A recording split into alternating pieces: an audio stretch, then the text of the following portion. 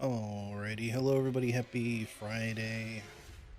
Hope y'all are doing well. We're back finally after kind of a long week, or well, it's Friday, so the week's not technically over, but still, we can stream once again. It's been a long week of just lots of work.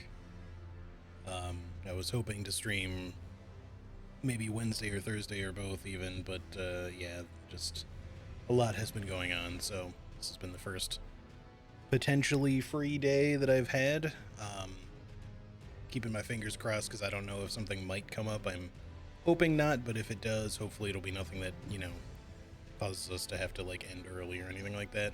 We're in kind of like a weird state at the moment with the guide stuff, as far as pushing everything to be 100% finished, mainly because of the unfortunate timing of the release date of the new patch and some complications that were previously unforeseen. Anyways, let's jump back in. We're going to do some more of the consumables only run today. That's the plan. It's been a bit since not only has it been like a week or whatever. I have still on. Yeah, not only has it been a week since I last streamed, or slightly less than, since I think my last stream was like on Sunday, but last weekend I played Cryptmaster, so we have not played this run in at least 2 weeks. And I thought about actually even maybe playing something else today, just because I wasn't sure if I wanted to jump right back into Elden Ring or not, just because with the guide and everything lately, my life has been entirely Elden Ring. That does not mean that I'm burnt out on it, by the way. I just mean I was not sure if I might be in the mood, more in the mood for something else potentially, but I figured, why the hell not? But yeah, since it has been a bit, I have to kind of like refamiliarize myself a little bit with where we left off and what we've accomplished so far. Thankfully, I had the foresight to mark a lot of the stuff that we've done already. So clearly, we've done, I guess, all of the forges. Not that those have bosses in them or anything, but I still wanted to mark certain locations and stuff just to make sure that I got things. Such as like where you would pick up shadow tree fragments from certain enemies and stuff like that, for example. Otherwise, these are all done. I've been to Lamenter's Jail, but I haven't finished it. That much I remember. That one might be kind of tough, actually. I hope they didn't change too much about the Lamenter in the new patch. I'm pretty sure he still has the same amount of HP, but I hope they didn't make the clones any stronger, because they're already going to be kind of a pain in the ass with this build, I think. One thing I kind of want to check is whether or not the NPC bosses are actually immune to status ailments like I thought they were, because I happened to look at some of their stats recently, and it did show that they actually, like, they had resistance numbers instead of just showing them as, like, either a blank number to indicate that they're immune, or sometimes they'll indicate that with, like, 999. Because it's possible to have higher resistance than 999, but usually when FromSoft puts, like, that particular value in, it usually means that it's flagged to just be immune. But there's a few enemies in the game also that have more proper resistance numbers, but are also immune, which is likely just due to FromSoft, like, internally deciding at one point that an enemy was not going to be immune to something, like it was going to just have a certain amount of resistance, or it carried over a certain amount. And then later they just added, immunity on top. Like, Needle Knight Letta, for example, when you fight her in the boss fight of all the McKellen loyalists at the end there, she is, I guess, immune to Scarlet Rot, which sucks. But she has an actual resistance number, which is confusing. Because, and I don't just mean in terms of like assets that they sent us to look at, but I mean like you can actually check in debug. You can see what her resistance number is. It's something like 400 something or whatever, but if you actually hit her with any source of Scarlet Rot, she just doesn't take any buildup whatsoever, so it's clearly turned off. Also, hey Anna, how's it going? Hope you're doing well. So I gotta figure out where we should go next. And I guess it would be worth testing on one of these NPC, like, mausoleum fights to see if they in fact have immunity like I assumed that they did, or if they are potentially actually just susceptible to status ailments. Because if they are, stuff like the Rakshasa, which was initially annoying, can still be annoying, but I could also rot her to make the fight a little easier. But I'm guessing she might not be susceptible. She might just have immunity or resistance numbers, but still have all of her resistances just turned, set to immune or whatever, so that or just the buildup can't happen, functionally immune. Also, how's it going, Miss Green? Good to see you as well. Welcome in. Doing all right. Hope you're doing well too. Yeah, not too bad.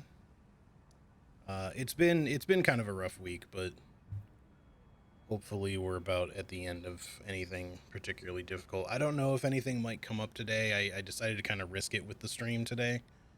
So hopefully there won't be any big interruptions, but I'm just putting that out there now just in case something does come up. I certainly hope not. I just have no real way of knowing if any like potential big interruptions might occur, just because obviously it's already August 2nd. All of our data and stuff is supposed to be going to print like extremely soon. It's supposed to be within like the first, I forget which our actual like print date is. It's supposed to be like very early August that it goes to the printers. I mean, they just get started, but that all hinges upon like not only us finishing and putting everything into the files that we have, but then we also have to send those files off to Namco with some oversight of FromSoft as well, of course, for approval, just so that what we've put in the guide is to their liking. And in case there's anything they want us to change, which is not super typical, but they might see something that they're just kind of like, oh, this particular thing we think is maybe not clear enough, or this. Sometimes there's stuff we include in a guide that they don't want in there, which always surprises me a little bit because it's information that's usually not a big deal for players to know. Plus, they're going to find out anyway when people data mine shit, so if it's not immediately player-facing information. Anyway. But yeah, we got held up a little bit with a couple of things. We knew the big update patch that just happened was coming. We've known that for a while. But they weren't able to give us a build to start testing things for any differences, nor could they give us any information when we asked about what was actually going to be different about the patch. So that's why we got kind of stuck, because we had to wait for the patch to even kind of get to us. We got it a little bit before everyone else did, but not as early as we would have liked. And we had to do a lot of extra legwork to see what was actually different in the game, since they couldn't just like come right out and tell us, which you'd assume that they would, but it just it's not always that simple. And unfortunately this patch changed a lot of shit, a lot more than I think people realize, because like the patch notes are already hefty, and I know some data miners have figured this out already, but there's a lot more stuff that got changed than just what they put in the patch notes. Like they changed aspects of the game that people would not have expected them to change, like including things like they've made hitbox adjustments and little hidden shit like that to a number of things. They changed the health of a number of bosses. Not really the big major bosses, but some of the little ones. Like, I'm kind of concerned because I have not killed Chief Bloodfiend yet, and I don't know if it's intentional, or unless there was just something wrong with the debug version. But for some reason, Chief Bloodfiend now has like twice as much health as he used to, and he's not even like a major boss, but he's tanky as hell now, and I don't know why. Killed him yesterday. Yeah. Did he seem stronger to you compared to the first time? I'm just curious in case it was just a debug issue. Also, hey Charlie, thank you so much for the 53 months. We're gonna shank him. Hope you're doing well. Obviously, I know you are. You're playing still, I assume. Hope your current game is going well, though. How's this run going? It's been fun so far. I just I haven't played in like 2 weeks, so I'm trying to remember exactly where we left off with consumables only. I remember being like pretty happy we managed to kill Gaius in literally one try with consumables only. Like the hefty rot pots do a lot of work. I can't remember if I rotted him more than one time during the fight. I think I may have, but between that and just like the knives I was using, he just was actually not that hard to kill. Yeah, you know how it is, Charlie. Like, not only has it just been busy because it's the end of this project, but that big fucking patch just came out. As per usual, it's really unfortunately timed, and we have a lack of critical information, so we've had to do a lot of extra work. And in particular, because some people have also kind of... We were supposed to be kind of done by this point, so some people have already made other arrangements to do other things, so now we're kind of down to the very skeleton crew at the moment, which is the other reason why it's been so crazy. In particular this last week.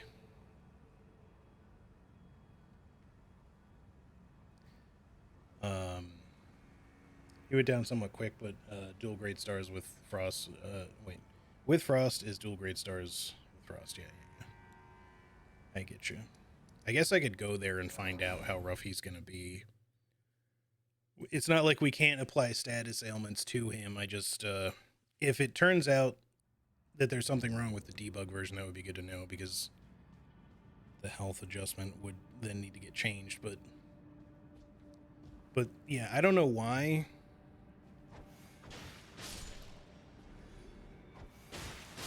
But he used to have, I don't know, like 15 or 16,000 health or something like that, and now he has like fucking 30,000. And that's like major boss levels of health too, which makes like 0 sense. It just kind of makes me wonder if they did that slightly unintentionally, like maybe they upgraded the wrong dude or something. Because I don't know why they would specifically want Chief Bloodfiend to be quite so tanky all of a sudden. He wasn't exactly a pushover before. He does plenty of damage.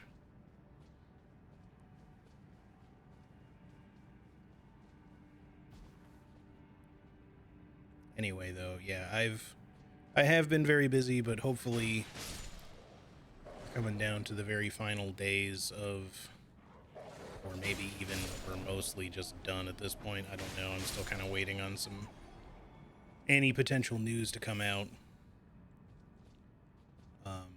But it would be very nice to just be more or less done at this point, so I can start kind of having time to do other things, including stream, but also, you know, other work. It would also be nice to have like a little bit of time off before I go on this family trip that I'm supposed to be going on the 17th, so...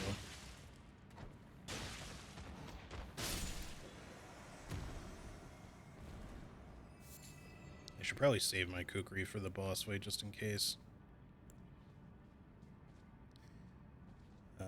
This is going to be an interesting room. We might have to... No, I mean, I guess we'll be okay. As long as we don't use kukri and stuff, you know, just stick to using stuff that we can craft before we go into the fight, we should be fine.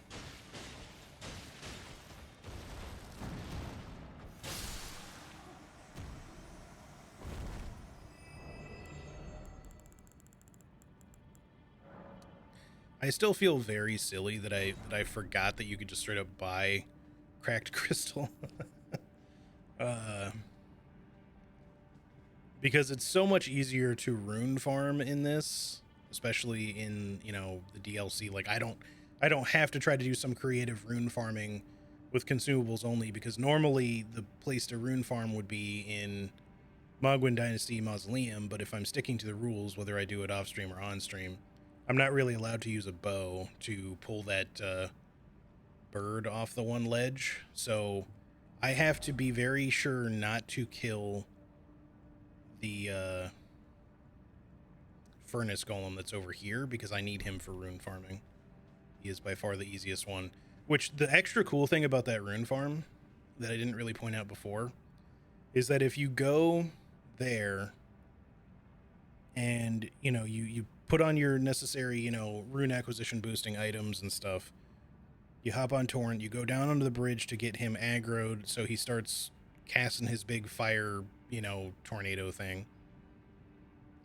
And then you hop back up and you get over to the Grace quickly, right? So you wait just long enough for it to kill all the shadows, the shadow undead, as they're now called, on that bridge.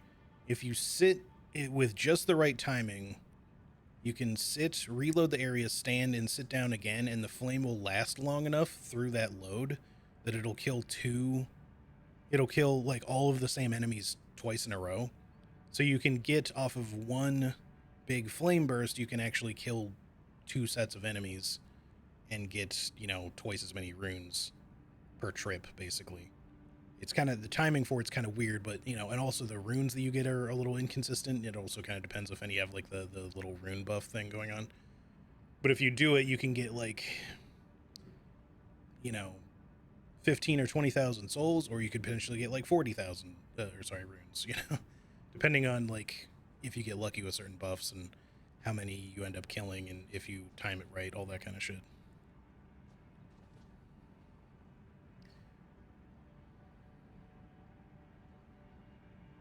I wonder if there'll be more updates. I assume they will do more patches at some point, although we can't really wait around forever to release the guide because, well, number one, we already have a print date, which means if we delay things at that point, then it costs Future Press a lot of money, because you have to kind of pay for those print date allotments for the printers. And even pushing it back by like a day or two costs a lot of money because you have to hold that slot. And paper costs a fuck ton of money too. But I would be surprised if they didn't do at least some more patches. So I just, you know, obviously the hope would be that if they do any more patches, they don't do anything so big that it makes like the guide super inaccurate. We usually try to do our best with popular guides that if they do more patches since then, we try to find whatever those things are to make little updates to the book if they do reprints and stuff. Obviously, the downside to that is that anyone who's bought like an original copy now has a technically out-of-date copy, but there's not really much you can do about that because it's print media. So, you know, they do the best they can, and they, you know, they try to put out PDFs too, like little free PDFs for people when possible.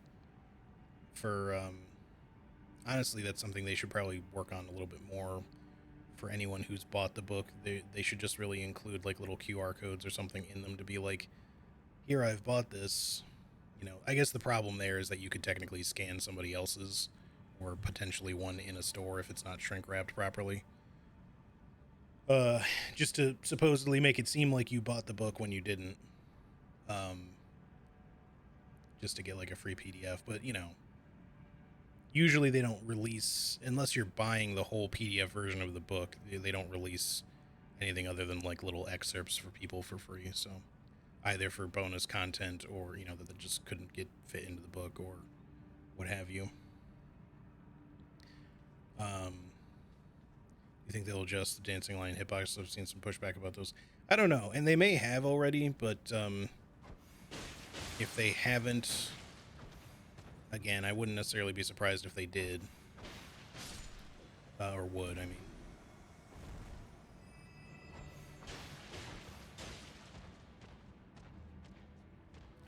A little bit slower than how I normally normally go through this room. Kind of wish crystal darts, or that these guys counted as constructs, because it would be really funny to use crystal darts on these guys to get them to like start attacking each other. Although if I had like the new charming branch or something like that, that would also, I guess, technically work, because I could charm like several of them. The problem with this is, while I can make it,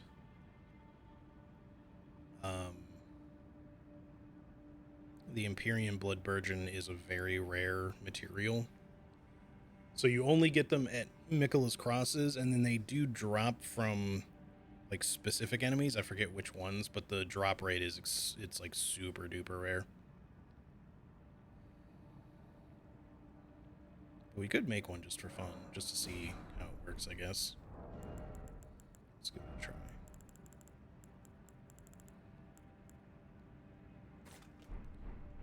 This is close enough to make this work. Hold on. First we craft a couple more of these.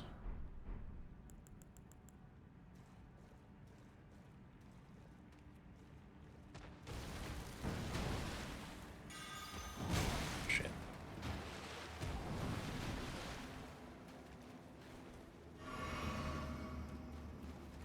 Wish this guy hadn't aggroed when he did.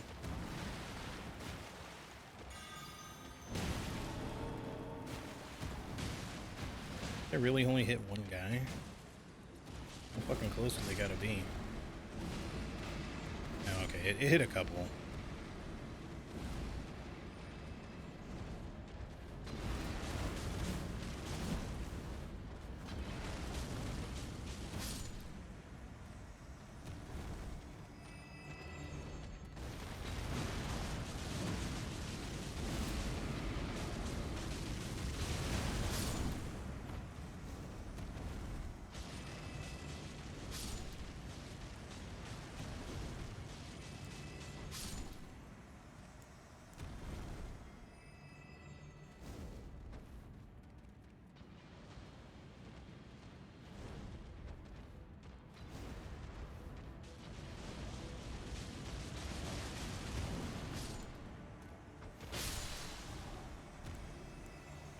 Okay. Good. How many more? Nobody else aggroed? Okay. I still really wish that, after having learned about that again, I do wish that you could buy Volcano Pot, or Volcanic Stone, I mean, because not having to farm those would be so nice for this run.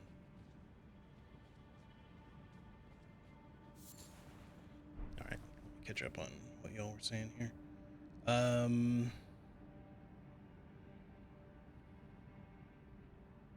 Never thought you could use flame golems to farm runes. Yeah, you can use those, the big furnace golem. Specifically, I mean, I guess technically all of them do friendly fire damage to enemies. So technically any of them would be possible to do it with, but specifically this one is the one that you want to use for the rune farm. Because all you got to do from the Ancient Ruins Grace here is just like step out onto this bridge. That'll aggro him. He'll cast his fire out across it. You just go back up to the Grace and rest again after the big fire just kills all the shadows on the bridge.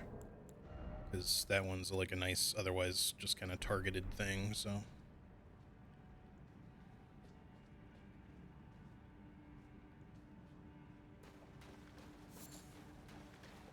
I was kind of hoping the Charming Branch would hit like a couple more of those guys so we could watch like a bigger amount of them fight each other, but I guess it's fine.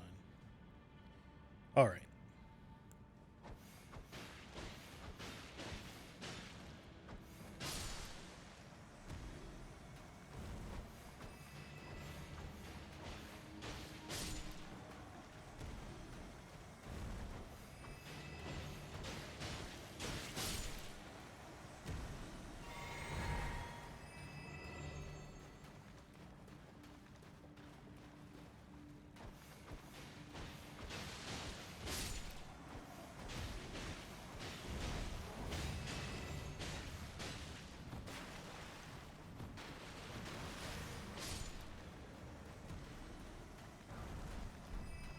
Oh, we got a fork that I'll never use, but still cool.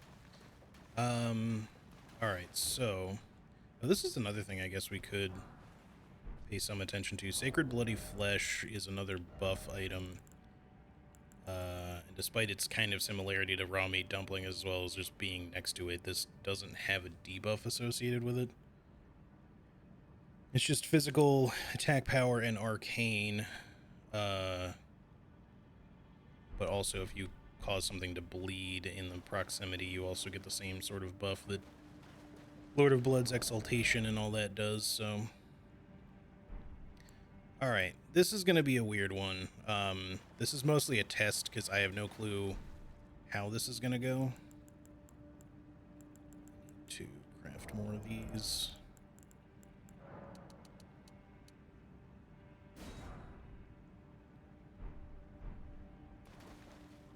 Did you mostly ship up to date 1 and 2 volumes for Elden Ring? I think the game went 11 months without a patch. Yes. Obviously, there's like 1 or 2 things that have changed at least since then, although some of that made it into the DLC guide. Like, we included the stuff that they did, like the big pre-patch right before the DLC launched. We tried to include that stuff in the guide, at least anything that was particularly pertinent, like the fact that arenas no longer permanently consume your crafted consumable items. When you use them in the arena, you get them back after you leave.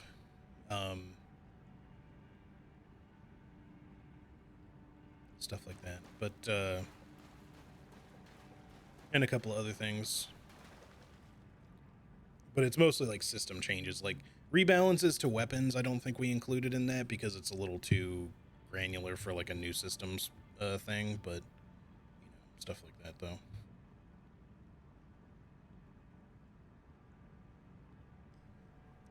But as far as, whatever we had done at the release, we tried to make that as quite literally as up to date as possible, and they've probably made some minor adjustment or update adjustments since then too, just because they've done some reprints. So the more recent guides or copies of them are probably actually fairly up to date. The main thing is just that we ran into similar problems, especially with the second book of the Elden Ring guides. It's just there were so many fucking patches to Elden Ring while we were making those guides, especially the second one, that the overall time frame just took like way longer than anyone expected.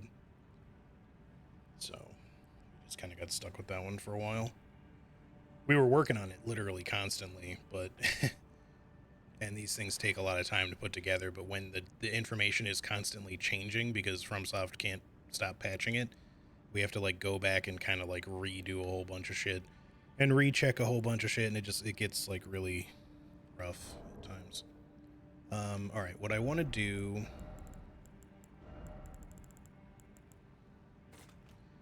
I want to see, I don't remember what his resistance is like, but I want to try some hefty rot pots on him. I did farm when I had a chance before. I did farm up some ingredients for this, so we'll go ahead and craft a handful. So we've got them. And I guess we'll give it a try.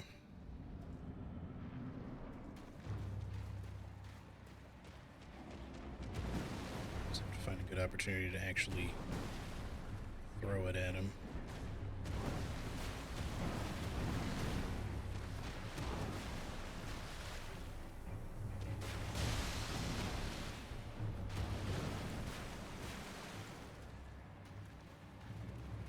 Yeah, he definitely has more HP. Okay, what happened there? I was not out of stamina, but I was denied the ability to roll.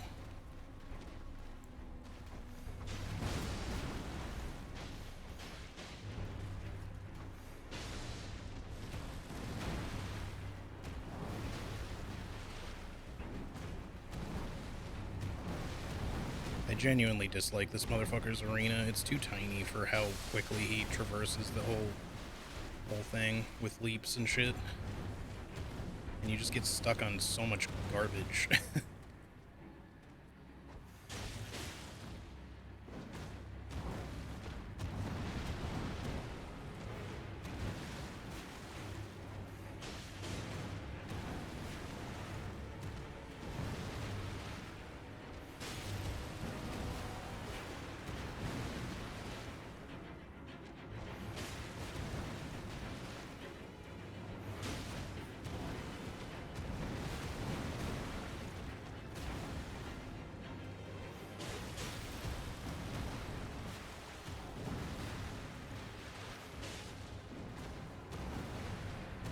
I didn't mean to throw that then. Shit.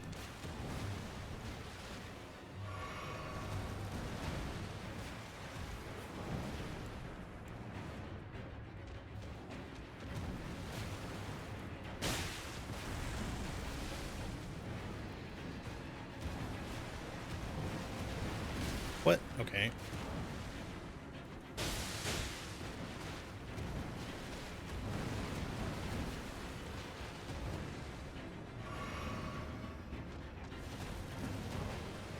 I don't really want to roll to the right, I want to roll to the left because I don't like getting caught by his hand.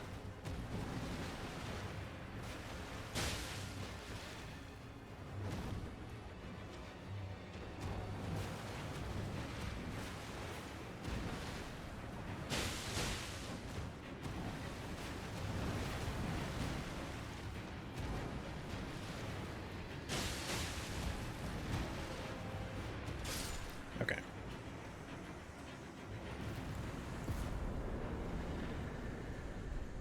That went pretty good, actually. I was expecting it to be worse.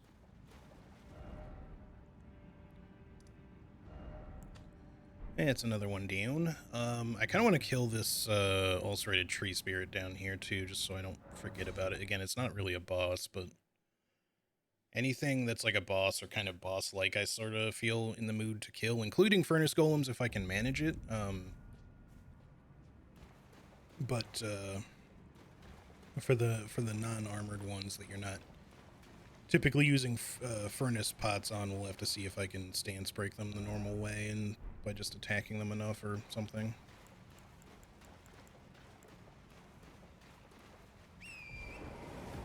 What do we need for levels at this point anyway?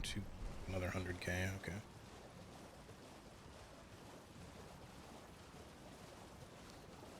Alright. I'm used to bunnies not wanting to leave their pen and not going further than the living room. Just connected to the bunny room. Avocado went all the way into the bedroom the other night, and she's in the kitchen pretty often. She hasn't gone very far into the bedroom yet, but she probably will soonish. Whole house is bunny-proofed except for the hallway and the bathroom, but the hallway is gated. She's out, and I closed the bathroom door. Gotcha. Hey, Red, how's it going? Good to see you. Hope you're well. Yeah, I mean, I guess, you know, as long as the environment is good for it, and,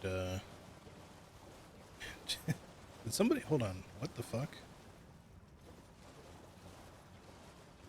I gotta see that again.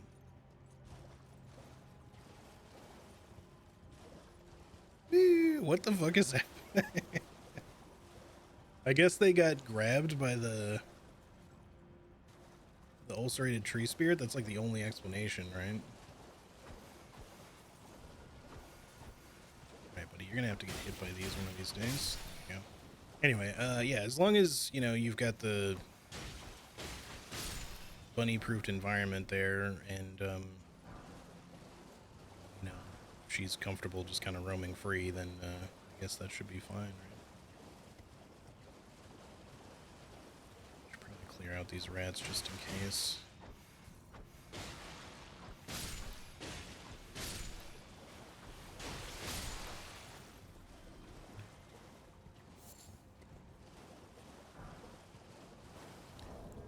Let's craft a few more of those. I'm gonna probably mostly use volcano pots on this thing. I suppose I could just keep my distance since it's not... I forgot to use my fucking physic tier last time, or my flask, I mean.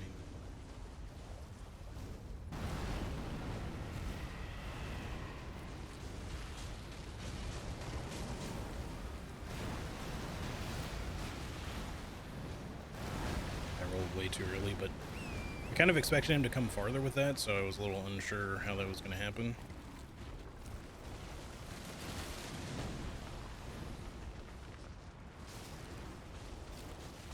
I don't know, I feel like being on horseback for this is not better. If I can kind of keep my distance. I somehow threw that away from you.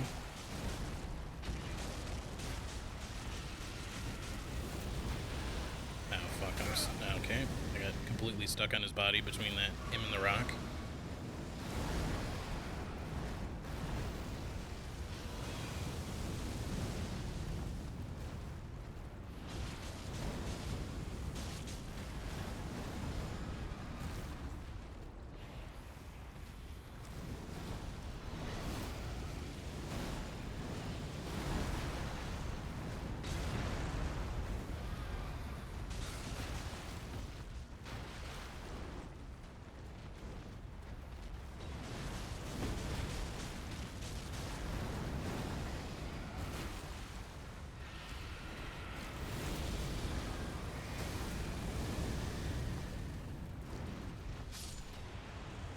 All right.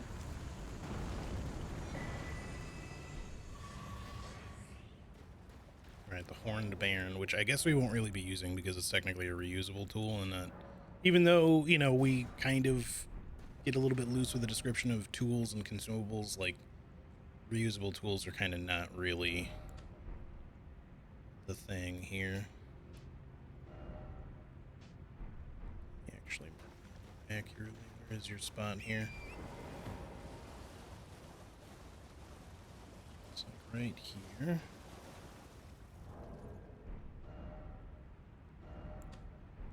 Okay, so that's done.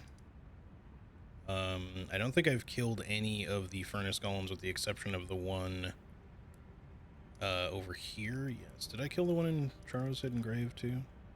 I don't think so. So yeah, I've only killed one of them. There's not really a lot of a reason for me to even kill them aside from for their runes. Because I don't think that, well, I don't know, maybe the oil soaked tier would be worth getting, and that's going to be from the one in the ruins of Unte, which are going to be difficult. We can get by without the oil soaked tier. I don't even know if I really want it that bad because the buff on it is kind of short lived. I don't like that it only lasts like 30 seconds.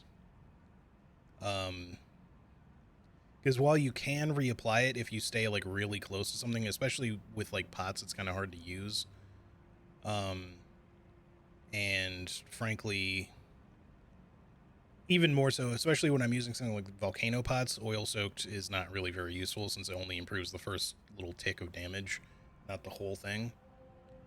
Now if I'm using like regular fire pots or whatever, that's different, but it might be better in those kinds of cases for me to even just, you know, craft a few oil pots instead and just use that. I'm good doing some more DLC prep. Switched from Frozen Needle to Meteoric Ore Blade. Nice. I'm pretty good. It's been a very, very busy and honestly kind of hellish week, but so far today it's been pretty chill. So we'll see how things go.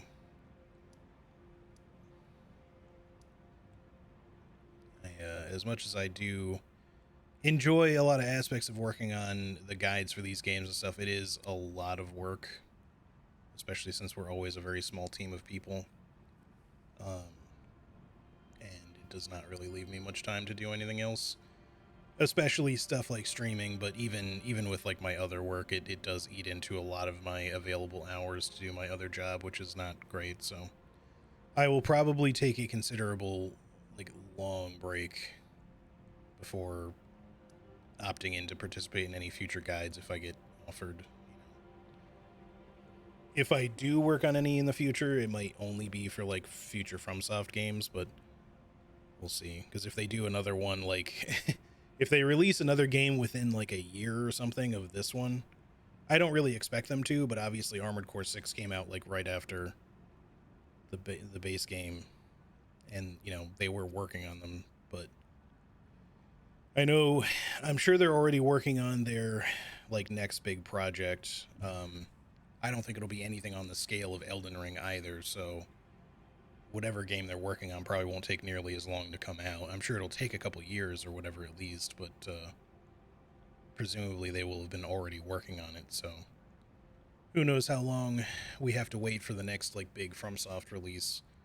It could be literally next year or some shit.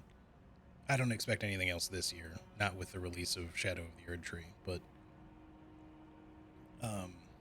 But yeah, I would not mind like at least a year off, if not more, because I got other stuff to focus on.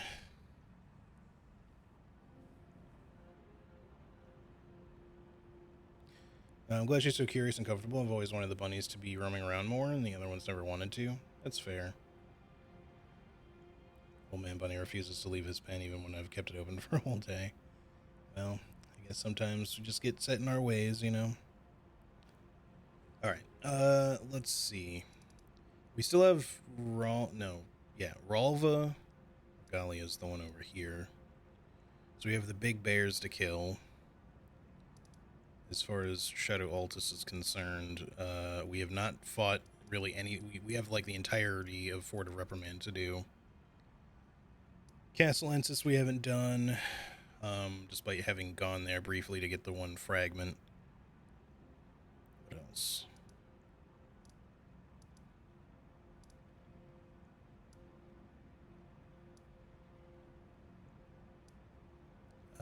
Obviously, we did do the Dark Lake Catacombs. Jory was kind of a pain in the ass, but at least we managed. Now, in the future, if I ever do a more casual run, or even just something with slightly more relaxed, features of the challenge or whatever, like, the one thing that makes Jory easy is that you can chain backstab him, if you do it right. So it takes a little skill to pull off, but if you do it right, you can just keep backstabbing him to make the fight really easy. But that's really the only way to make that fight super easy. Everything else, that fight's mostly just really annoying. We still have to try to kill the Rakshasa too. I guess I do want to try and see if I can make her take rot. I kind of suspect it won't work, but just because she did appear to have resistance numbers, I want to check. I should probably level first, though, because chances are we're going to die. She's kind of a pain. There's something else I want to do before we go do that, just to make that simpler. Probably not the big red bears, because they're just as likely to kill me, since they are a little annoying to fight.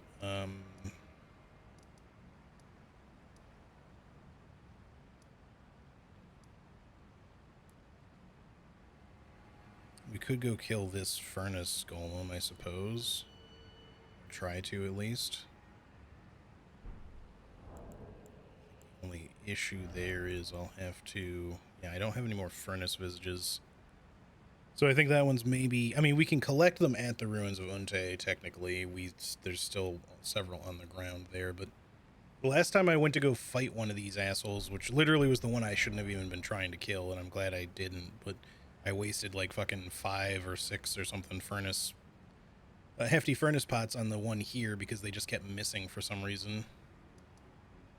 Maybe I wasn't in exactly the optimal spot to throw them from, but they were just, the misses were like really kind of stupid because they looked like they were hitting, but they were just kind of phasing through its body.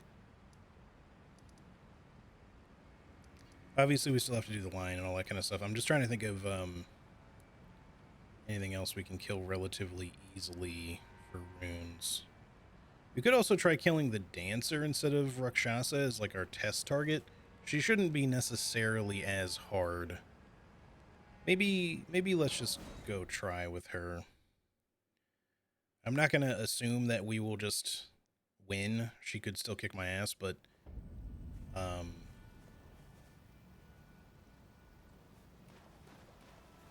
don't know. Hopefully we'll have slightly better odds. If nothing else, like, it's easy to get into a mausoleum, grab your runes, and then just quit or something just to get the hell out again so that I can... If she does just kick the crap out of me, I can at least try to go back and get my runes elsewhere instead.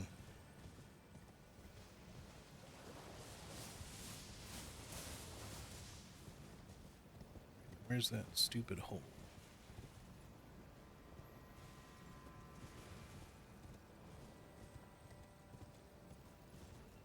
I guess it's on this other side of this tree.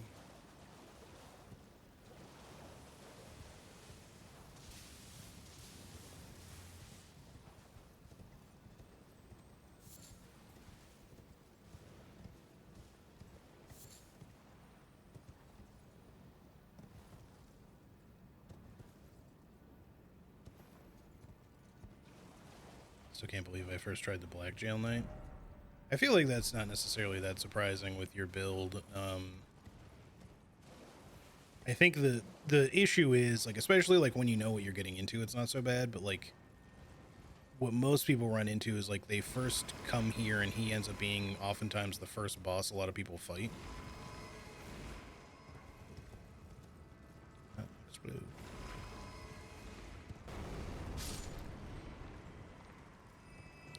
He ends up being the first boss a lot of people fight, and then they just get completely demolished, not expecting him to be anywhere near as hard as he is, because they don't have any Shadow Tree fragments or anything yet. So they just kind of get, like, you know, utterly destroyed by one of his attacks or something. I don't know if I'm going to need grave crickets for anything, but I might as well collect the ones that are here at least. I don't even remember what you use them for off the top of my head. They might be for hefty rancor pots, or one of the materials for them, I mean. I think for those you use the ghost flame bloom or whatever they're called.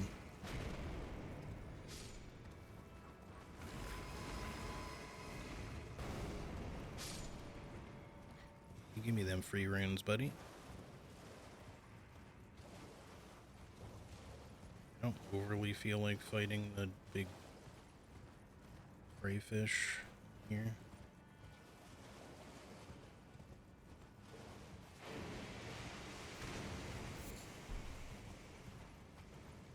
So let's just go by. Baiting the crossbow was my strat. Yeah, I mean, normally as long as you can do that, it's not too bad, and they are backstabbable, but, you know, I think the problem is that for most people, like, he doesn't necessarily consistently use it at the spacing that you kind of expect.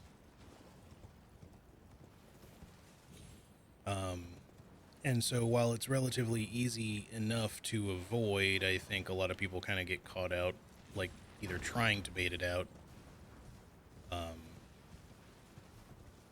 or they're kind of, like, waiting for it, and then they get hit by something else instead. Specifically, okay, buddy. Specifically, Solitary Moon Slash. Either the first part of it or the follow-up, you know, just have a tendency of catching people when they're not really expecting it. Really, all of the NPC boss fights in the mausoleums can be, like, unexpectedly difficult to deal with. I'd say the Dancer is maybe the easiest one, but that does not mean she's a pushover. She just has, like, the lightest defenses. And her dance is not particularly difficult to avoid if you just kind of keep your distance, but again, that's easier said than done. Let me just see if I can rot her. Don't know that it'll work, but honestly, I don't even really expect it to.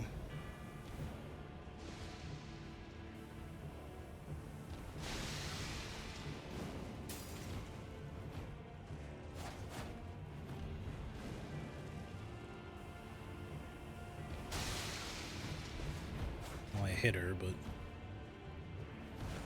no rot as of yet.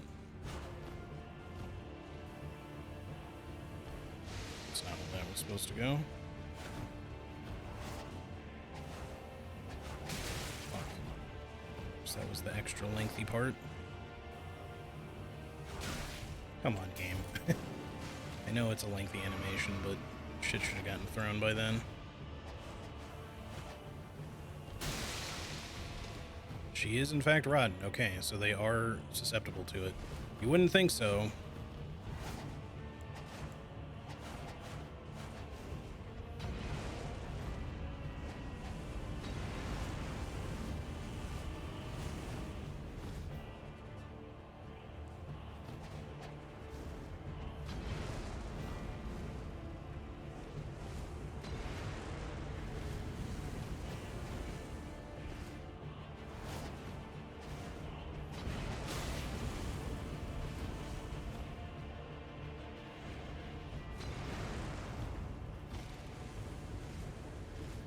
We're gonna once again use all of our rot pots just trying to bait this this fucking asshole into getting hit by them and just kind of not really getting hit. At least her damage is not absurd. The Rakshasas is kind of crazy. I'd say Ancient Dragon Man's can be pretty rough too, specifically with his special. Okay.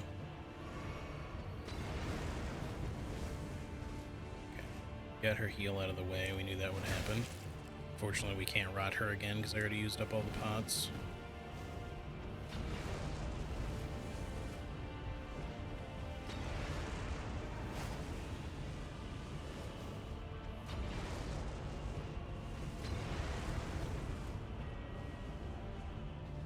Stop backing away. I thought I glitched her out for a second there. She like just kept backstepping.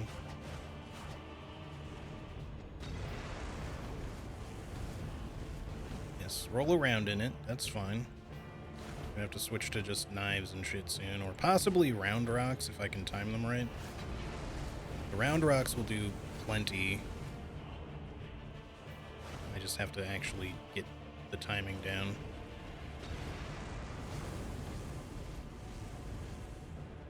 Honestly, when I fight these enemies, I need to like start bringing roped fire pots, or roped volcano pots, I mean.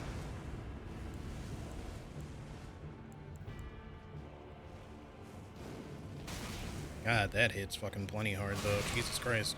No, oh fuck off, game. That's fucking bullshit. That is so lame. Fucking instant spin around roll catch was dumb as hell. She was swinging in the other direction and it just let her completely spin on a dime.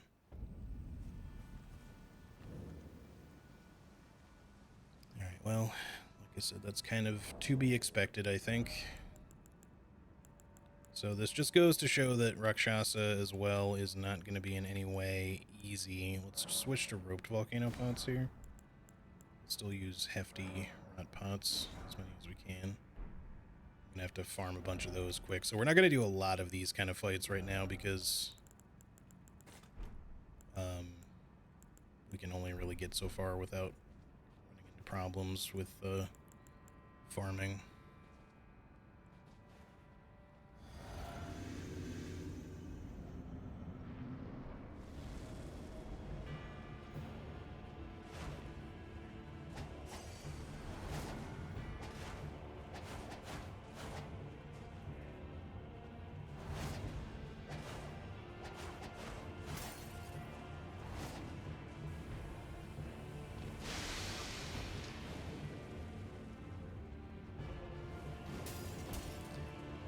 I knew that her oil would be like the dangerous thing. Like there, she's gonna fucking hit me with it again.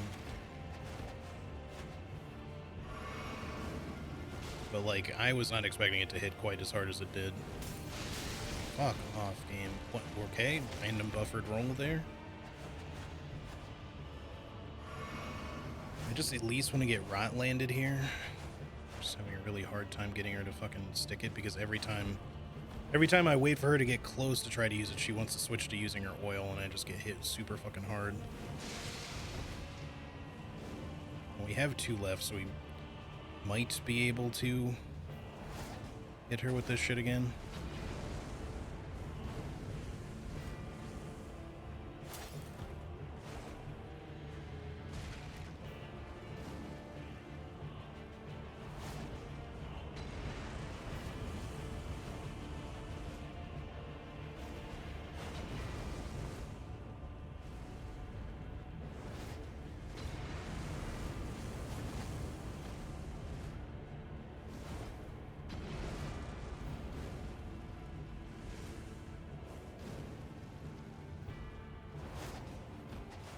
Also, how's it going, Zarya? Hope you're doing well. See, I don't like it when you waste my damage like that.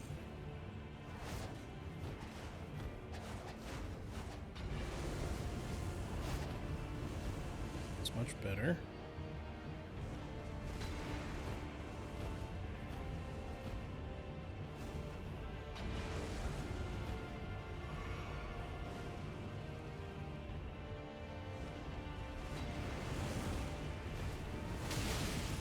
she kind of did a weird maneuver there where she rolled in like a very strange pattern.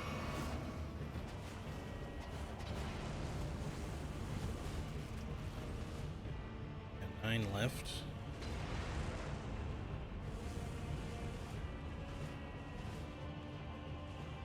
I should probably have made like regular rot pots or something, but again, what the fuck? I did not roll that direction.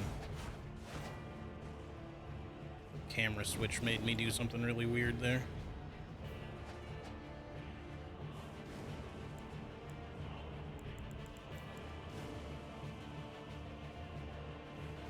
Alright, I'm gonna need you to fucking chill on doing that shit every 2 steps.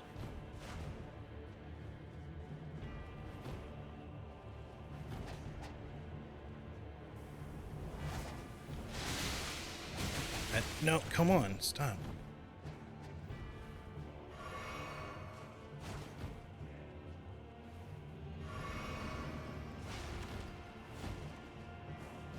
Completely fucking stun locked. Alright, of course you jump attack. Don't know if we're gonna pull all this off or not. Okay, we got her.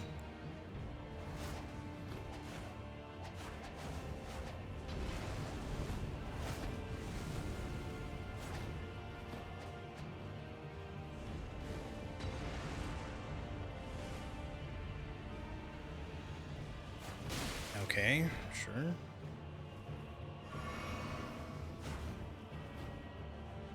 Five heals left.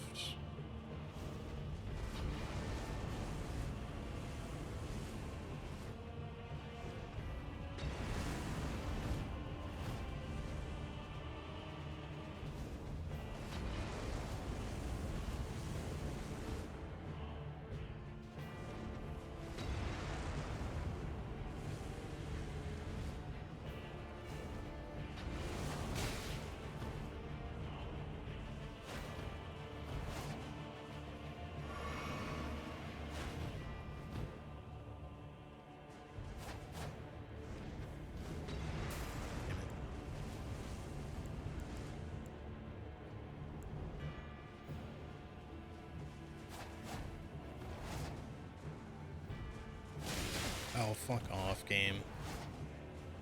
That should have at least been a trade.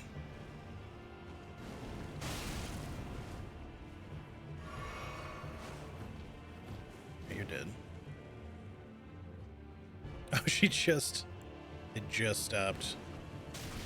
What? How did that not hit you? Alright, fucking chill.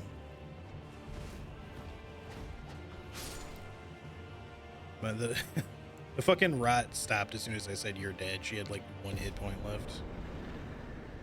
Alright. Yeah, Rakshasa is gonna be rough for sure. She doesn't really have any real abilities other than her skill. But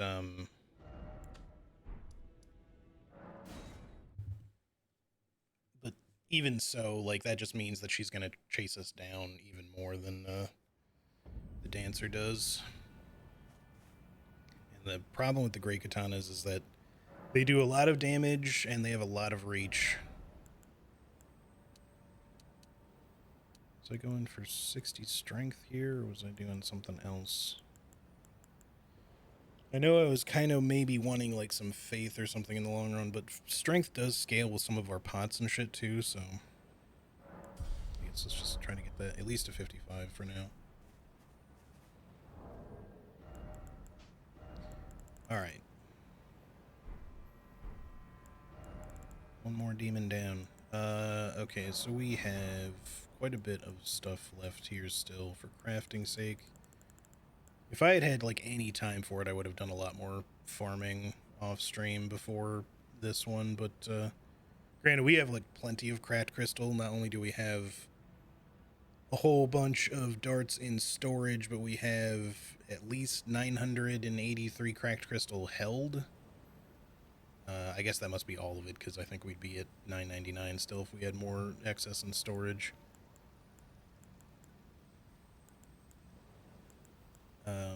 But yeah, so, but at least with those, like I said, I can just buy them, which It cuts down on my farming or my need to farm by a lot. If like I'll still have to farm runes, which I'm not the biggest fan of doing off stream, but I'm not using those runes to do anything other than buy stuff. I'm not using them for levels. And by buy stuff, I specifically mean cracked crystal to make these, and replenishing our stock of like fan daggers, kukri, throwing daggers, that sort of shit. That's really it. I wish I could buy round rocks because those are annoying to farm. Really, I think it would be nice to just have the means eventually to get bell bearings that allow you to just buy just about any crafting material. You know, like, I definitely don't need a bell bearing that lets me buy rata fruit. I don't know why they thought that would be a good idea.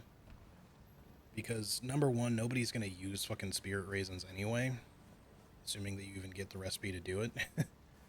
And when you do, you know, because all it does is make Torrent, you know, when you dash, you have like, he just gets like a little shove ability when dashing. But it does like no damage, and even the stagger on it is not particularly great. So it's slightly helpful for keeping you from getting body blocked by like weaker enemies, but that's really its only use. Like while on Torrent specifically. Alright, so I don't know if I feel ready to do Rakshasa yet or anything, but at some point we will certainly go there. Mostly I want to make sure, you know, we're killing everything anyway, but I would like to get her armor set in case we feel the need to crank up damage even higher at the risk of taking more damage.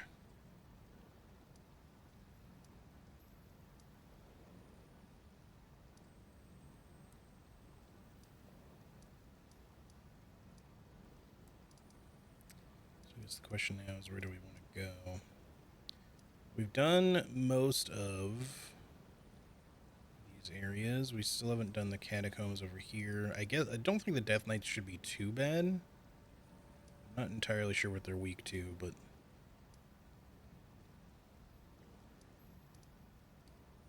I'm not too sure that even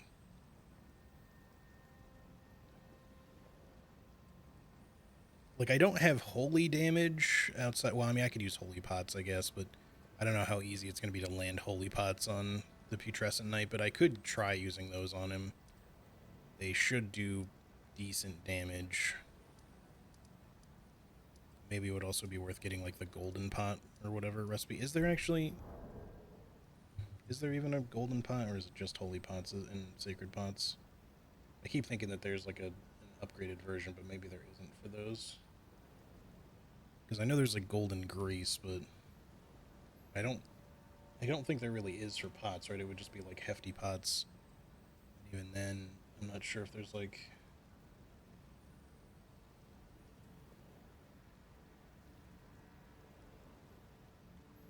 There's not really like a hefty holy damage pot. There's just the lightning ones, right? Lightning and red lightning.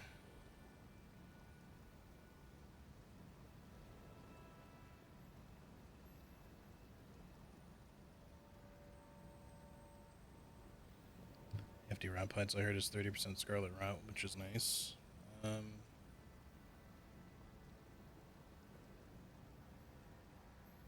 Trying to think about what that would actually be in terms of real numbers, but it is high for sure.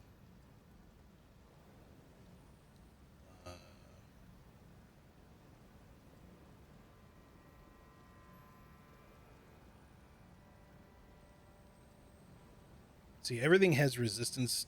Their actual resistance numbers are in the like hundreds typically. Like it's just a flat number. So everything applies a build up, which that one you can actually see somewhat player facing because it shows you on weapons. Like Scarlet Rot build up 50, right? So this per hit is applying 50, but in order to apply Rot, then it's not so much mitigated like defense mitigates stuff. Instead, it's just a flat number that you're trying to overcome. So every time you're hitting an enemy with a certain amount, you're subtracting their resistance by that amount. So if they have, again, typically most things are going to have at least 300 or so. Some some are pretty low. Some are in like the 200s, but um, and then some are pretty high, which would be in like the 6 or 700 range, and then some shit's just like straight up immune, or functionally immune, because you're also they also regenerate that number at a rapid rate, just like you do, which is what causes your buildup to go down. So whenever you hit something with a source of a status ailment, you're subtracting their resistance by that amount, or if you think about it in a more positive sense in the other direction, then you're building up that uh, ailment, right? Um, but yeah, I want to say hefty rot pots probably by themselves do something like, I don't know what the actual number is, but it's probably something pretty big, like 300 or 400 by themselves.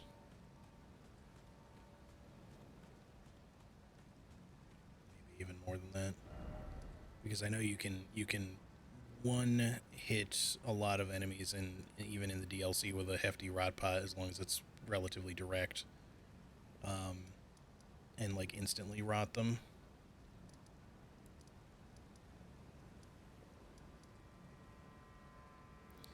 All right, where the hell are we going next? And what the hell are we fighting next?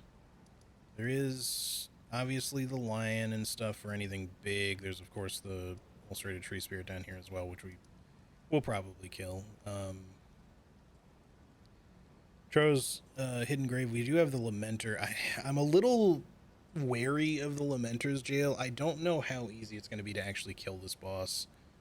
Not because the boss himself is that hard, but the clones are going to be difficult to fight with just consumables, because they spread. If they started off more clustered, I think it would be easy, but even with like hefty red lightning pots, I feel like they're going to be hard to hit. Uh,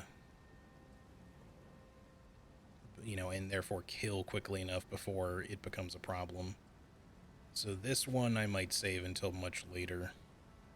It's not like we specifically need anything from there, except for, I mean, there's probably some stuff in the dungeon itself that I want, but as far as the boss itself is concerned, he just drops the mask, which I obviously don't need. So, uh, I think there is another hefty cracked pot in this dungeon though, since most of them are in jails. Is this the one? I just really quick. Is this the one with the pot that you ride down that leads to one, or is that Bonnie Jail? Because whichever one it is, we could get that like technically really quickly. Trying to press square to. I think that's probably Bonnie Jail, right? Because that's the one that's more open.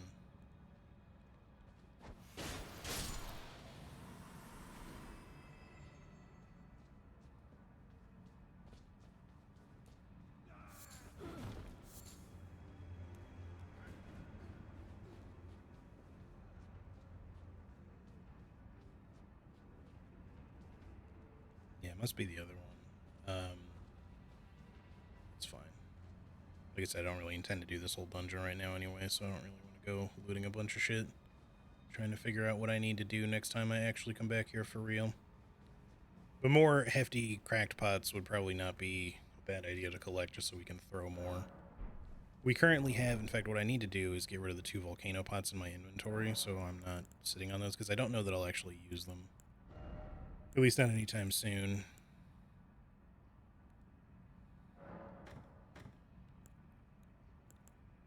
And then that way, anytime we want to craft hefty rod pots, we can make 8 instead of 6.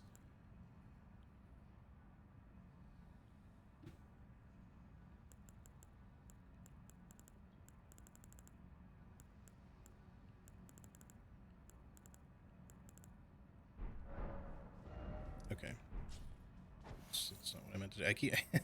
So, I started playing a game off stream, like the other day when I actually had a little bit of free time. That came out recently. I was gonna stream it, but I just kind of needed something to unwind with, just because it's been very stressful lately.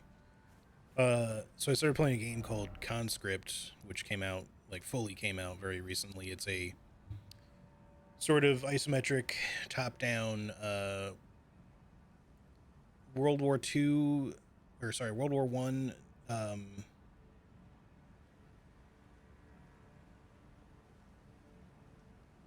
style of like, I don't know, survival horror game that's like heavily inspired by old like Resident Evil. It also gives me like some Darkwood vibes. Um, with the way it's presented, it's very like pixel art. Um, and despite the fact that it is like horror genre, like I might actually still play this on stream just for the hell of it. It won't really be blind, but it's really fun and kind of unique.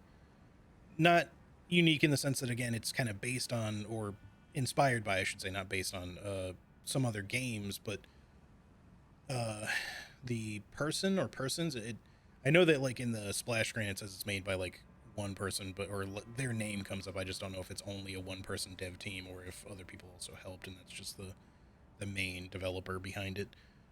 um but yeah, it's not um true like supernatural creature horror type stuff that you would expect out of something like Resident Evil. It's just, you know, the horrors of trench warfare in World War One. So you're playing as like one dude who's like trying to survive in, you know, a very realistic, uh, realistically horrifying scenario of just what that was kind of like, I guess, for soldiers during that time. Because you know you're running around through trenches with fucking uh big heavy artillery firing at you like you know, endlessly, day after day, night after night. um and just enemy soldiers or even your own soldiers like kind of crossing into to over to enemy territory to try to fight each other and stuff. So it's very interesting. It's laid out, like I said, like a classic Resident Evil game. uh but there's no like supernatural elements to it, with the exception maybe that there's possibly some stuff going on that could indicate that, you know, it's like, oh well, is what you're experiencing real, stuff like that. But it's not really in any way on the nose. It's extremely subtle in that regard. But yeah, I might play it on stream a little bit at some point just for the hell of it. uh like I said, if I do, it'll be not blind at all. But it's a very interesting game that I'd kind of like to show off if nothing else. But anyway, yeah, the reason I bring it up is because the default controller button for sprint in that game is square, so I keep trying to hold square to sprint and then I accidentally throw an item. So I'm trying to not do that.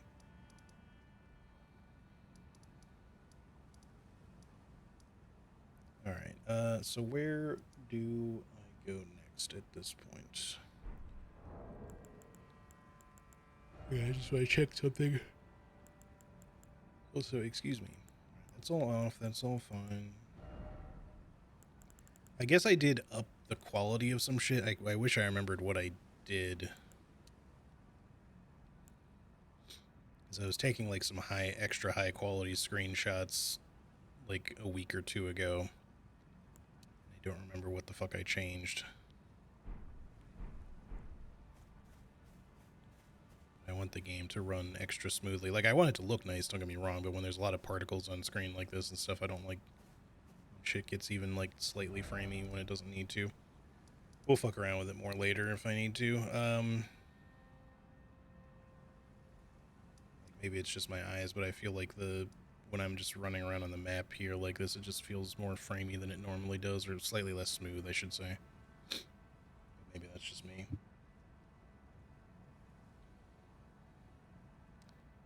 I'm like not sure what the fuck I should fight next. I mean, we've got places to go, plenty of places to go.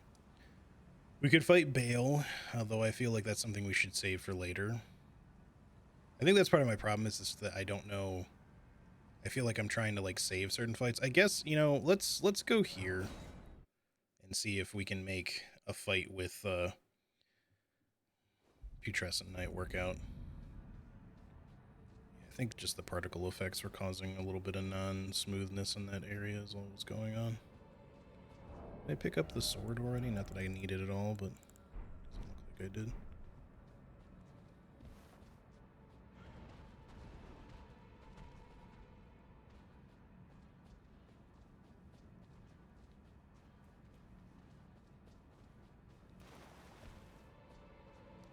You know what's extra annoying is that these guys over here, annoying for the guide, not really anything else, but these particular blood fiends have their own special name. The ones that do sleep, they're just called purple fiends.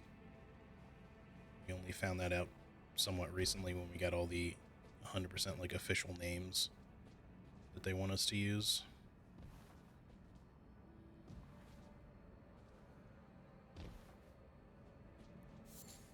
It's annoying. It's annoying because it's confusing in that obviously they're in no way purple. They just have sleep effects on their weapons.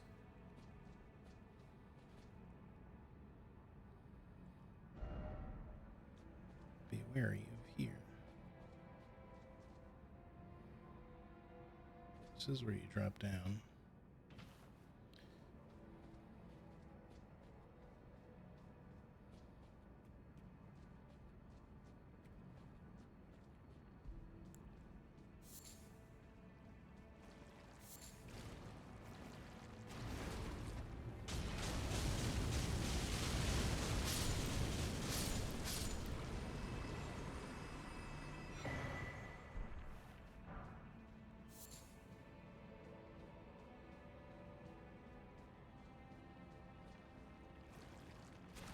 Yeah, they're just referred to as purple fiends because they're like a specific sleep variant of blood fiends, but I don't know why they didn't just call them blood fiend sleep or something in parentheses. Since that's kind of normally how they do that stuff. Don't get me wrong, I wouldn't mind them being called that if they actually looked purple or something, you know.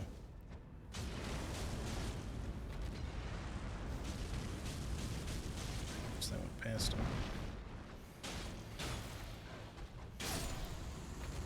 Like, these grave birds have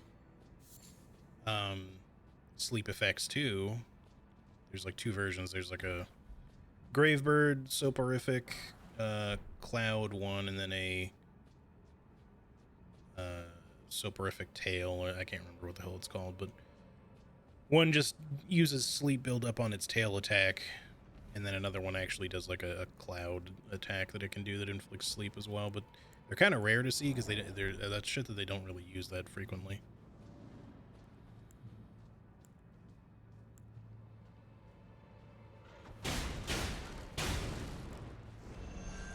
What the fuck? Yeah, this. It almost instantly put me to sleep. I meant to switch to my crystal darts and somehow didn't quite make the switch there. Still stuck in combat though, and I really don't want to be.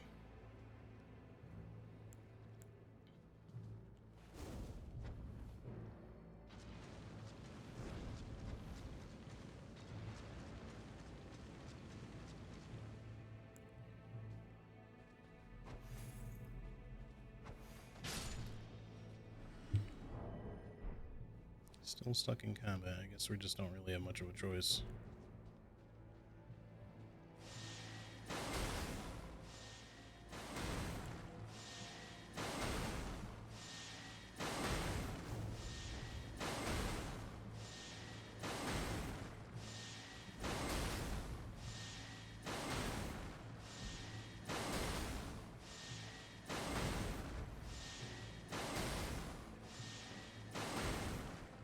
I was gonna say, it feels like one of these ought to be hitting you.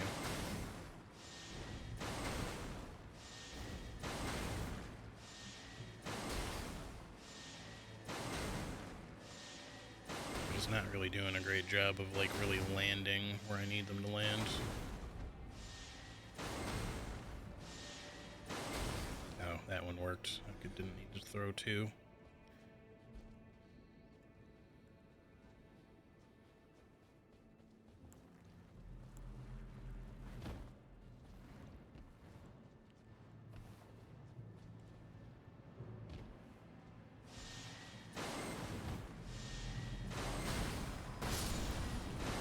Oh, what? Okay.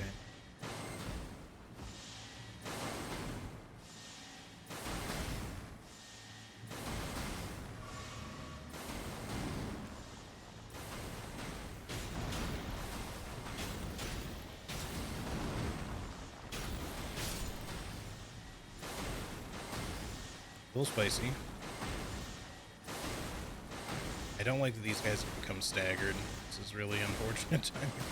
I'm gonna see if maybe I can get them to stop shooting.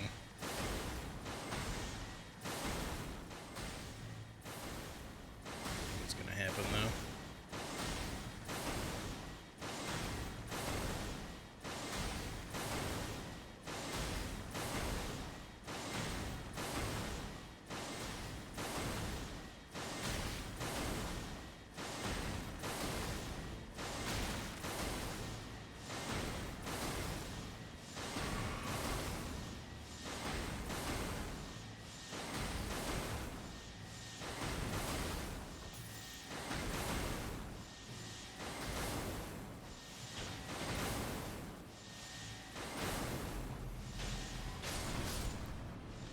That was a little dangerous. I did not mean to roll next to the fucking explosive one. Alright, we got there.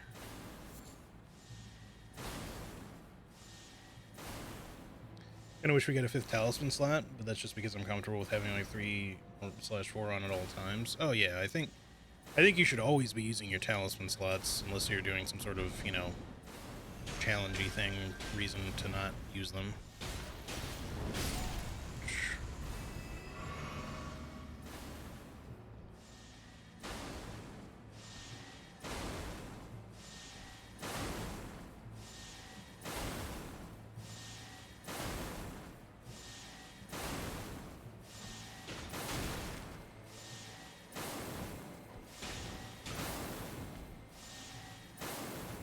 Damn it.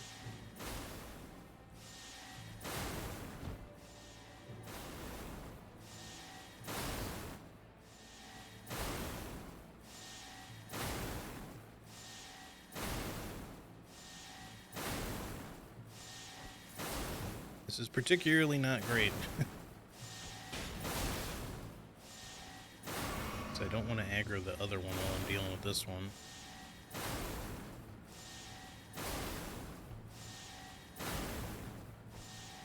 Who are you locking on to, buddy? What the fuck?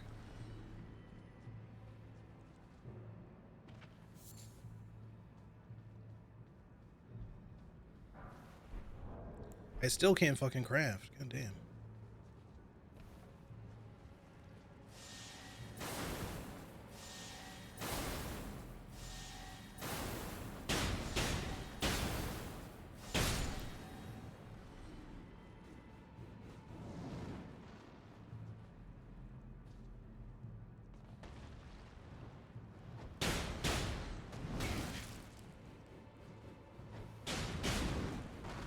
Nice hovering. It's unfortunate for me, though.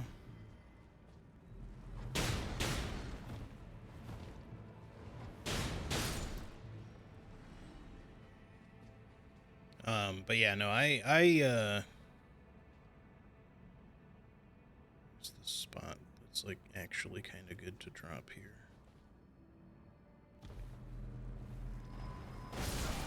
Oh, fuck. Not quite. I think I needed to be ever so slightly back to not get hit by that.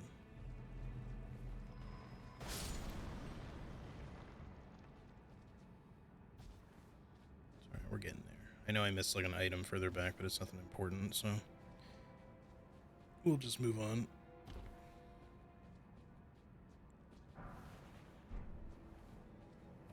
Anyway, yeah, so I do also wish that a 5th talisman slot were a thing, because not only is there clearly room in the UI to include it, hell, they could have even given us some other sort of weird equipment slot in the DLC, like a ring or something, you know. Like, obviously the talismans are supposed to be like amulets / rings, etc. But they could have put something here next to the pants, to the legs slot, and they could have easily done at least a 5th talisman slot. Now, mind you, again, 5 talismans would be kind of overpowered for the base game, but there's an easy way around that. You just, as much as I'm sure they didn't want to have to deal with it, the way you would deal with it if it's considered overpowered is you just turn the slot off when you're in the base game areas, you know, make it DLC specific. And if not, you could also just say who cares, you know, because by now the game has been out for long enough that a 5th talisman slot's not really going to ruin things for anybody, since you have to go to the DLC to get it anyways. You know, and there's plenty of things you can take from the DLC back to the base game that make you pretty overpowered, so I don't see like it would really be that much of a problem to have some overpoweredness going back to the base game. So yeah, I really feel like they could have just done that. I totally understand not designing a whole new equipment slot for something extra, even though that would have been cool. But a 5th talisman slot at least would have been fine. Because it would also enable people to kind of like really kind of expand their builds a little bit more. I'm sure the main reason they probably didn't do it is not because they felt that it would fuck over the base game so much, but it would be hard to balance PvP with, because that's obviously a thing. But again, you just make PvP specific changes, or again, make it so that you can only do 4 slots in PvP or something. Whatever you want. Anyway. Some of these areas are kind of mid. The Finger Ruins are borderline crap. I like Jagged Peak. I like the Ruins of Rao or whatever. Yeah, I do think that the Finger Ruins are like there could be more with them for sure. They're just kind of bland because they're big and empty and they just have lampreys and there's like not really much of any real useful stuff in them. The talismans you get from them, at least the crimson one, is actually pretty good.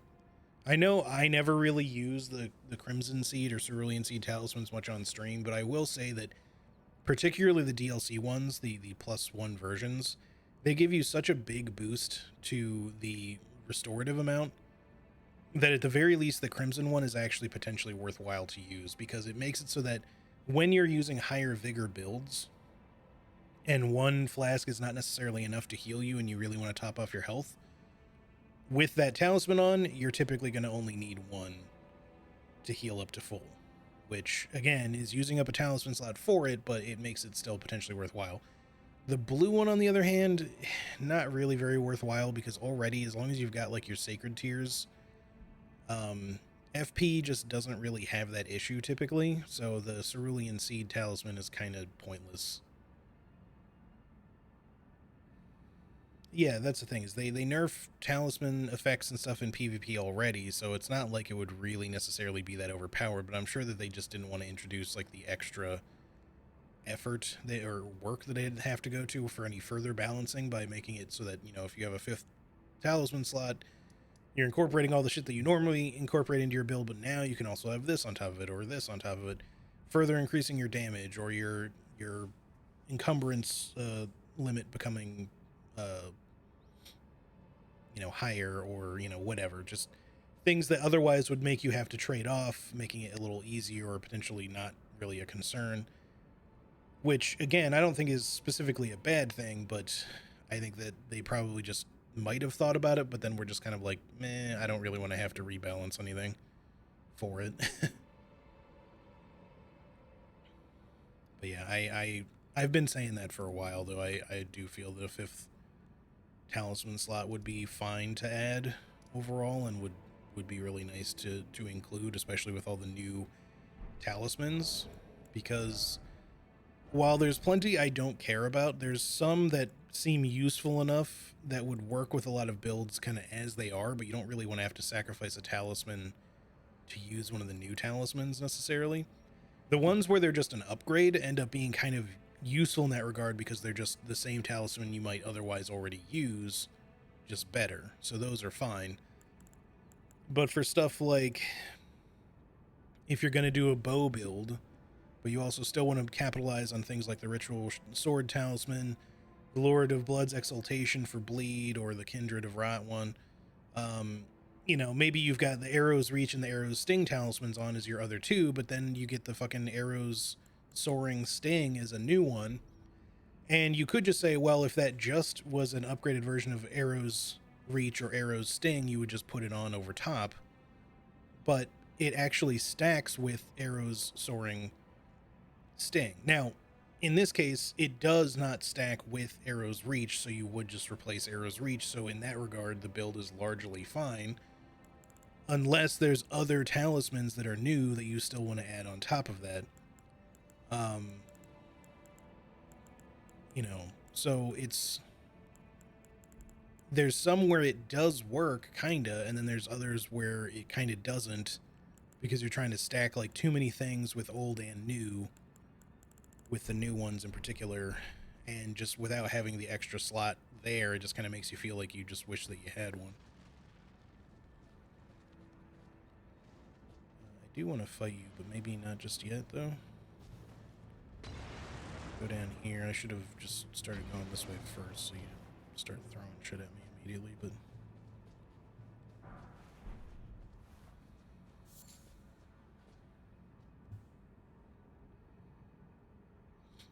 I hate that those defense negation talismans are borderline worthless in PvP.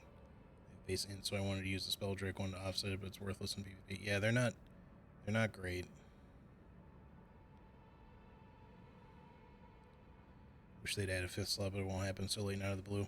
I mean, I don't think so, but I wouldn't put it past them necessarily, because they did also add the ability to use Torrent in the Elden Beast fight literally right before the DLC came out, so there is that. The base game had been out all that time, then they finally decided that they would put that in, despite the fact that it's something that people have been saying for a long time. Like, in fact, I think it was something they initially intended for, but then decided against it later. Like, you know. And I felt kind of the same way with the Shadow Tree Avatar fight. Those big fucking sunflowers feel like you should have access to Torrent in that fight. I'm not saying that it would necessarily make the fight easier, but it's the way the camera is angled, the size of the arena, just certain aspects of like how mobile the boss is, stuff like that. It just feels like they intended originally for you to be able to have Torrent in that fight, and then they at the last second decided to remove that function. I don't think the fight would specifically be better with Torrent. I think at one point I felt that might be the case.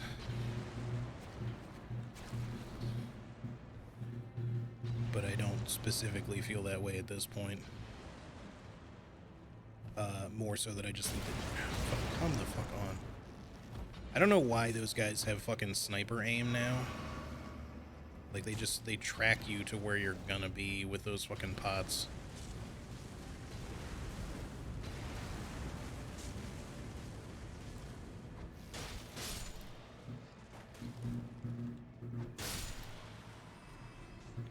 Also, apologies if you hear a lawnmower. I don't think that's my roommate. I think...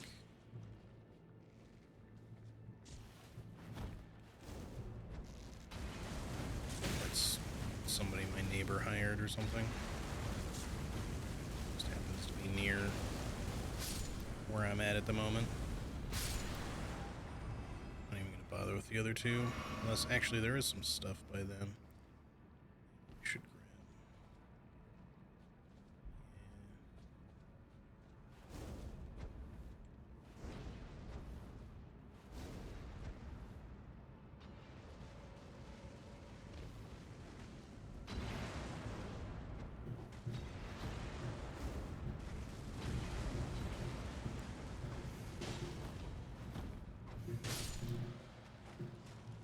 Shit, he fell. Well, it's just gonna have to be good enough.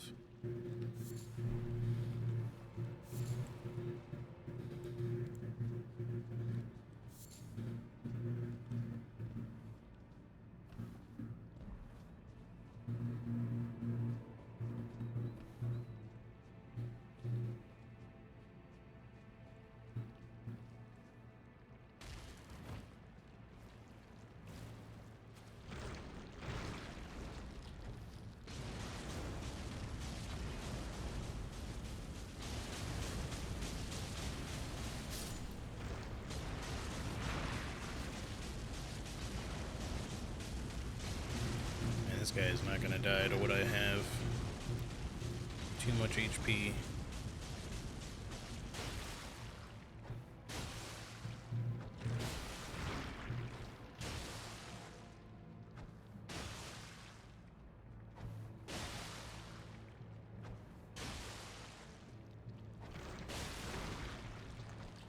Hey, Nightmare, how's it going? Good to see you, buddy. Hope you're doing well.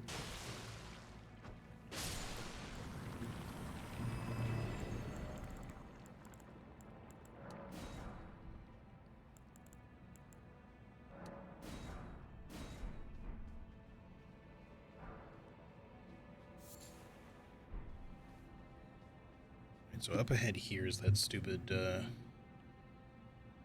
Misbegotten Crusader Phantom, which I should probably, I guess, deal with. Of course, this guy just like fucking falls off half the time when you ignore him, but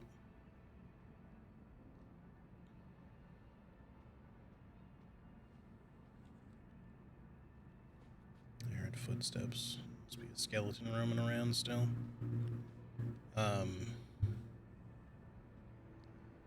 We half damaging or damaging half? Probably both. I'm alright, albeit stressed a bit.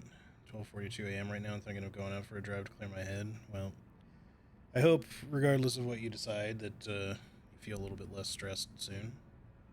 I know dealing with a lot of stress sucks. Certainly been there plenty myself. Hopefully you can find a way to relax a bit.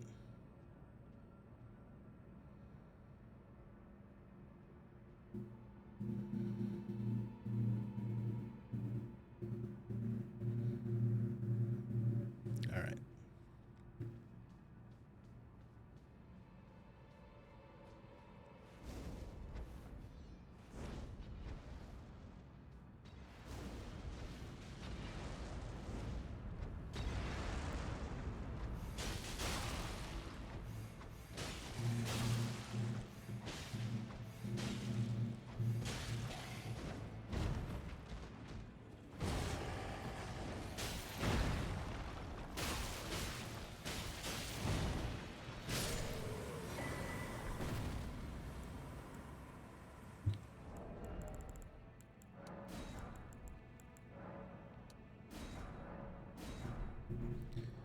Fucking bots, man.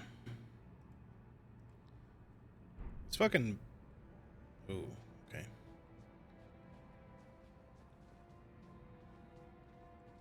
Froze up quite a bit there for a second.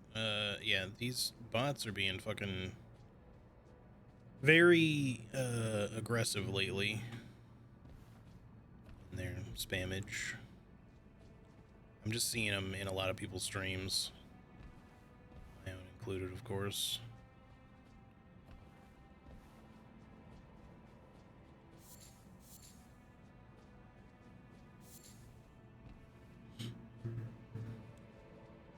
Not that they aren't normally, too, but I just mean, like, there was a little while where I felt like they weren't really that...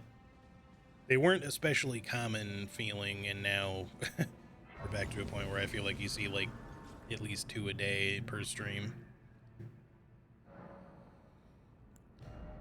Alright. Do I have... Hefty red lightning pot? I just want to see...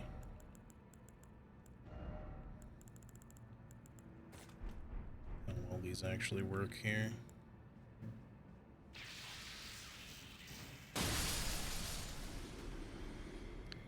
Pretty well.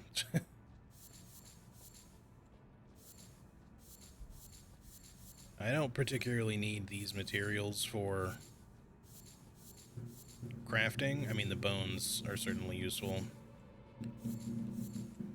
The foul foot. But these animals in particular have a rare chance. They have a rare chance to drop nectar blood virgins, as well as some of the other enemies here. I think specifically, I want to say it's the purple fiends that have the chance to drop them.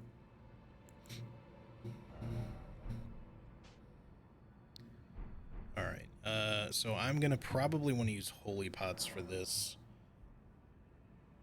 Maybe I'll take the drive after all, going to listen to the stream during it. Cool, cool. Well, I hope that the drive goes well. Alright, before I decide on my loadout and all that kind of stuff and try this fight, I am going to go take a quick restroom break, also grab a little bit more coffee, and then we'll get back to it. So yeah, just give me like 2 minutes, y'all, and then I will resume from there. Alright, quick BRB.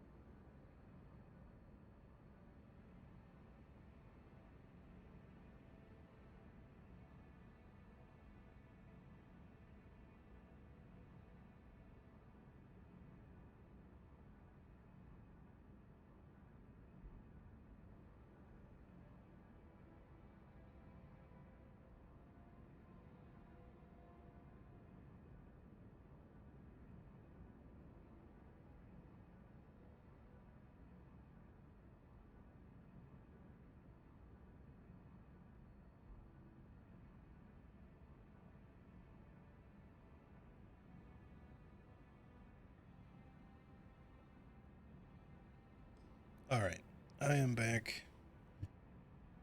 Sorry for the wait. Okay. First, let's adjust this really quick here because I think we'll just try using the holy pots on this dude. Rocks and stuff too, but let's throw this on. Maybe we should up our faith too, instead of using something like Blue Dancer, maybe.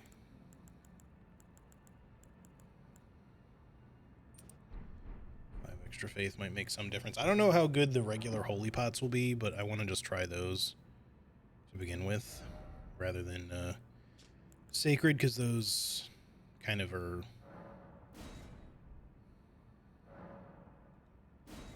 towards. Oh, I haven't put the other ones away yet.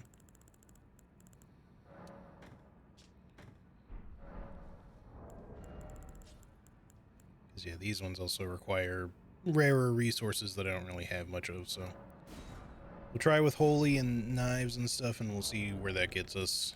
Oh, also I gotta do the physics here. There we go.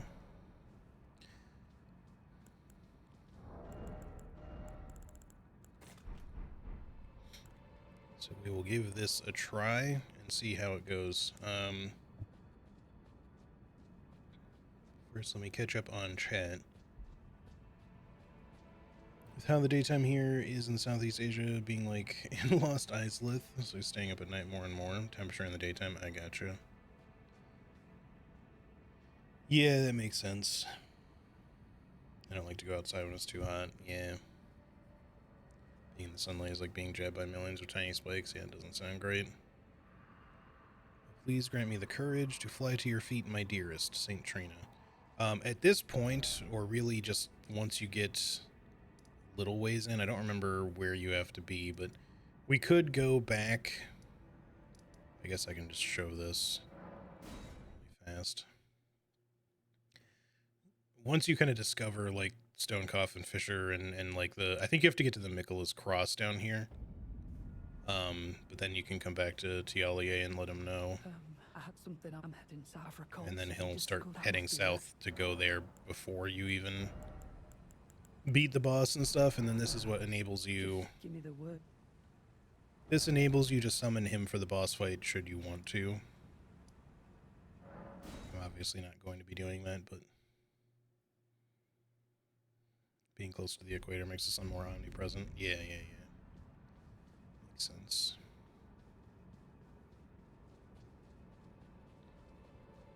Yeah, then we can... his summon sign appears down in the boss fight, I believe. But yeah, we're just going to ignore that for now. And we'll give this a try. 60k runes is not too bad if we end up losing this. I'm not too worried. It's more that, like, if I have, like, 100,000 or well over 100,000 that I'm likely to not want to... See right there, we can summon him now. If we wanted to.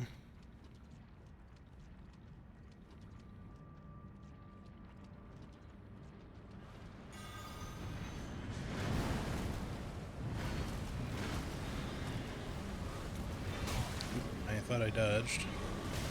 Okay, fucked up immediately, but that's alright.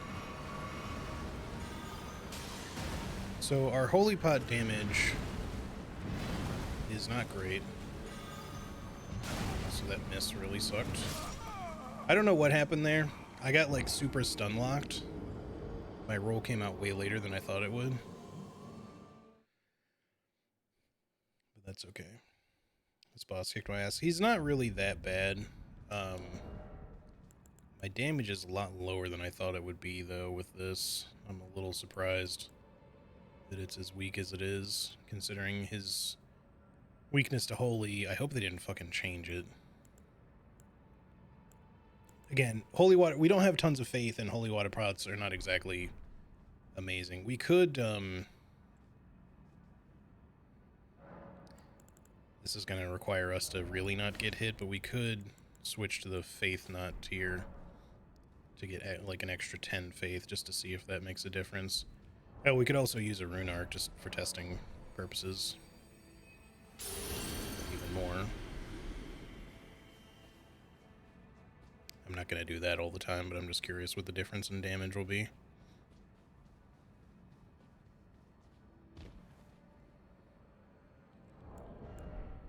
I should have made those before I jumped. That was silly of me, but oh well.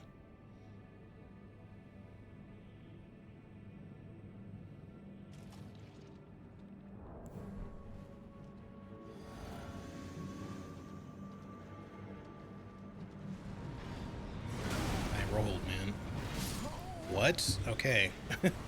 I'm having some issues here, so that was a buffered roll.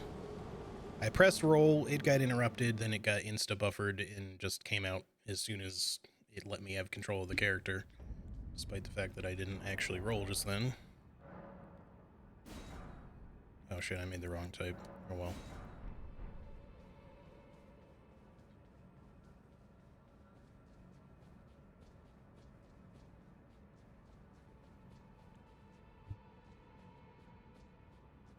Obviously, we more or less deleted this guy with the ancient, with the dragon cult build that we had.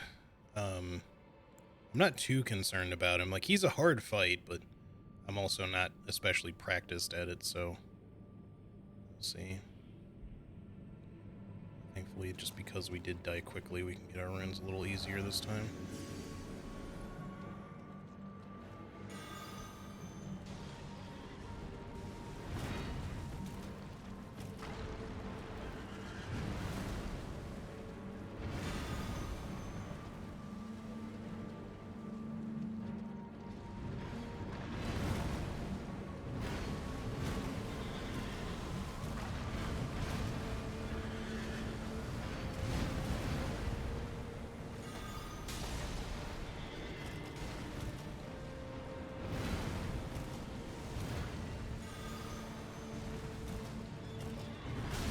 Okay, that shouldn't have hit me there, but sure.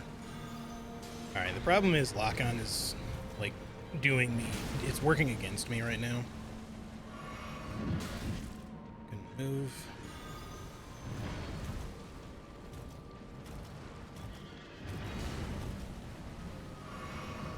God damn, everything on this motherfucker is a heal punish.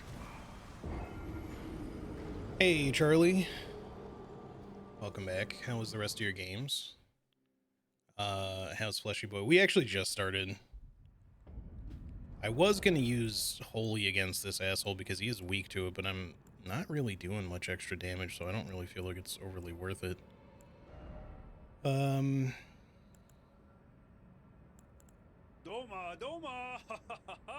Putrescent Gumby. How's it going, Shadok? Welcome in and thank you for the 41 months. Appreciate it very much. Let's try just switching these back just to see. I want to see if Volcano Pots will do much of any damage to him. Probably not. In fact, maybe we should just not worry about using pots much at all here. Just add a little extra defense for the hell of it.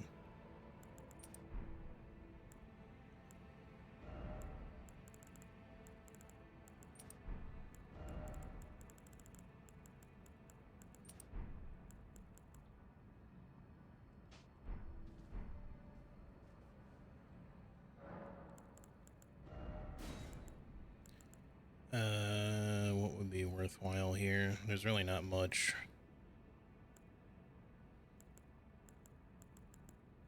I mean, we might have the chance of this doing something. Otherwise, we're better off with, like, boosted resistance for his fucking frostbite buildup and shit, but... Oops, I forgot to put away those pots.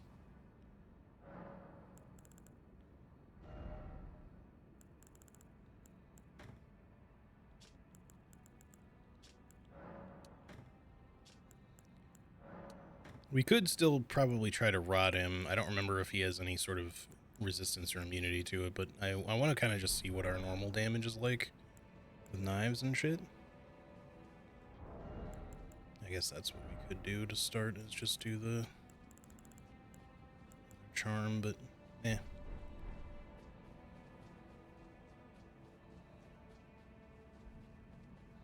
I just need to be able to hit this guy, basically. That's kind of the long and short of it right now.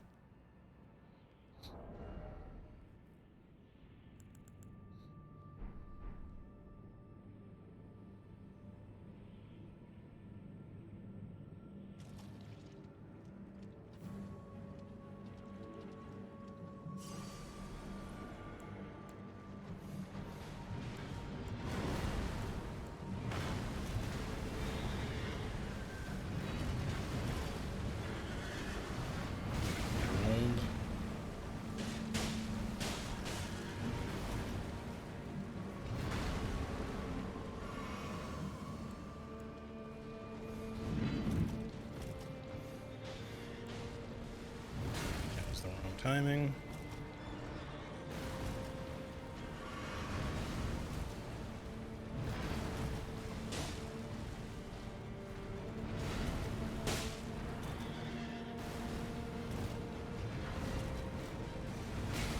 I fucking hate that.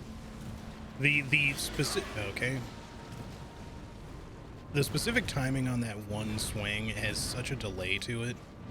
It's not even that my roll was specifically like the typical roll catch timing. Okay, not where I said to roll, but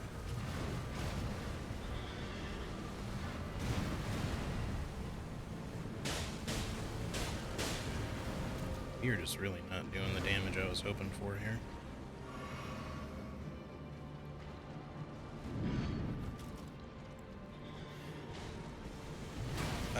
Why did the roll not come out?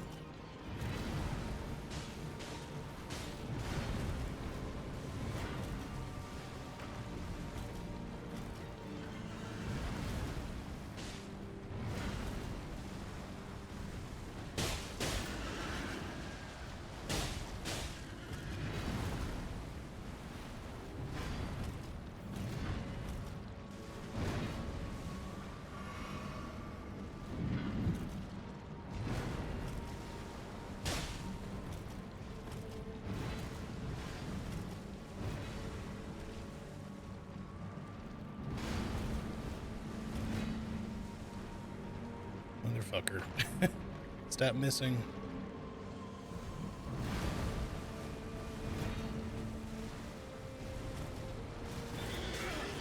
The roar is also really annoying, of course, as always.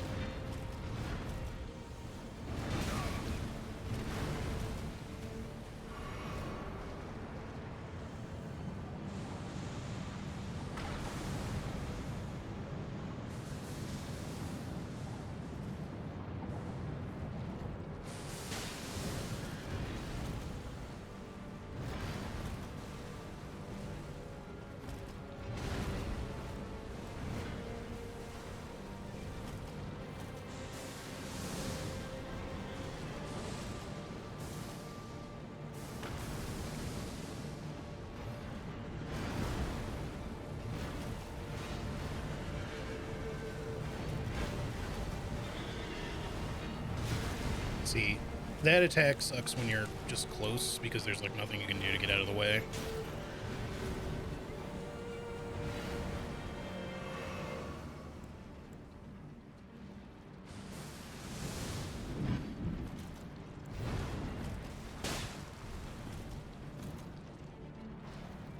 Fuck you. Just a little sideways dodge. Just as part of the attack. Just everything I'm doing is missing. Fuck.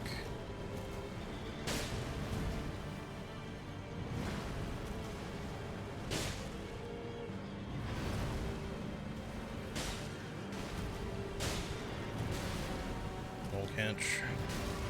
Roll catch, although really more of a heal catch in that case.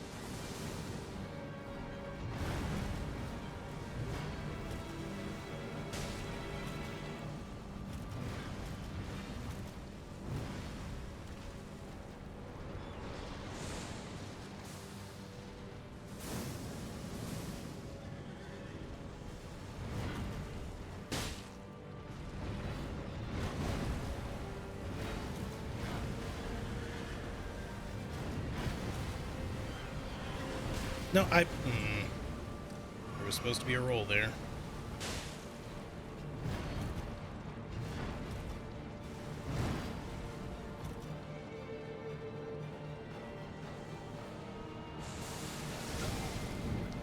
Timing was a little early there.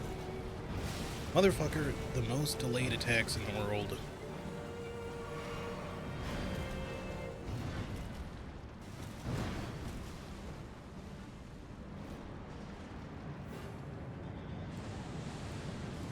I jumped. What happened there?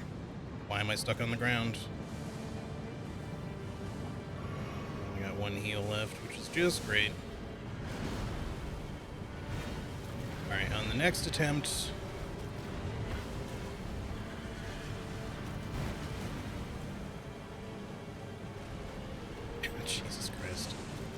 Nothing wants to hit. Next attempt, we're just gonna have to... I rolled! What the fuck, game? Why are these inputs not coming out?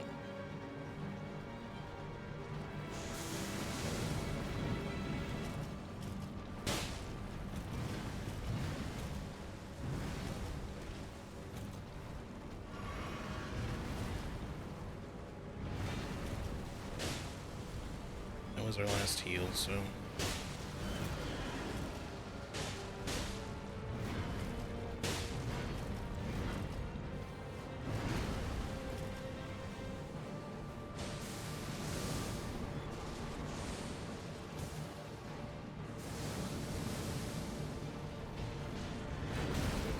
What? How'd I get hit there?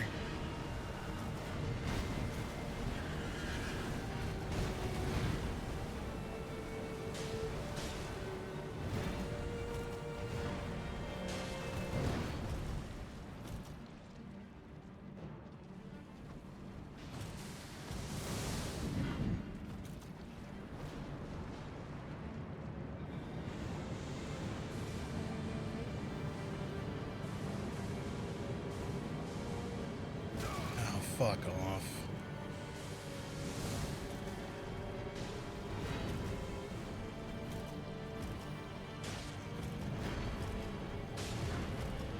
I don't even know why I'm using those. He might actually be just straight up immune to poison.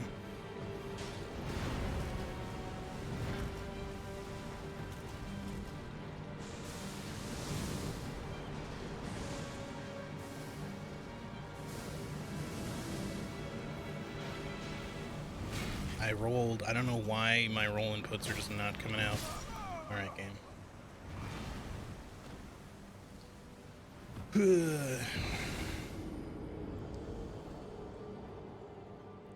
I feel like somehow they reintroduced more roll input issues with this most recent patch, because I don't think I've ever struggled to roll this much on this boss, like, ever.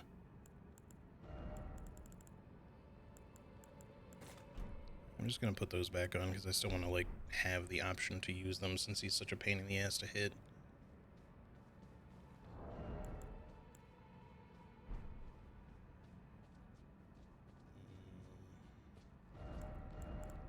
It's not gonna do much damage, but let me just see what this is like anyway. Yeah, we got close to killing him. We just kept getting fucking robbed by really fucking stupid nonsense. I want to allocate my last 2 flasks, too, because we aren't really using enough FP-related shit in this fight to need blue flasks. We should just have as many heals as possible. This is also not doing anything, so I might as well just do that. Flasks. Not that. This...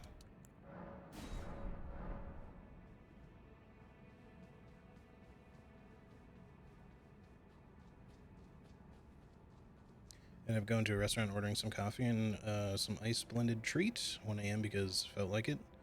Life's so stressful, I can't wait. I want a treat right now. Yeah, no, it's... You should listen to your own body from time to time. Like, it's good to just treat yourself, especially when you're feeling stressed. You're so fucking good at this.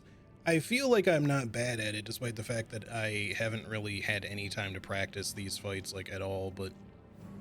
So, I guess that's something, but...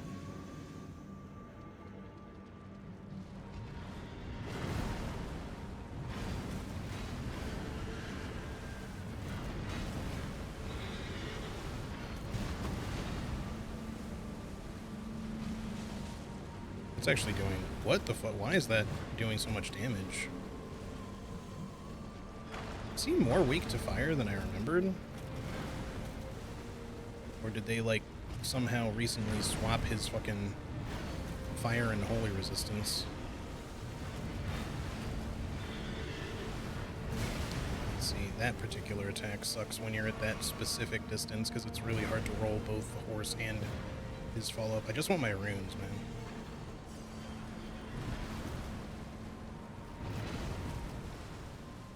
Do you have a favorite weapon? That's honestly kind of hard to say. It's a little early, despite the fact that I've played for a while. It's a little early in the DLC to decide like what in the DLC is like a favorite, although I do really like the backhand blades a lot, just stylistically. Ancient Meteoric Ore Greatsword is really nice. That should not have hit me.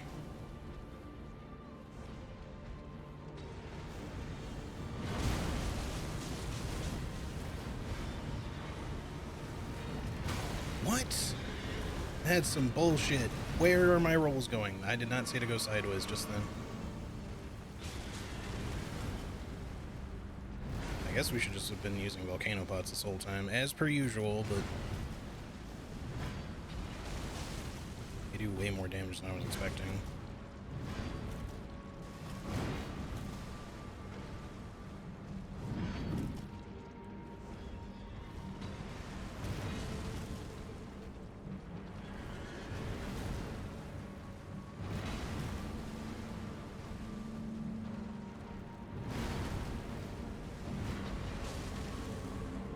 Need to actually like sit still long enough to get hit by one, or like an actual length of time, aside from just getting hit for like one or two little ticks. How am I stuck on the horse? What the fuck? I could not get away from the horse just then. There you go. Okay, just don't roll, I guess. Or my inputs continuously. Like that one, there was a jump input there. That one I expected to get hit by because I was healing.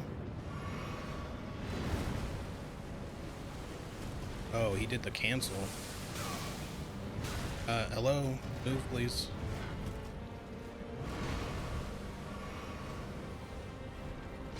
Yeah, kind of figured that we get hit there.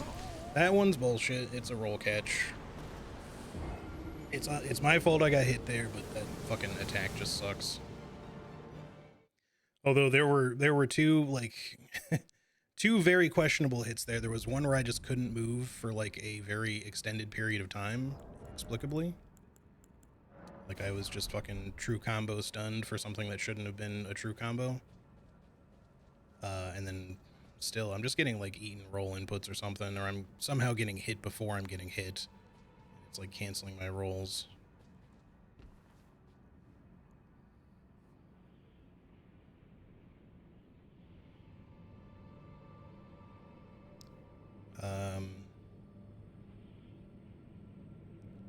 Haven't gotten back into ER, but I do appreciate giant bonks. Where are my rolls? Are way over there.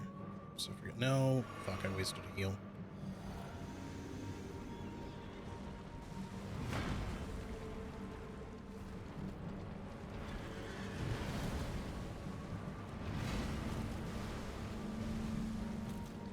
I shouldn't really be going for these anyway. It's just like 60k, but I don't want to have to rune farm to make up any like lost runes either. I rolled that. Come on, game.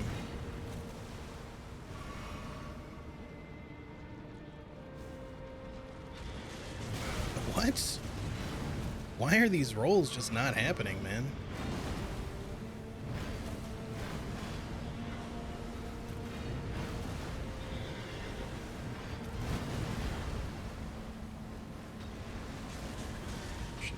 For two there's got a little lucky. Of course you would go for that attack again. As if to read my inputs or something.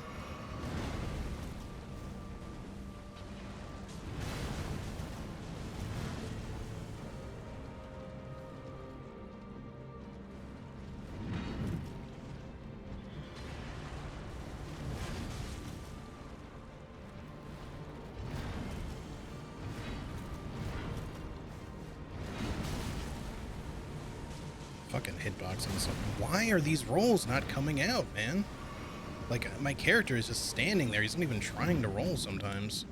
Like, I am pressing the button, I assure you.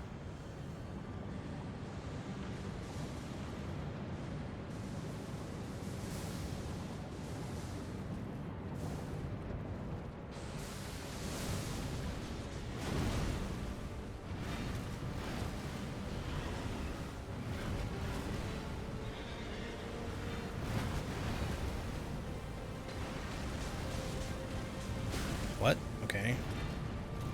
Guess my lock-on screwed up the throw there. I shouldn't have gone for 2 anyway, but...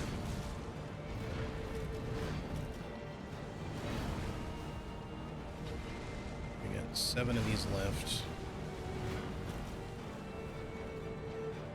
Just see Shirley. Yeah, she was in here a second ago at least.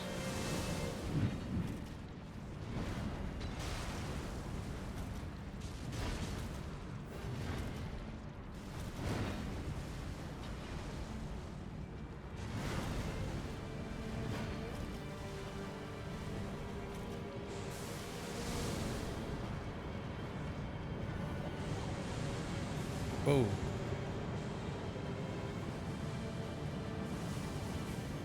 I shouldn't have gotten hit there. Come on now.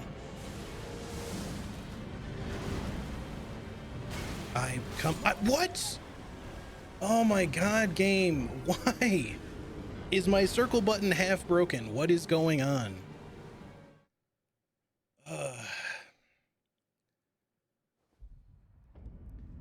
I'm getting fucking robbed out of nowhere. These roll inputs are not occurring. Or not being honored, rather, because I'm fucking pressing the button in time. Good god, man. That fight was just won already. But the roll, I got rolled, well, no.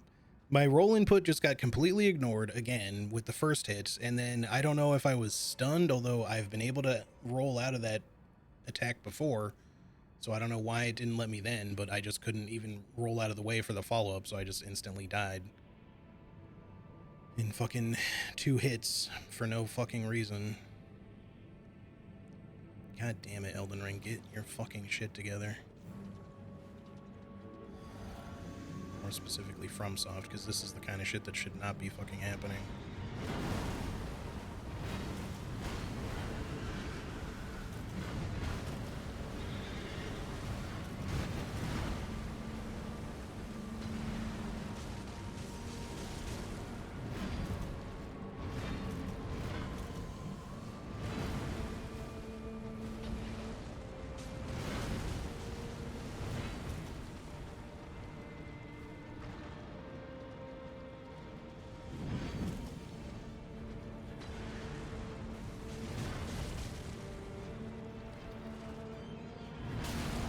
Bro, I swear to God, these roll inputs are just... It's like they're just being ignored half the time. I don't know what's going on.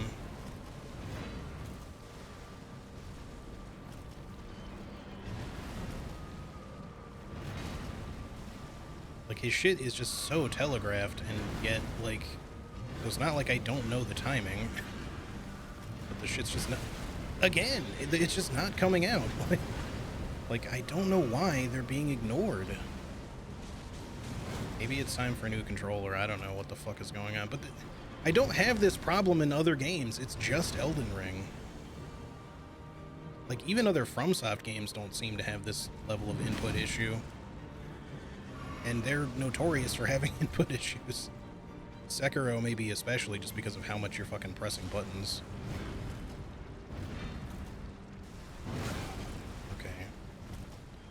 That one was just the usual roll catch bullshit.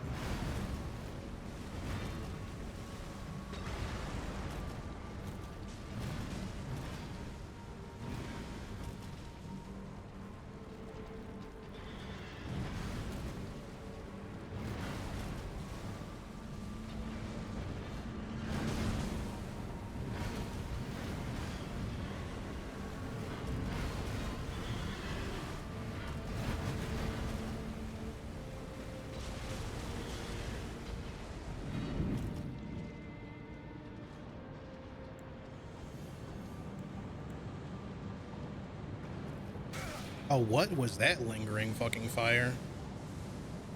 What the fuck? Oh, and I'm on the ground. Great. Great job, game. Good fucking Christ.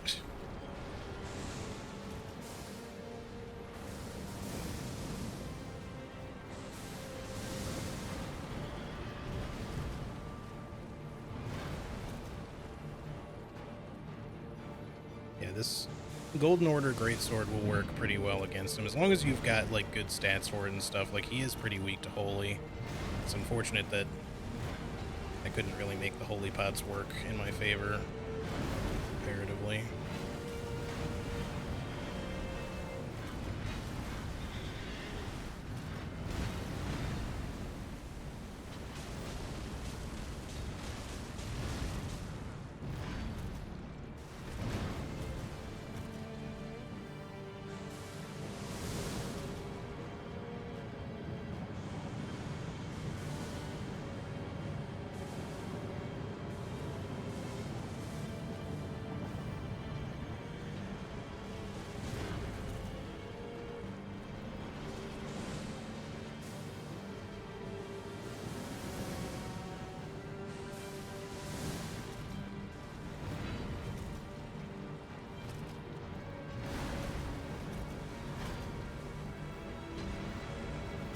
God damn it, I just want to hit you. Please.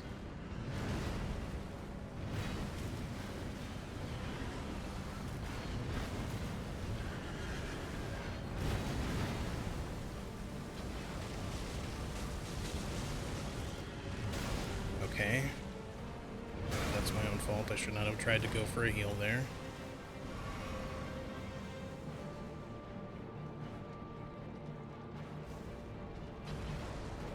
What the hell he was doing, just RP walking at me like that?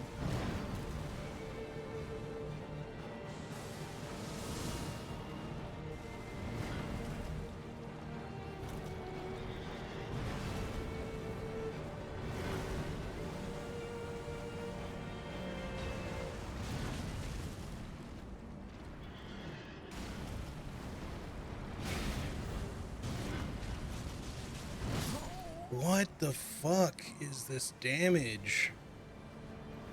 Ugh. How did I not even get the heal off in time for that to, like, at least be a canceled heal? I don't know why that one attack just seems to do, like, all of my health and damage. We should have had this guy beaten by now. I just keep getting robbed. Like, you can see he's not that hard. It's just that he's just fucking hard to hit with anything that I have.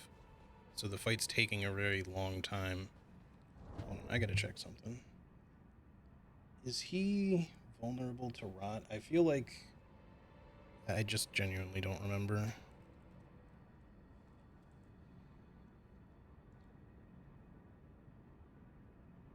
He is actually weak to it. Okay. In that case, we should be rotting him just to make this go a little fucking faster. I don't even really want to use it specifically, but...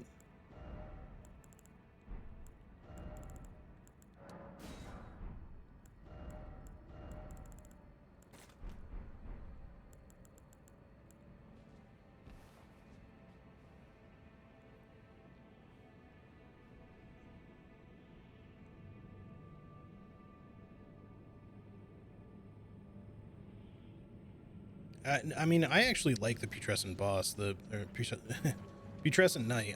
The issue I'm having, you know, fuck the fucking runes, dude. It's just 60k. Who cares? It's already rotted. That's good.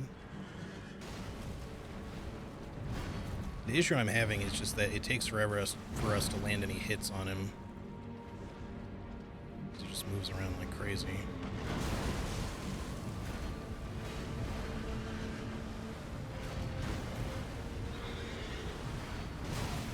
Okay, shouldn't have dodged in that direction, but I'm still surprised that hit me.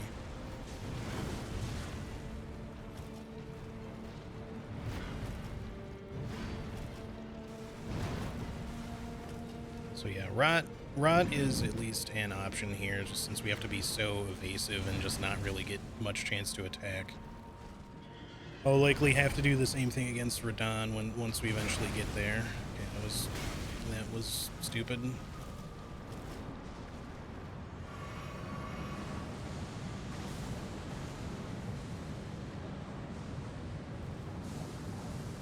Fucking lingering fire, dude. That shit's so inconsistent. I fucking hate it.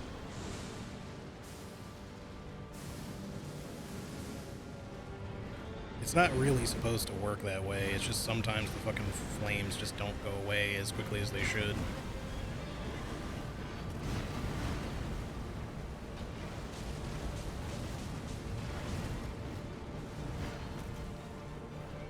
But yeah, with Rot, we can definitely get him down quite a bit faster, so we're not worried as much about... Okay. Just trying to get back to my Rot pots here. Just have to find a good moment to hit him with it. There we go. Thankfully, he's actually quite weak too, which is a little surprising actually, but...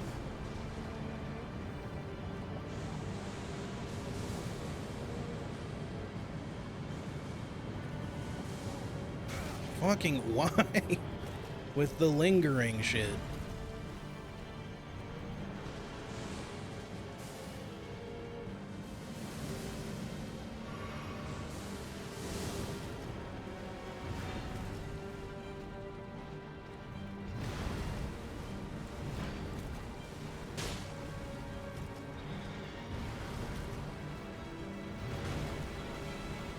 What? Why did that go nowhere that I was aiming?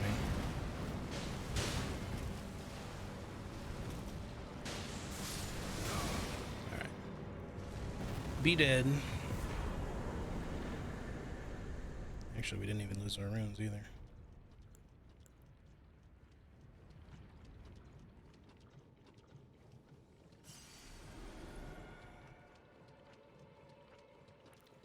That means we get to level 2. Alright. He was not so terrible. He definitely was not good, though. Let's... I'll put that in there for sure. Again, the entire problem with that boss, aside from the... I don't know why the fuck so many of my roll inputs are getting eaten in that fight. It happens with certain bosses. Some of them, I don't know if it's like a hitbox issue, but like... It's like my roll is getting canceled in to prioritize the attack actually landing or something. Because obviously you don't have iframes right at the very start of the roll animation. It's kind of like just a couple frames into it, right? But I know the timings, so they're not really that hard. There's times when I know when I just mistimed it, or there's times when I just, you know, got heal or roll punished. Like those ones are just kind of like, okay, whatever, I know. But it's the ones where I'm literally standing perfectly still. I'm not recovering from anything. I'm not doing anything. And I press roll in the timing and just nothing fucking happens. And I just take a hit for no reason. Like, those ones are just obvious when it's like the game is just doing something it's not supposed to be doing. And there's like no explanation for it other than just shit's not working properly.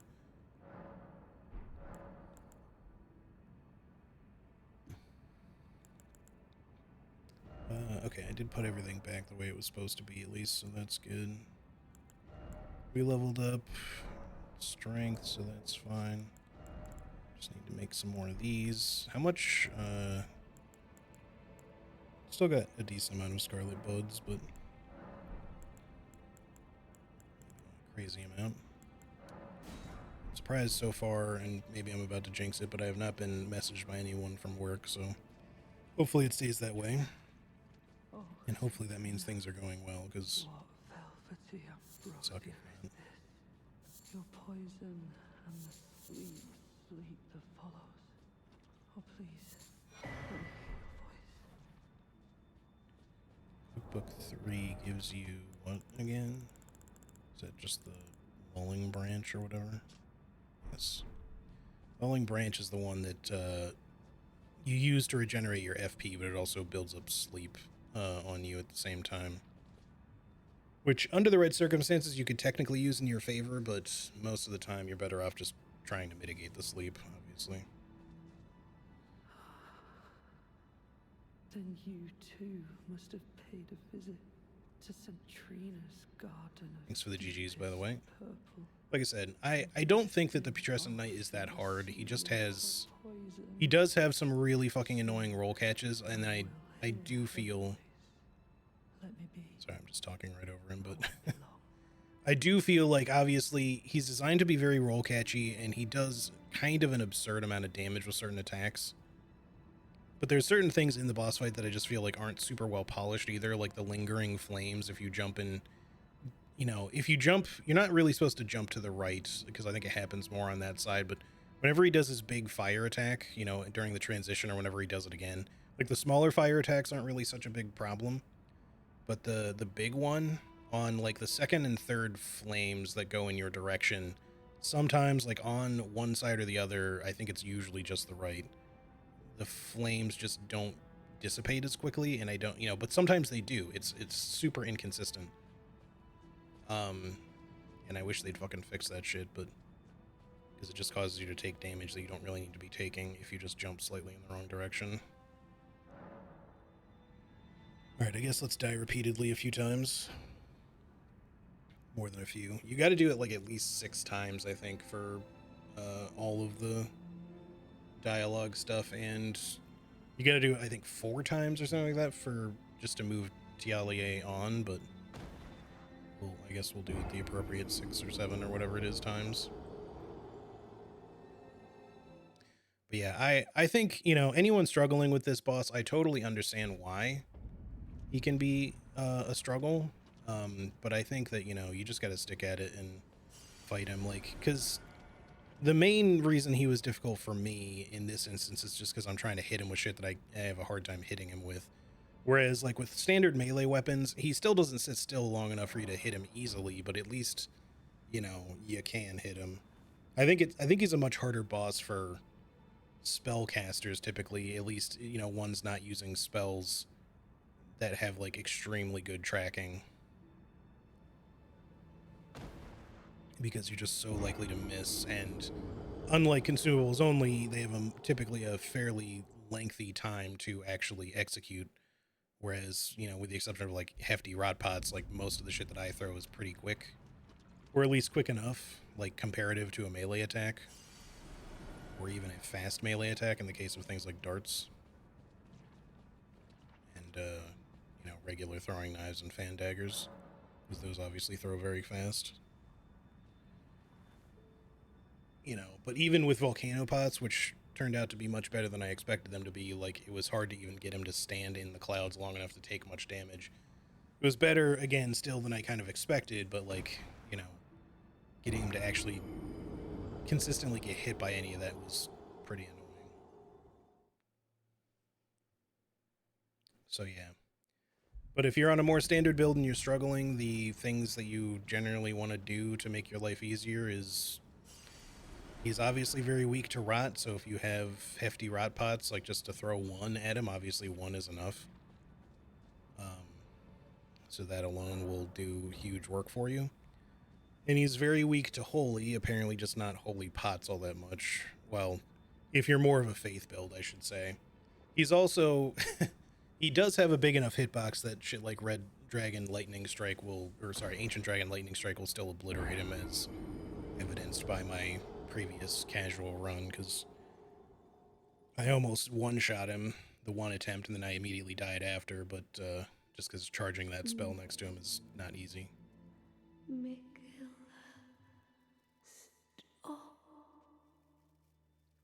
Alright, I think we need to do this like 2 more times. The poor thing into a god. We've done it enough times to move on TLE's quest. I think it's just you do it like 6 or 7 times to hear all of the dialogue, which I guess I'll just do for the hell of it.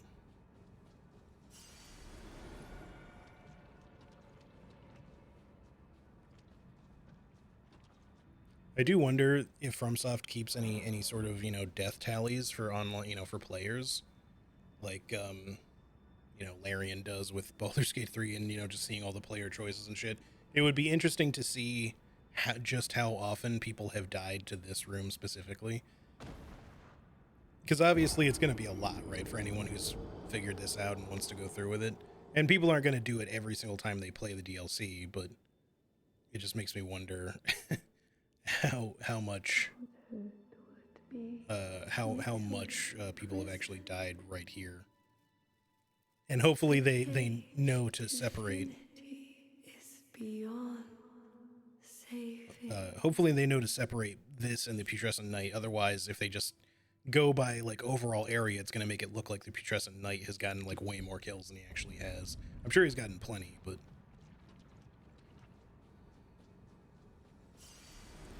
one more time, then we'll move on with Tialie's stuff just for the hell of it, or we'll try to anyway, because that's another NPC fight we got to do. And the only reason I'm even doing that, since most of them I'm going to ignore, is that I want to at least have the option to use the NPCs in the McKellen Loyalists fight at the end. I don't really want to use summons, but if I feel like it's just really, really difficult to get anywhere otherwise, then I'd at least like to have the option to have both Tialie and Ansbach, although technically we don't have to bring Ansbach because you'll get Natan if you don't have Ansbach. Like, even if you just don't... If you don't progress Ansbach's quest at all, you still get Natan. Him forgiveness.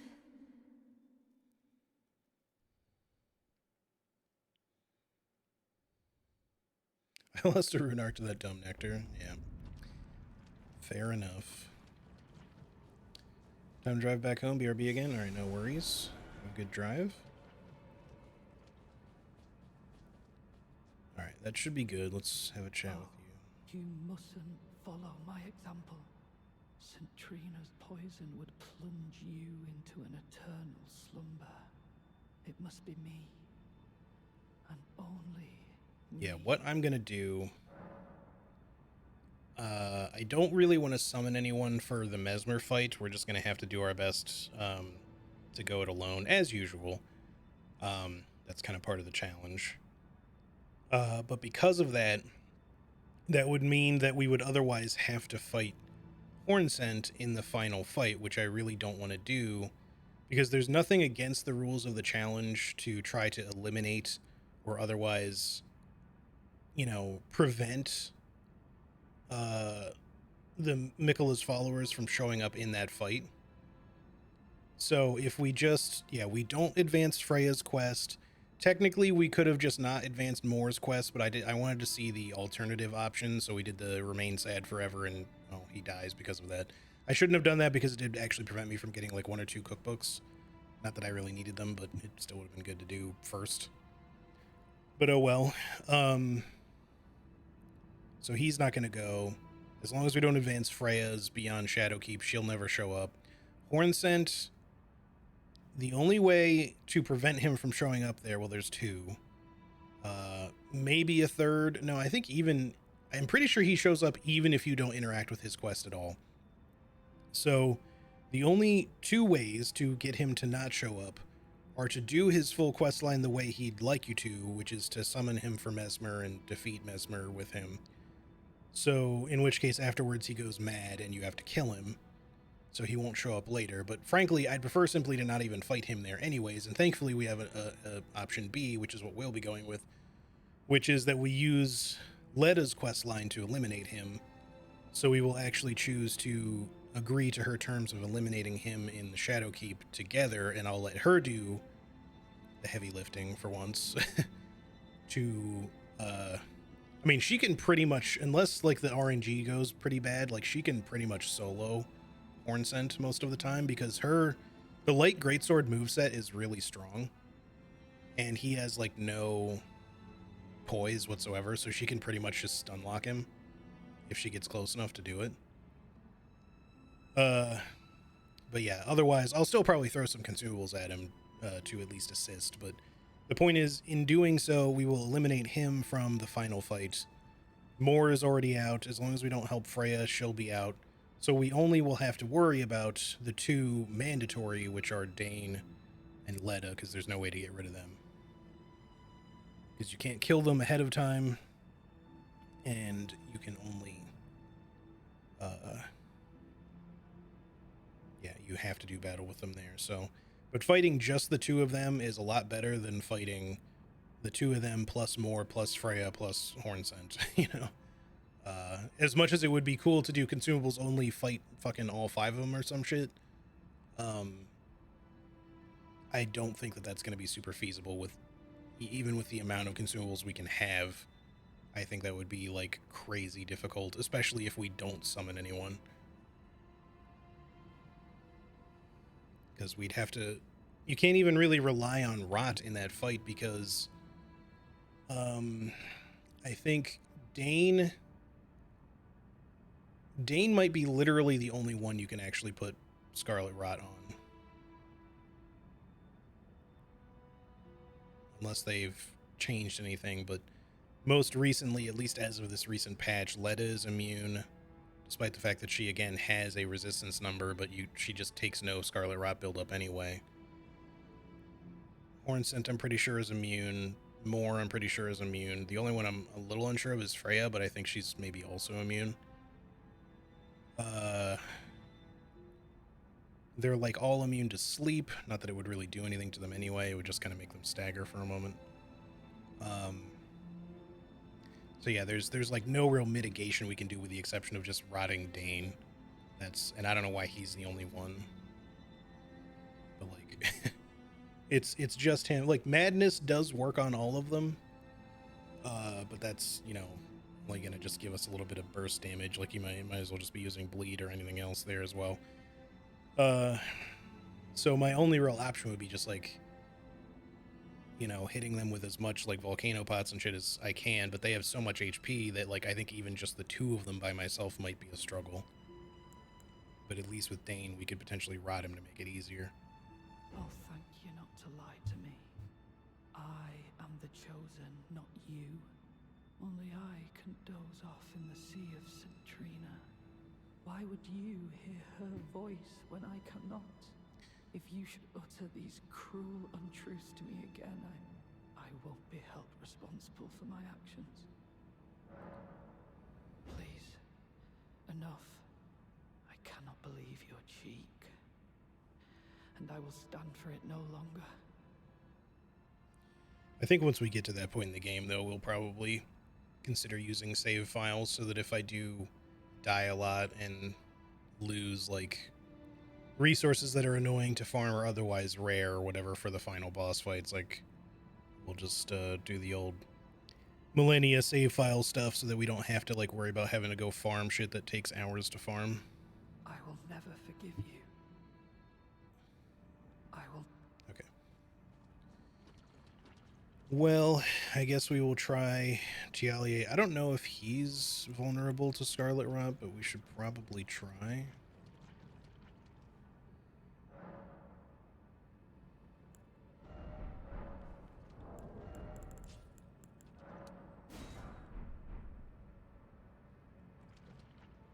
I will never forgive you. For your trespass, you will know my poison.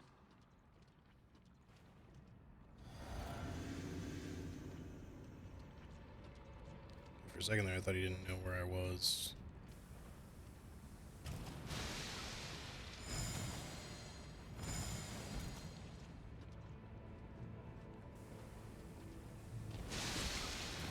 Can't believe he rolled that.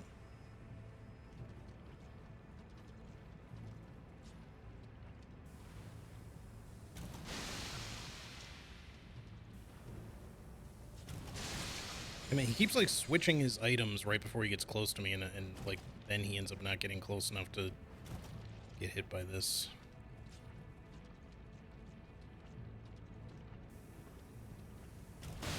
There we go. Well, it hit him, but it didn't work. There we go. Now he's running.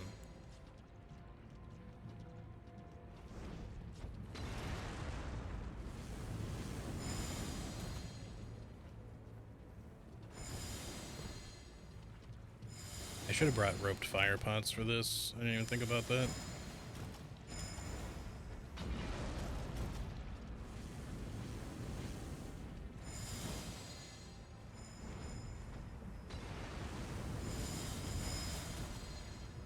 Oh, he's up with the poison there, buddy. Shit.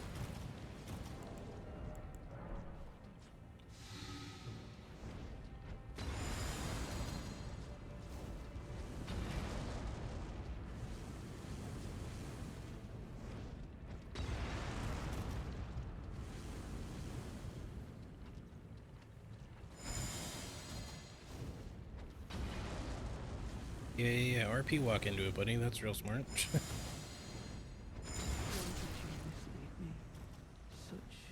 he was not that bad.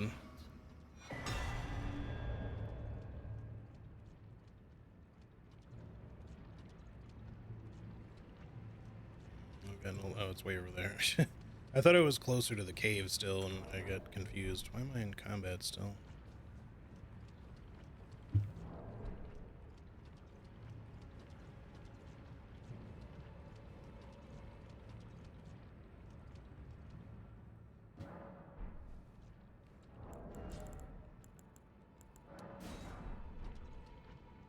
How are we on resources at this point? We should still have plenty, but 768, yeah, pretty good.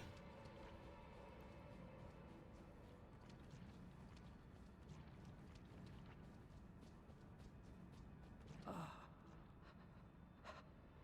was no good to anyone.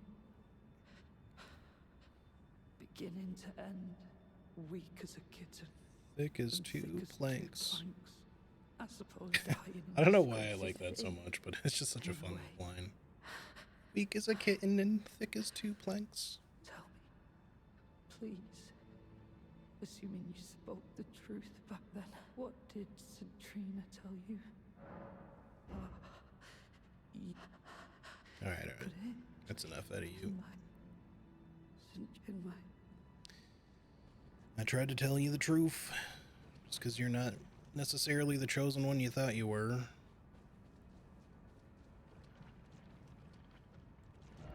It's alright. He comes around to help us anyway. So, alright, so that's one, like, big boss down. I guess we should probably fight the lion soon. Because, yeah, otherwise, we're not getting any more Shadow Tree fragments. The remainder are all in Nearleam. Because we're missing, like, one for another level, I think, probably. Yeah. And then 3 more for the final level. So the remaining 4 will be there.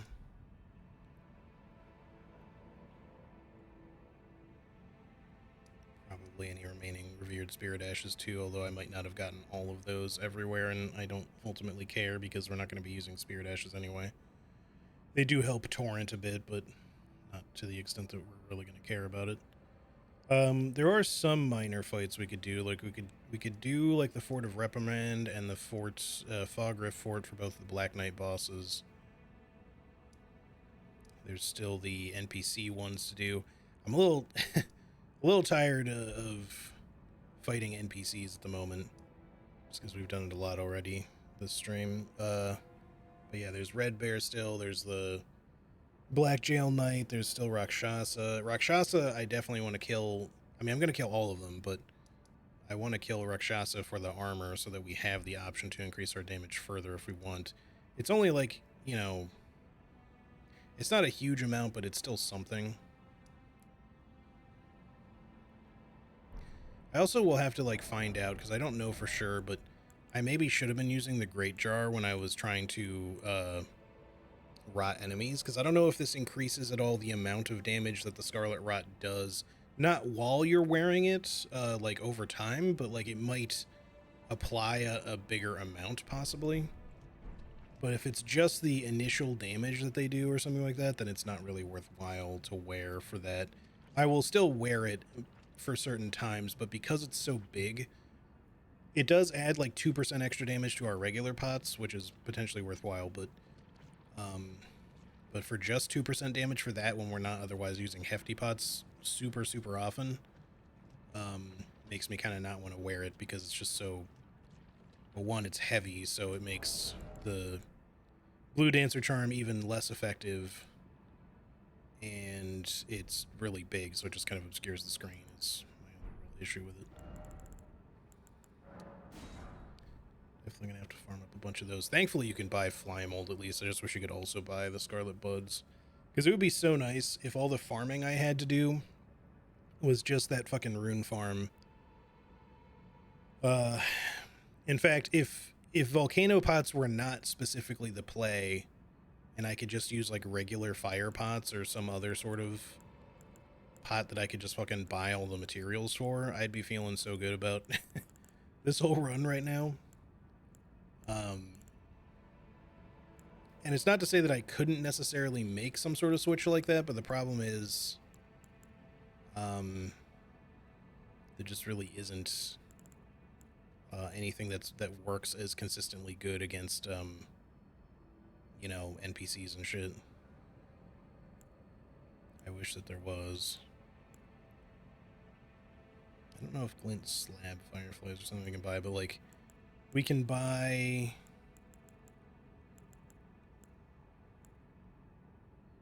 We can buy at least some of the stuff for certain things, but not other stuff for sure. In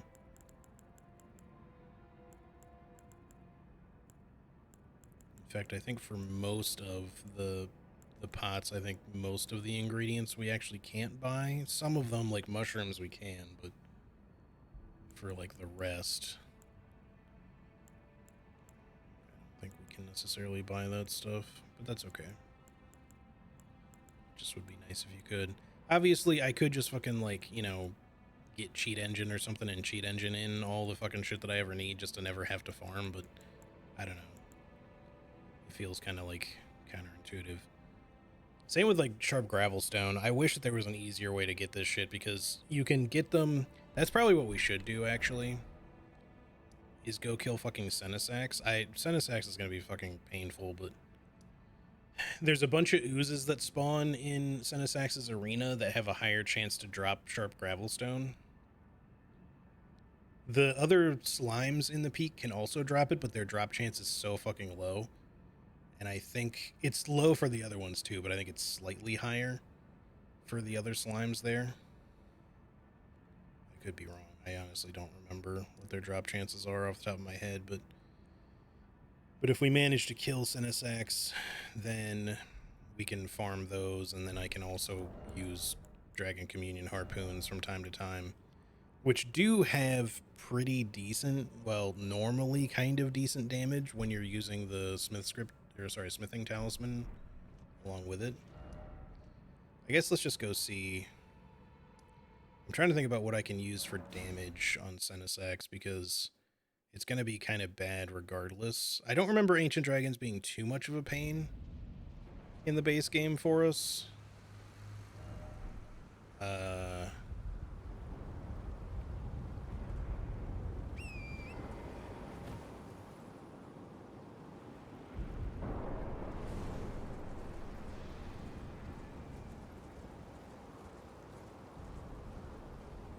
So it was possible to just farm the shit from, like, it's these, like these tiers, or these slimes too, but I think the ones in Senesax's arena might be slightly different.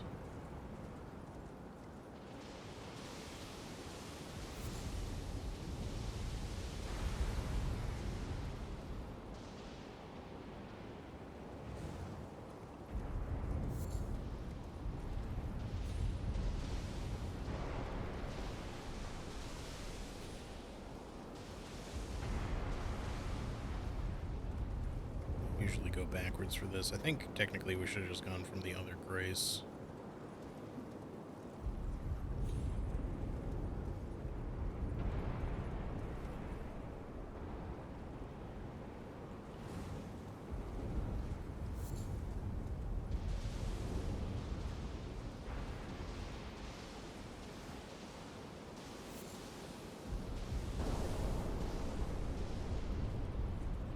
Right there it is.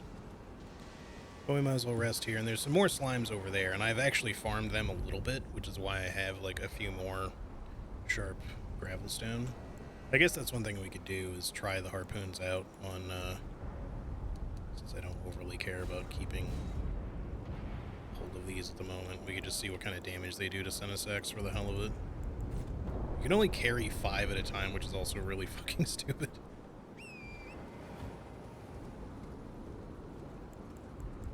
Like, if these actually did impressive damage to dragons, it'd be one thing, but I don't think they really do very much.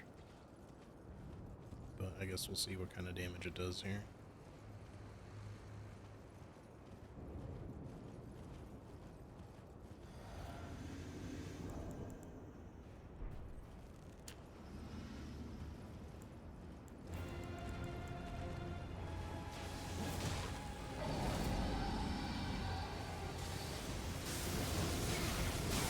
Okay, game. Sure. So his automatic lightning hits twice in a row in the same spot. Torrent, the little bitch that he is, decided to do nothing, or just force me to stand still, I mean.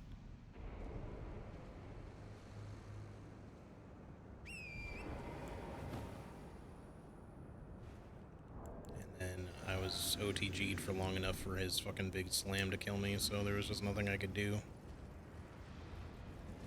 The damage of these is okay. It's certainly nothing to write home about. I fucking missed, which is just grand. Wouldn't mind getting my runes.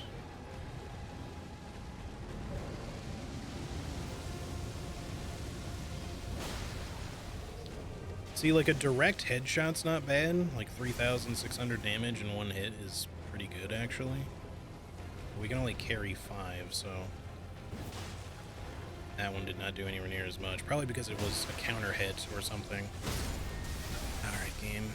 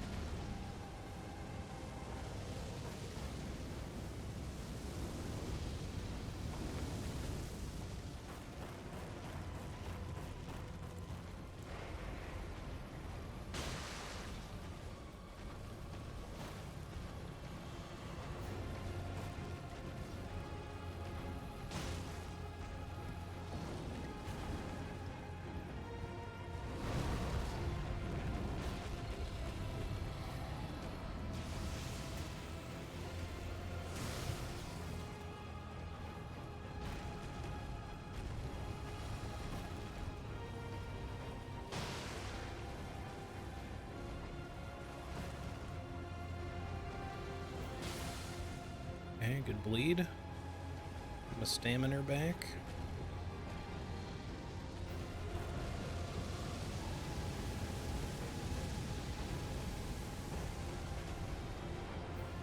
So one thing I will say about Ancient Dragons, it's always nice when they just keep their wings spread out so much, because even when you miss with something like this, it still typically hits.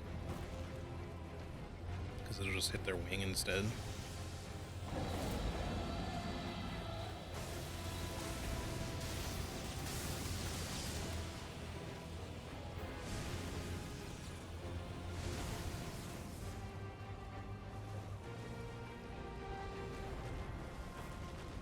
See, like, even there. Okay, that's like the first one that missed just then. Okay, one more missed. So I threaded the needle and hit, just went right under his arm. Love to get a headshot, but he's walking at an angle. There you go.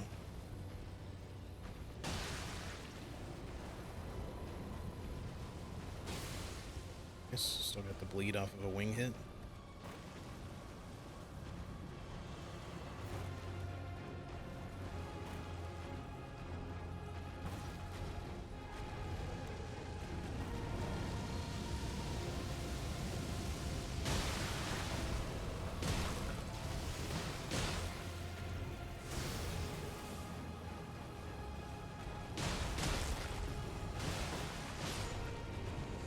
Alright, easy enough. Just needed to not get one shot by the stupid shit.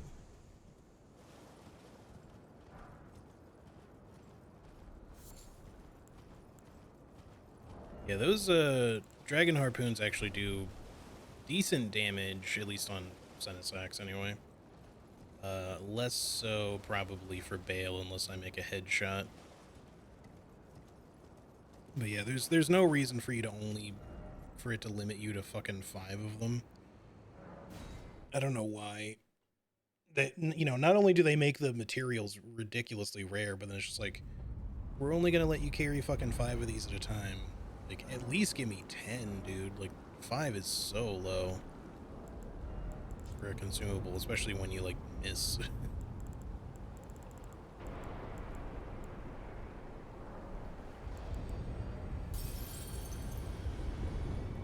just enough for a level. So that's 55 strength. I still think we should probably just keep going with strength up to 60, and then we'll pivot into something else maybe. So let me just check down here if these guys are just the normal slimes. Because at one point I remember, like, early on, because I haven't really checked, early on, like, before the DLC officially came out, I remember these slimes having a slightly different appearance to them. So they probably were just like a placeholder thing, but I still remember seeing something else, though, about the ones in this arena maybe having slightly better drop rates. Yeah, I think they are just the normal variety, but,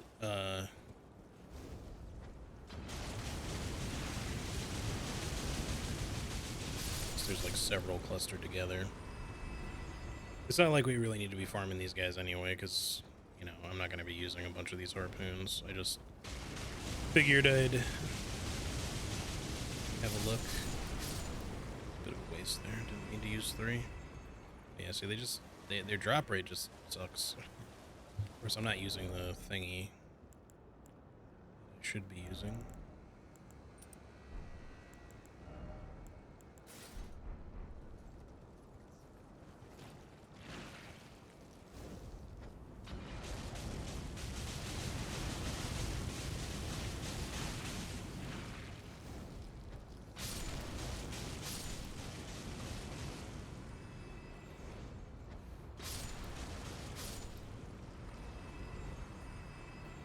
Alright. That's good enough. We don't really need to farm these guys. I just wanted to see if they seemed like they had any better drop rate. Doesn't really seem like it to me specifically, but maybe it's slightly better. It's just still trash. Okay, well, that's Senesax done. We could come down, I guess, and kill the other 2 drakes. I think we killed the first one, but yeah, we killed the first one, but not Senesax and not the other 2 drakes, so we might as well clear them as well. Just gonna put a marker here. I don't know roughly exactly the spot of Senesax, but I forgot to mark it before, so.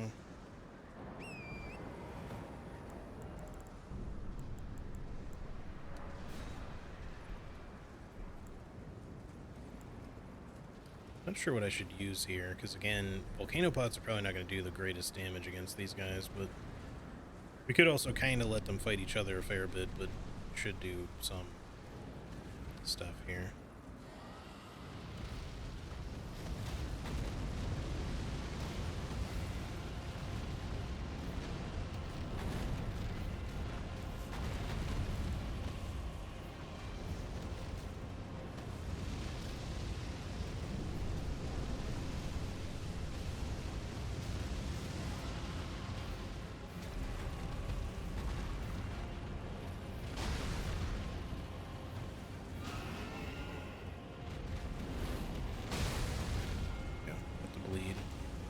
I just didn't want to retarget or switch things until I got that bleed off on him once.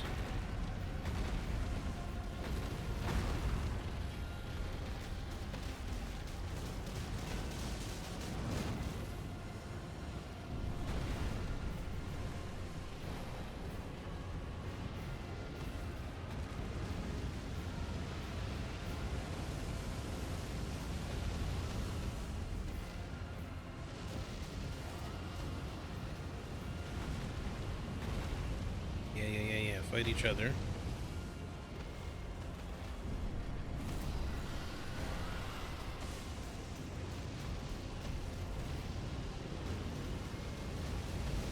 Uh-oh. Oof. Oh, shit.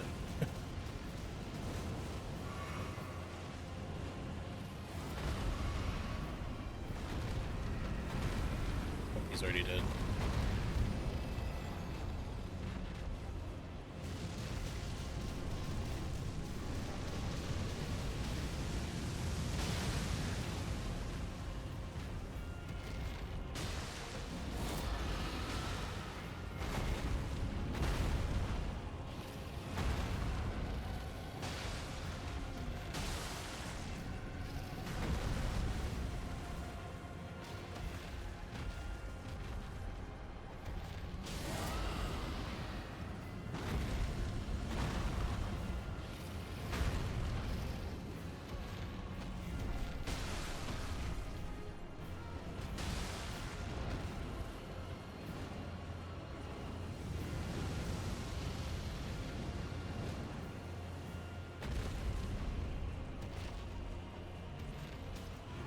He like snapped sideways. That's his head.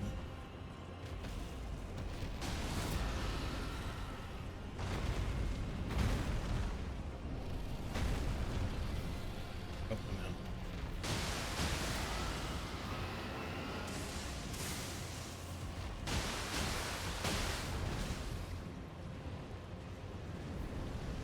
Yo, Karate, what's up? Happy Friday to you too. I hope you're doing well. It's good to see you, buddy.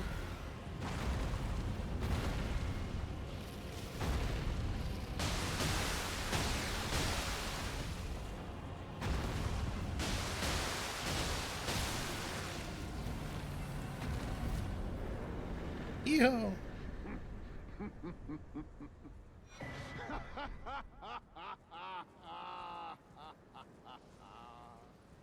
What a sight! A warrior true, if ever one there was. A fellow Drake warrior. Egon. Piteous Egon. Do you not remember? It's just like, sorry, Conjure the your break from your past. teehees while I mark my map here. You were, when fear was yet foreign to you.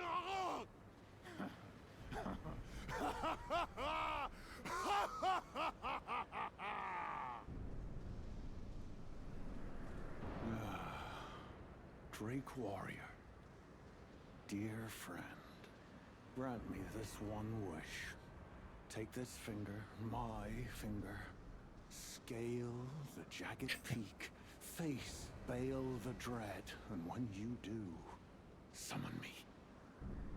Summon my soul. My limbs are limbs no more. My heart is twice over filled with fear. But a Drake warrior I remain. And my soul yet lies on the mountain. Alright, we got what we needed from him. Drake scale, summon me. I don't really want to summon him for Baal, just because obviously that kind of goes against the challenge, but maybe for the fun of it, we'll summon him once, and not really fight Baal, and just, you know, listen to his dialogue. Maybe what we'll do, just so we can get his stuff, is, we'll just summon him at the end of the fight or something, like right before Baal dies. I don't mind if, like, the finishing blow or something is slightly, you know, if we can get Baal close to death and then summon him, just so that we can at least get the quest going, that would be fun. And then just try to finish Baal off before he does any damage. If he does do a little bit of damage, it's not the end of the world. Now, making that happen while all the craziness of Baal's fight is going on, I don't know how easy that's going to be to do, so I make no promises, but just have to see how it goes. Anywho, that'll be later, though, because I'm not going to do Baal right now. So what do we do next? Let's see, what time is it? 1 o'clock. It's been 3 hours. I probably won't go for super long today, just because, well, it's been a long week. It's not so much that I have, like, work to do. I mean, I do have things to do, but just because this week has been so fucking busy that I haven't really had time to do a lot. In fact, I've not even really had time to, like, cook anything much this week. I did, like, a little bit, but then the rest I've had to order a lot of food this week because I've just been nonstop working. Kind of rough. I think what we should do is, like, the Fort of Reprimand and the Fog Rift forts. Also, we should get at least the one catacomb done. I don't know if we'll do all of that today, but I would like to get some of these Black Knight bosses, like the minor bosses, out of the way, and that catacomb is, like, maybe the one thing in regular Gravesite Plain we haven't done, with the exception of Bellerod, of course, and Castellensis. But as everything else there, I think, is done already. So let's start with the simple task of Fog Rift Fort, but before I go there, I'm going to take one more really quick restroom break, I think. I'll do it after I get to this next grace, though. So I can get myself over there. Right. Those are both. The horns on one with the enchant on the other hand. Perhaps you can allow me some. We are gonna take down the horn scent, so I could get some free furnace visages from him first. Well, not technically free, but Allow me some. that would require killing the dancing lion, which we probably will do before we do much of the Shadow Keep anyway, so. But you can get 3 for delivering some scorpion stew to him, so that's something we could do. There's other stuff around here to acquire as well, but for now, let's just head over to that Grace. Like I said.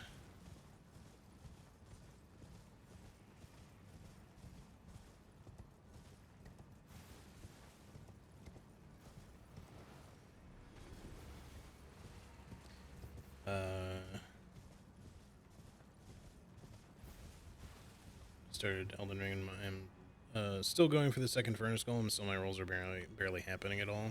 Yeah. I feel like the more likely the performance issues, the more likely for input issues to also happen, and Furnace Golems do tax the performance of the game a little bit with their huge, like, fire effects and shit. But, you know, I don't know why it was such an issue with the Putrescent Knight, though. Like, so many of my rolls just were not happening, and my dude would just stand there and take a hit for no reason. There were a couple of times where I thought I was pressing the button even too early, but then just nothing would happen, so I know I wasn't, like, late.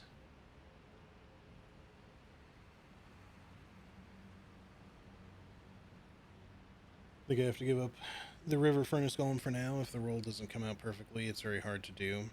Yeah, I mostly for the unarmored ones, I tend to just fight them on horseback. It's not necessarily more fun or ideal, but I just find it simpler to run up to them, smack their legs a few times, and then just use the horse to jump over the fire.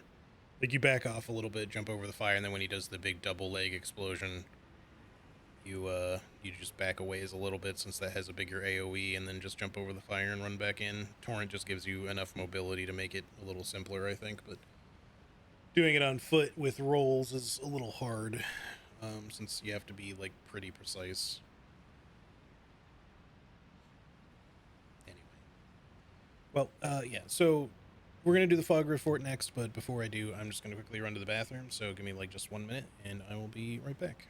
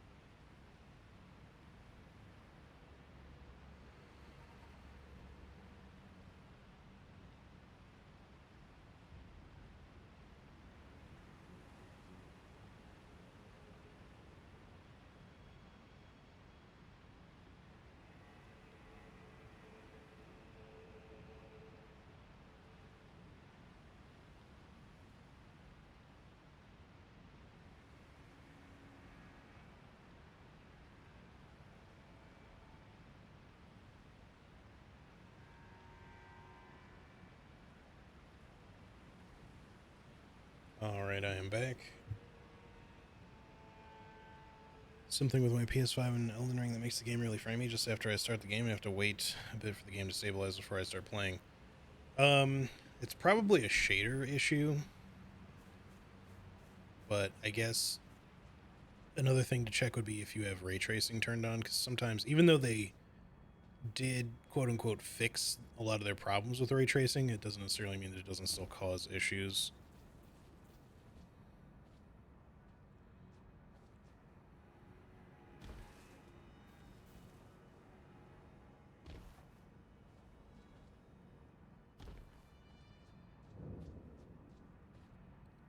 So the welcome back. Turned it off. Okay. Not good at fighting the furnace golems on Torrent. I usually get caught by the kick, and if Torrent goes down once, so do I, so I don't trust it. Yeah, well, generally speaking, they won't kick you if you stay behind them or kind of in between their legs a little bit. Not to say that, you know, you might not accidentally run there or something, but either way, obviously you should fight it the way you want to fight it and stuff.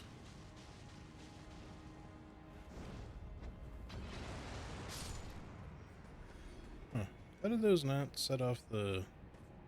Maybe I ran into that before, I don't know, but I thought volcano bots would set those explosives off.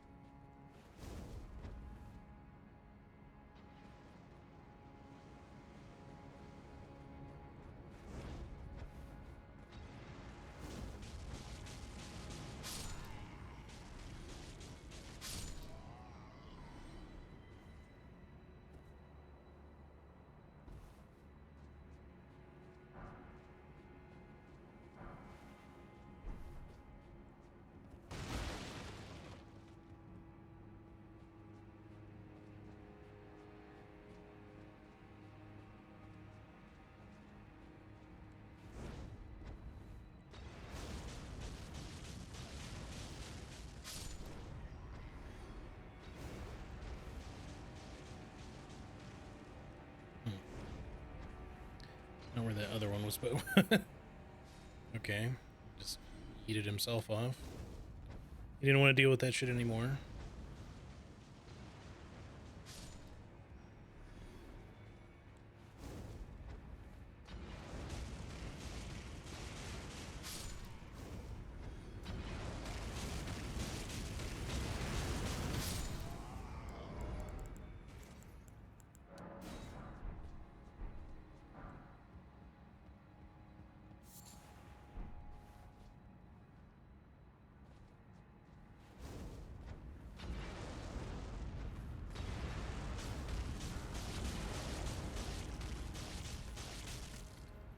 How are you alive?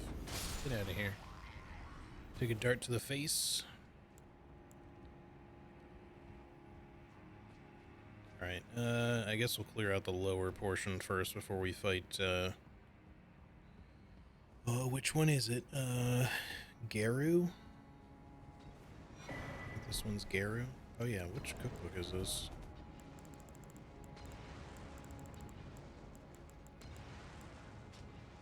Oh yeah, hefty oil pots. I forgot we didn't have those yet. I don't know if we'll use them. They do impart a stronger oil, you know, fire vulnerability debuff onto enemies, but not one I necessarily care too much about.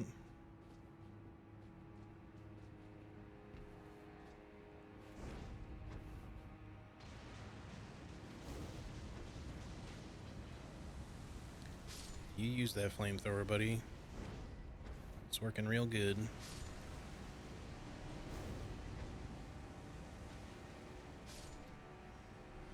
See, it's stuff like this that makes consumables only fun, because it's, you know, completely unnecessary, but it's just fun sometimes to pick on enemies where they just can't fucking do anything about it.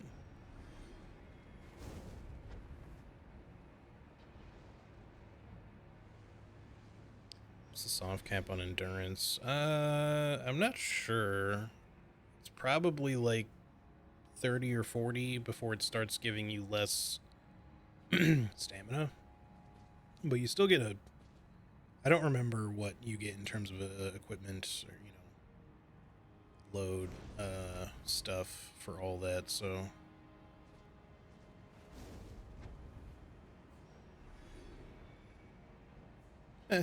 Look at that dinky little throw. You wish you had an arm like mine, buddy. Can I actually reach these other guys from all the way over here? I need to aim a little bit better than that, but yes, I definitely can.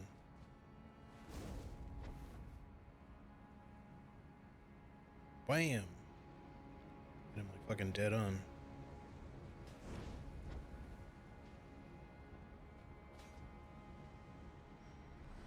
Damn, I'm good. Okay.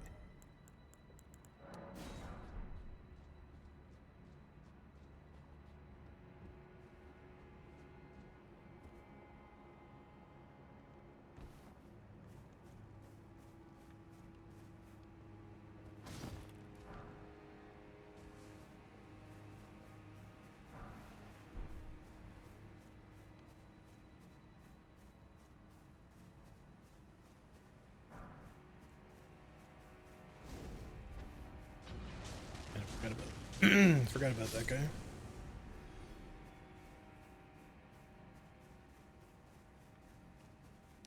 I should probably play with the serpent flail one of these days. It's kind of interesting.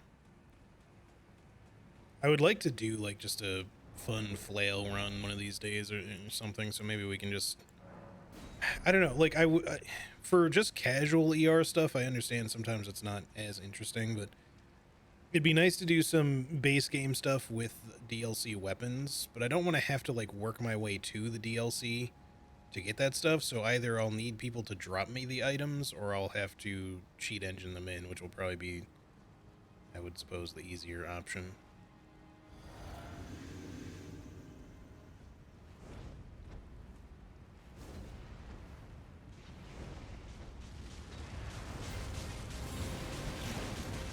Oh. Tongue looked a little bit weird there.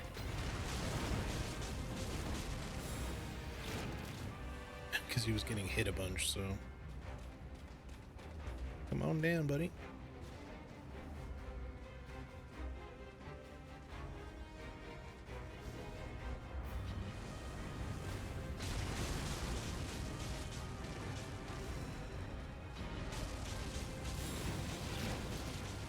When he's getting hit a bunch, his tongue just goes fucking everywhere.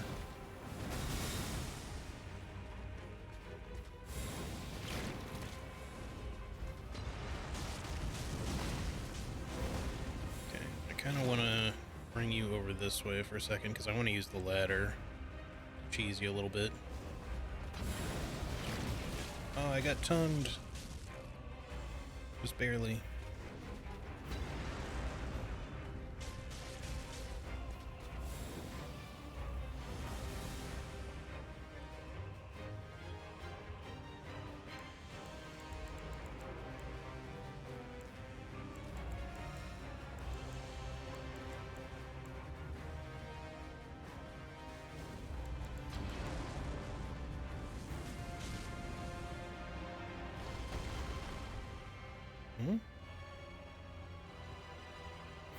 Oh, did the fucking fire knock him off? Oh no, he lost track of me. Shit, no, he's still coming.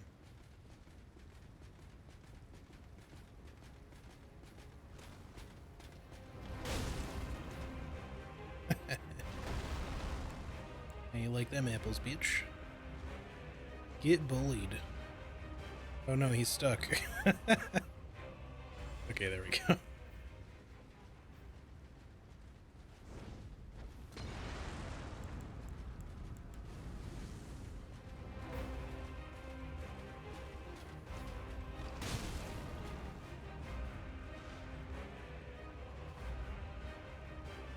Alright, we're not gonna do this all day because it's just gonna take forever.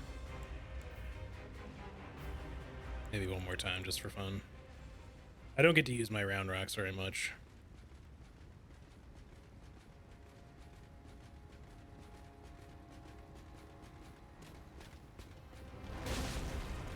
Whee!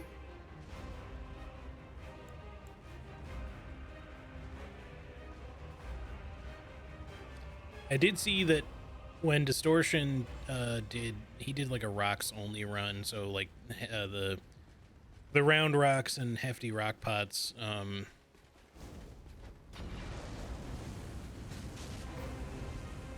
no, he fell. God damn it. I was trying not to make him fall. There's like a cheese you could technically do if you take him over to the one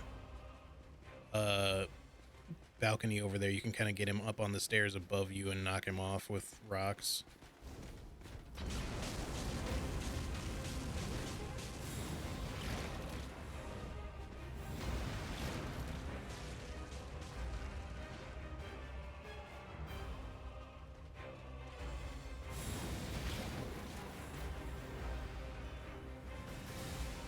Funny how the music comes and goes. Yeah, it's pretty good.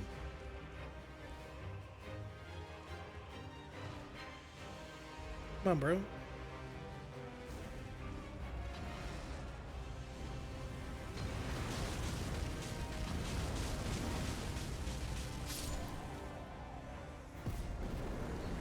And he got so bullied. All he got to do was lick me once. Like for 2 damage.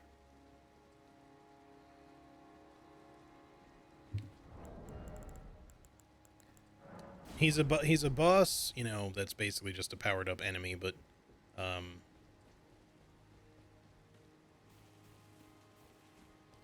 he's a boss that in no way really needs bullying, but is just fun to bully, so I just do it anyway.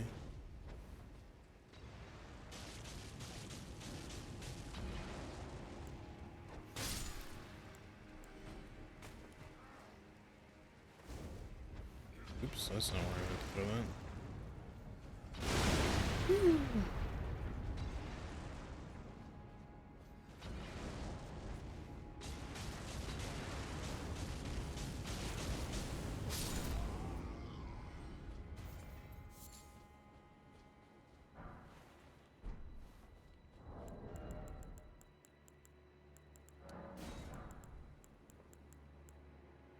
Okay.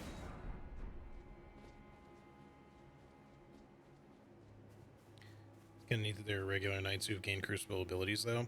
Yeah, I do like it. I kind of wish you could get the tongue for yourself. What's funny, is that really early on, like the very first build that we got for the DLC, like long before it came out, all of the Black Knights could do the tongue attack. At least, well, maybe not all of them, but all the shield ones. And again, maybe not all of them, but because the Twin Blade ones couldn't do it. But the first one I encountered, because I think I skipped this church, was here in Castle Ensis, and you know he did the tongue attack to me, and I was just like, "What?"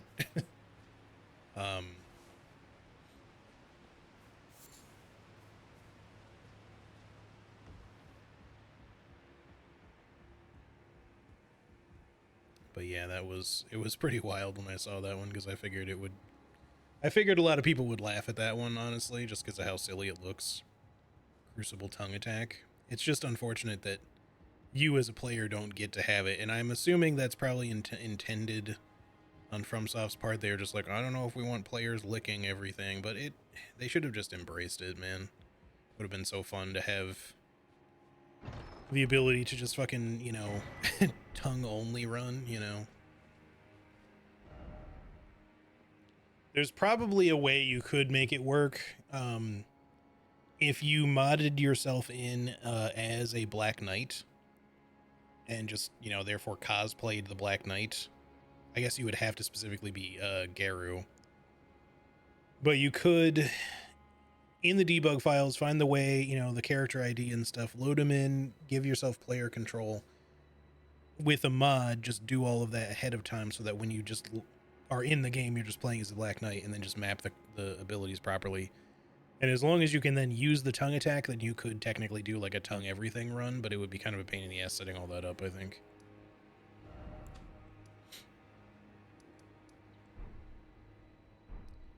Okay, well, we got everything here.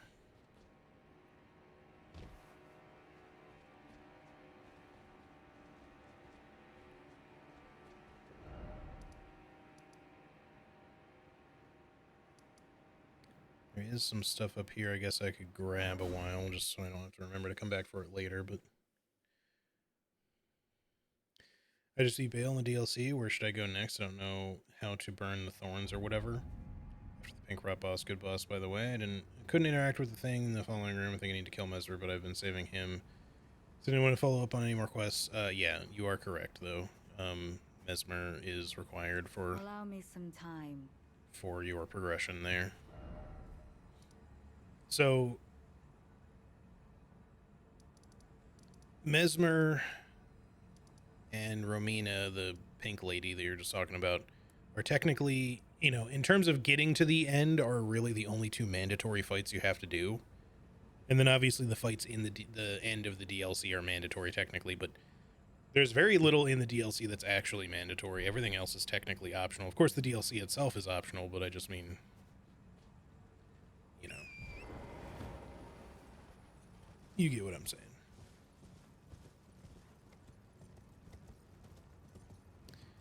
Honestly, this Phantom, it's not like I need his rocks, but I kind of want to kill him anyway. I'm a little concerned about how tough he's going to be. He does a lot of damage and he can teleport. Interestingly, he decided to teleport down there and not up here.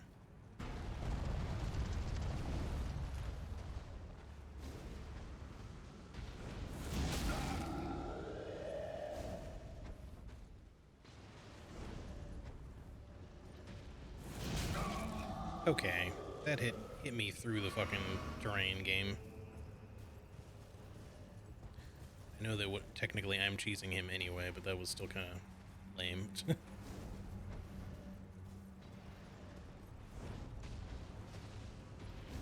Where's he going? Stop running.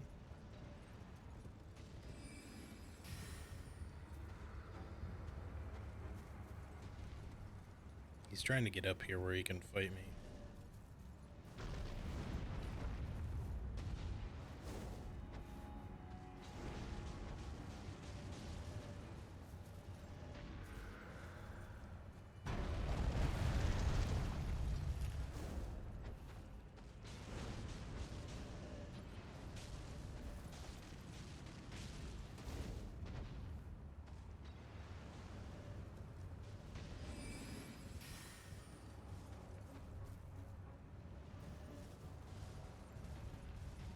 He's succeeding.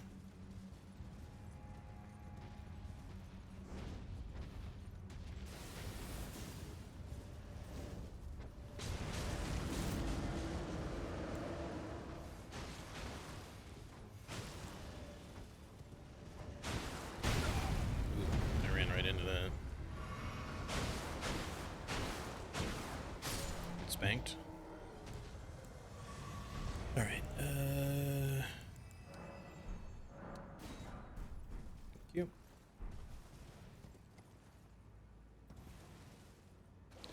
We haven't really been through Castellensis enough to get the imbued sword key, so we can't even do that right now, but I guess I'll get the other items around here.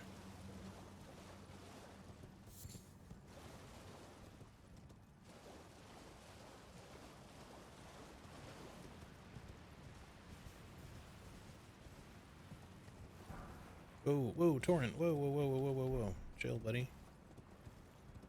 Way farther than you were supposed to just then.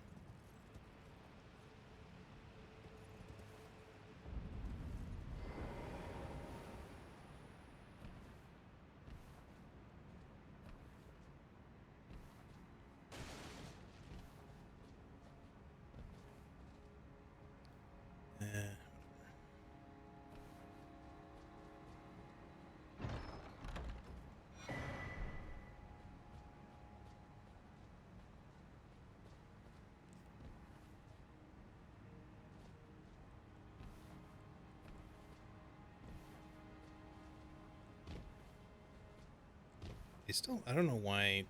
This used to be easier to jump over. Like, I swear to God, we even recommended that you just jump over this thing in the guide at one point. I'm not sure if it still says that, but it used to be, like, really simple to just jump over that fucking thing. Careful. There you go.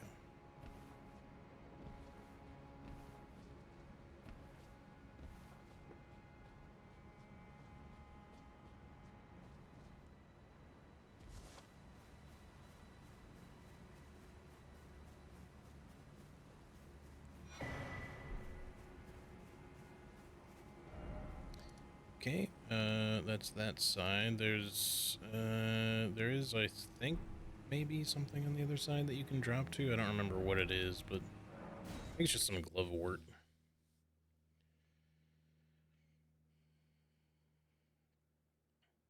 DLC is pretty good, but I think Jagged Peak felt the most cinematic. I was kind of hoping they'd add a set piece in the DLC to shake up the formula. I'd give the DLC an 8 or an 8.5. I think that's fair. There's a lot I really like about the DLC. There's other parts I don't like about it. As much as they say that this region is dense, and, you know, if you think of it as one big region that, you know, is obviously bigger than Limgrave, despite what Miyazaki said, of course, Miyazaki likes to not be always truthful. There's also a lot of, like, big open areas that don't feel very, you know, packed with stuff, and I'm fine with that when it comes to, like, the areas where there's, like, furnace golems and shit. But there's some other spots where it just feels like you can just kind of, like, run aways and not find anything interesting. Like, this whole fucking area is probably one of my least favorites in the entire DLC. Like, I don't quite understand what they were thinking with, like, even kind of including yeah, no, even including Shaman Village, just the whole fucking hinterland, you know, Shadowview portion up here has so little going on. The Finger Ruins themselves are already not that interesting. But there's, like, just a few items to get here, and there's no, like, interesting boss fights. It's all shit from the base game. Shaman Village has next to nothing in it. I like it for lore reasons, but... And it's certainly pretty over in this part where there's all the flowers, but they could have just done a little bit more with it. This part back here is largely fine, although I wish they had done more with the chalice, because it's just sort of there. What else? Oh yeah, the Abyssal Woods. I like that the Abyssal Woods feels like a weird horror segment to the game, but this also could have more shit in it, frankly. But, you know, also this, like, this should be an accessible area back here and have some stuff in it, but you can't get there normally. And there's nothing there, even if you clip your way back there. But it just feels like a lot of, like, wasted stuff. Now, to be fair, maybe they would have put more stuff in here, but they might have just run out of time, because this was one of the last areas they finished. They spent so much time working on the aging untouchables themselves, because for quite a while it seemed like they couldn't decide how they wanted them to work. Like, they wanted them to kind of more or less just be like standard Winter Lantern type things that you could fight normally. And then they changed their minds and made them completely ethereal at one point, where you just, you know, that was the real nightmare. You guys think that they're bad now? Try fighting them where they're just literal ghosts that, you know, just give you constant madness buildup, and you have literally no way of fighting them whatsoever, not even to parry. That shit sucked. I'm so glad it didn't stay that way. And I'm not sure it was ever intended to stay that way. It might have just been while they were trying to figure out their whole specific brand of invulnerability, but during one of the builds early on, not the first one, but like a couple builds in, all the aging untouchables in this area were just ghosts that you could do nothing about except try to stealth around.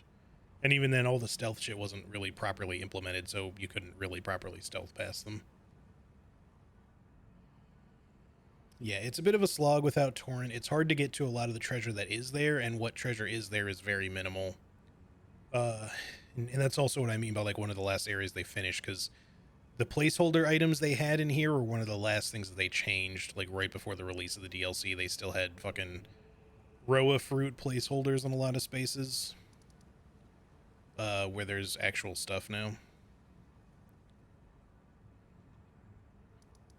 And, yeah, I like it for its atmosphere, but I do wish that there was, like, a little more going on there. Like, just give me, even if it's just, like, Inquisitors, give me a few more enemies that are not aging untouchables.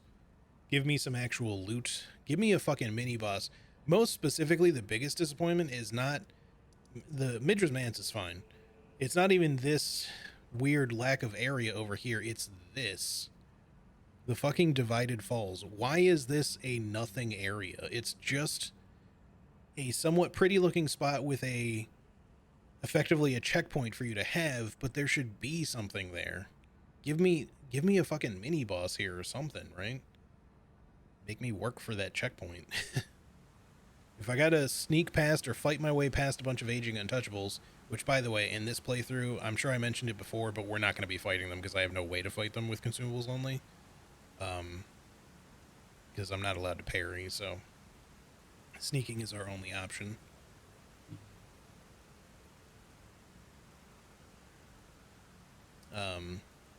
But I always felt like there should have been something here, and for a long time I was just like, well, maybe it's just meant to be like an invasion point or something, and like have nice cinematic, you know, gloomy woods with big waterfall sort of environment for fights, which maybe people can still do. I don't know. I haven't really done much PvP, but it just always felt like there should have been something here. Like, even like, honestly, for the environment, what I picture, as much as that wouldn't really be all that special, what I imagined being here was just straight up a Erdtree avatar that was like fucking frenzy flamed, you know, so it would be one that just wouldn't have a weakness to fire, and it's just got like a fiery effect, you know. Now, lore wise, that wouldn't really make a lot of sense, but I just feel like with the environment, that's what I picture being there. Obviously something different would make more sense logically in the game, but it should just be some big enemy with frenzy flame shit going on.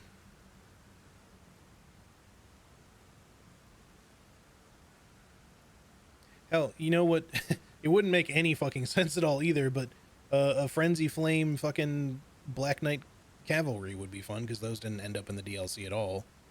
And I shouldn't really just be specifically spitballing base game enemies here, but I'm just saying it'd be better than nothing, right? As much as people complain about reused stuff, I'd rather have something here than nothing.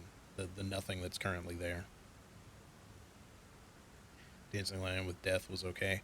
Yeah, see, that's one thing I'd prefer not to have, because 2 is already a lot. I don't feel like having a third Dancing Lion here that was just frenzy flamed would, even though it would logically make more sense for the DLC to do exactly that, I think having to fight a third one of those would be a step too far. Not that that's what you suggested, I'm just, you know, carrying that thought further, but for something that would be more fitting to be in this location is all I'm getting at, and have it be like a Frenzied Flame variant. Because they could have done that, right? Instead of having the Deathblight one in the ruins, they could have put like a Frenzied Flame one here or some shit. Maybe a Frenzied Very Strong Pumpkinhead. Yeah, possibly. I think just, you know, really, a lot of base game enemies in all of this don't even really make sense to be here, with the exception of a couple of different things. Because of the way the lore is set up, that's why you don't get like a lot of returning stuff. And the ones that do return are kind of ones that you feel like they just sort of ran out of ideas. Like, the Tibia Mariner kind of makes some sense in Charo's Hidden Grave, and the Deathrite Bird kind of makes some sense given the lore, but and all manners of death wash up here. But why are there tree sentinels up here?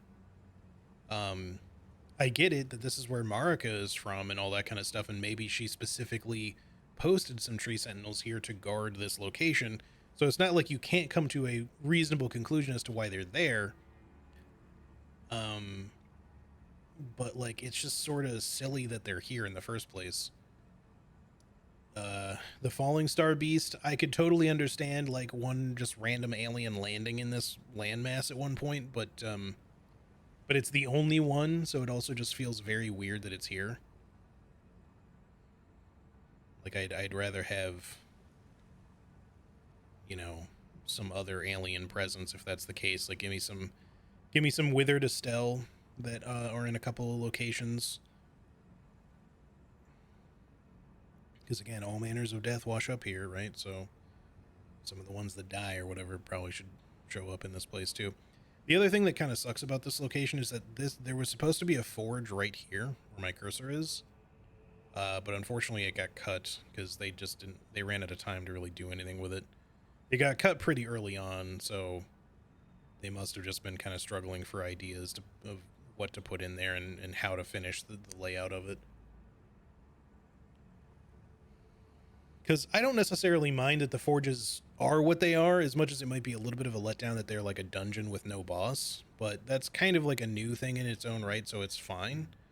But it'd be, you know, I was kind of annoyed not annoyed. It just was a little bit of a letdown when there used to be a forge here, and then they just removed it entirely.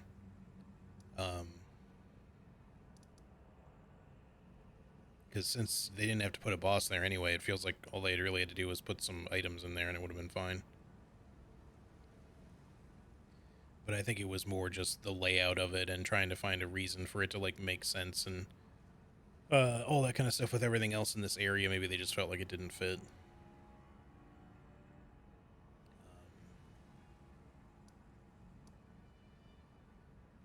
But yeah, there's lots of little things. There's plenty of stuff to like about the DLC, I think.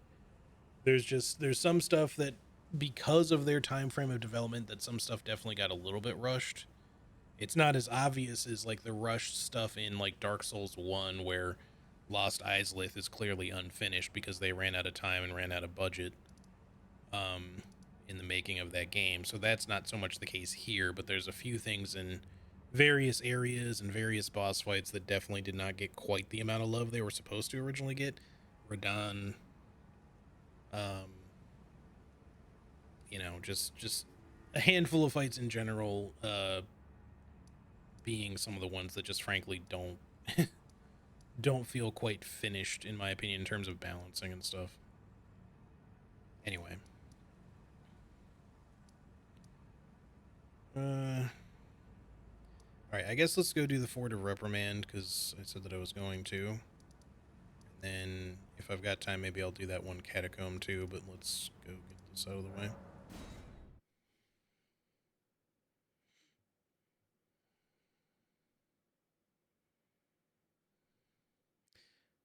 How many paintings? There's 3 paintings in the DLC total.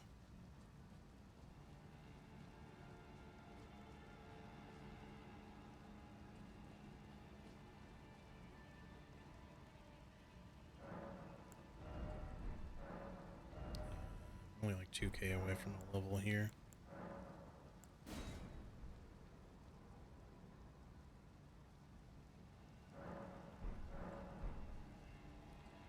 See if we can just get that for ourselves real fast here.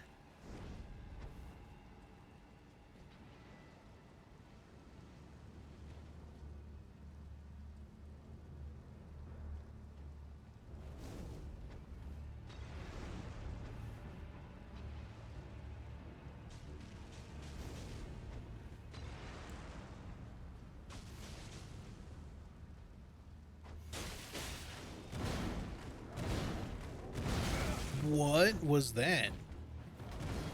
I got lagged into his hitbox. That one was on me.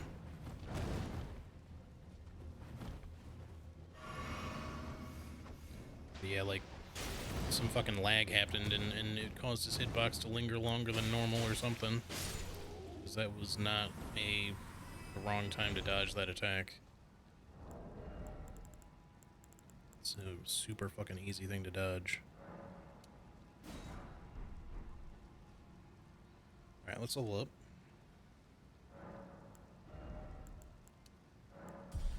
Go ahead and try to get strength to 60 here.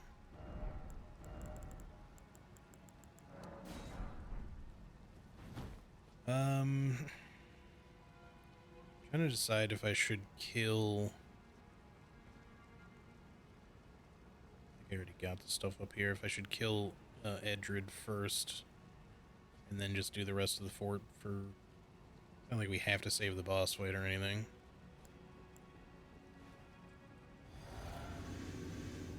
So I guess we might as well just do it.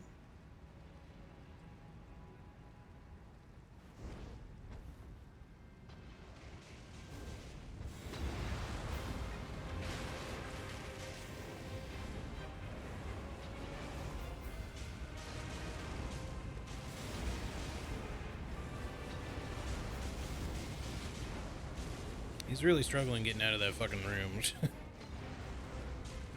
There you go. Okay, alright. I'm taking you seriously, don't worry about it.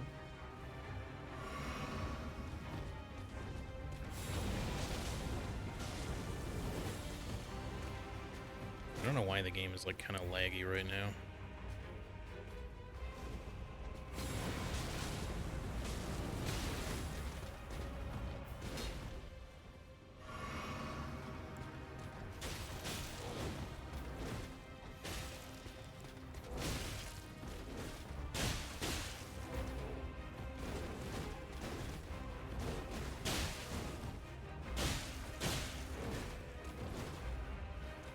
Oops. Oh, shit.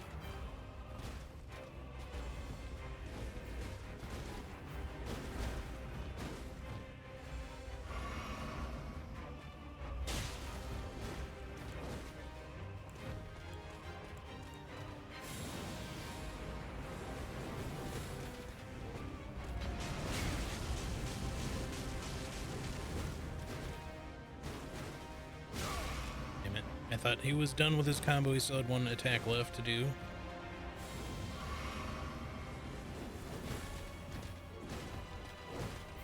I forgot to reallocate my 2 of my flasks back to blue.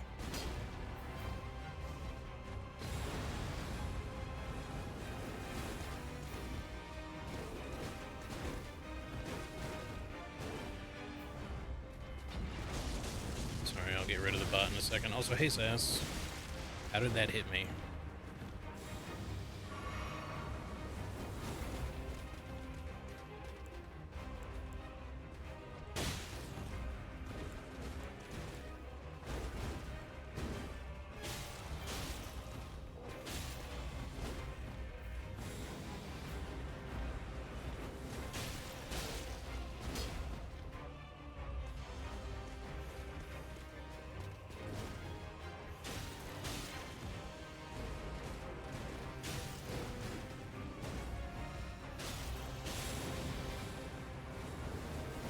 I wanted to get him in midair. Oh well.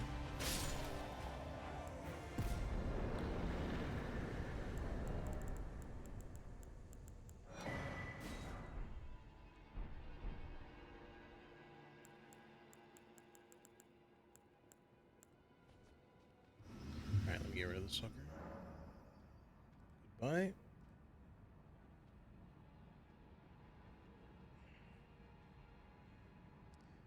Okay.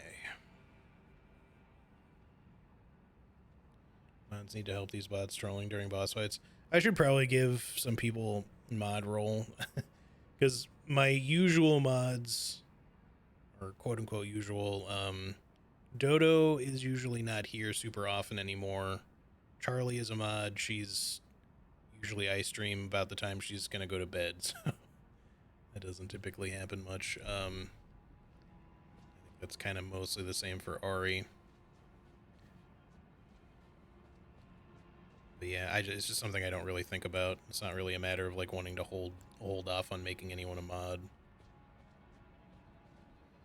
Although it's also not something I want anyone to feel like obligated to do, so I really only give it to people who are very regular and don't mind doing it.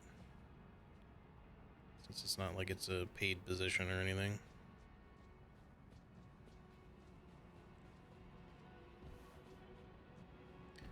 Let's go down this way. Oh wait, I gotta get the stuff from his room first.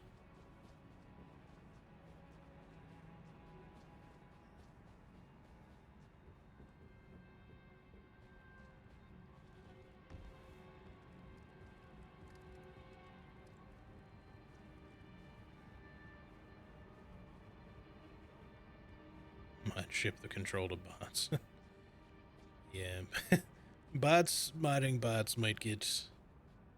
I don't know. Obviously, automod is there for a reason, but I really dislike automod.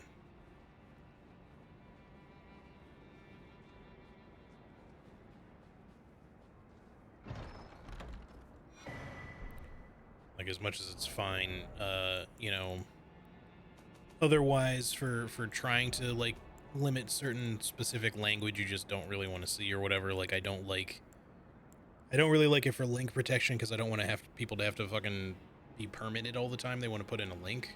I usually just ask people not to be dicks about it. And generally speaking, nobody is except for bots. Wouldn't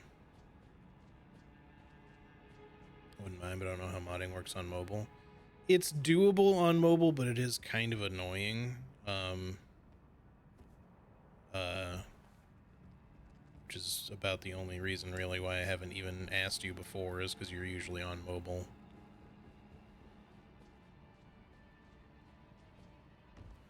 Not that I couldn't still potentially make you one. You're certainly welcome to give it a try if you want, but...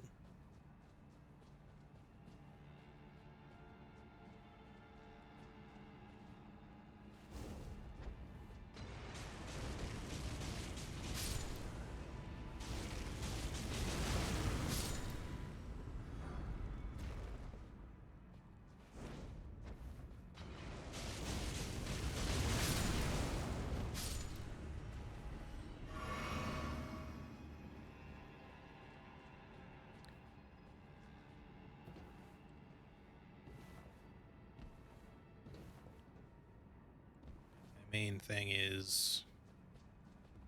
Well, it looked... Oh, I must have gotten this already. It looked like the fucking Phantom opened the chest for me and stole... It looked like he stole it. I was like, there's no way. But I just forgot that I was here before and opened that already.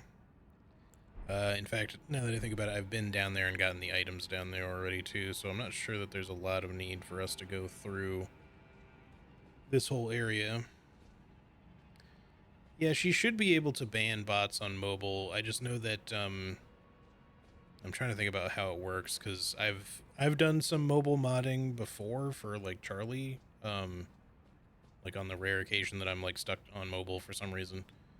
And usually I've had to, like, delete comments or ban some stuff, so I think usually you just have to, like, tap and hold on the message to get the mod appearance or the mod stuff to show up. I'm not sure if there's a mobile mod view.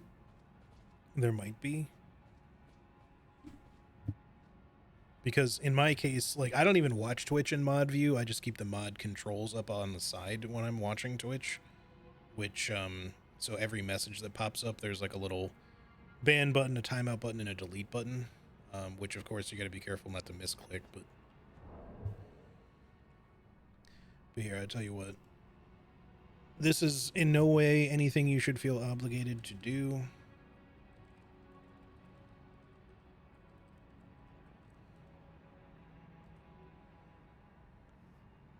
you go.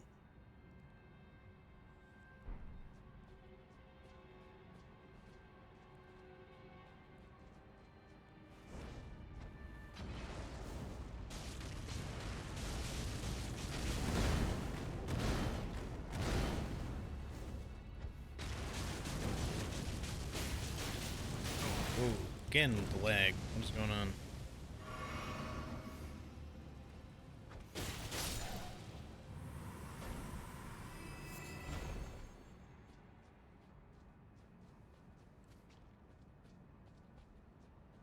Obviously, that technically, as a mod, you're not a VIP now, but that doesn't really matter because mods get all the same VIP stuff. You just can't really be both. But well, like I said, don't worry about it at all. My general thinking is that, you know, because I've thought about it before.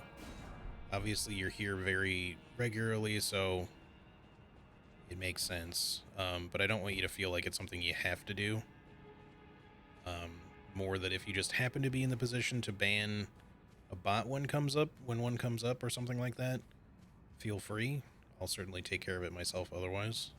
It doesn't really... It's not really a problem for me at all.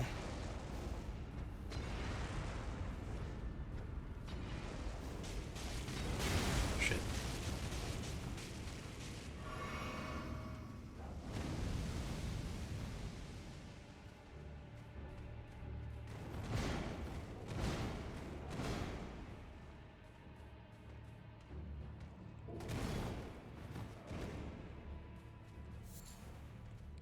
Sass, if you would like, I also don't mind giving you a mod badge if you feel particular about it. I know you've done plenty of modding yourself. Again, it's not in any way an obligation. I don't want anyone to feel like they have to be here to show up to mod, or that they have to hit bots as soon as they show up or anything like that. It's just more of a, if you're in the position to and you feel like it, then feel free.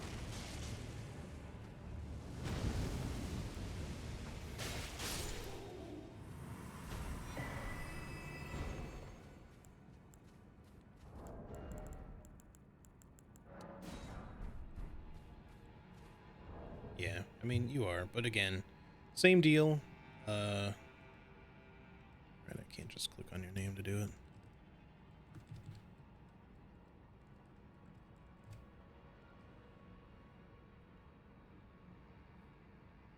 I hope I put that in right. I think I did. I always forget the C in your name. Just because I'm so used to calling you Sass anyway.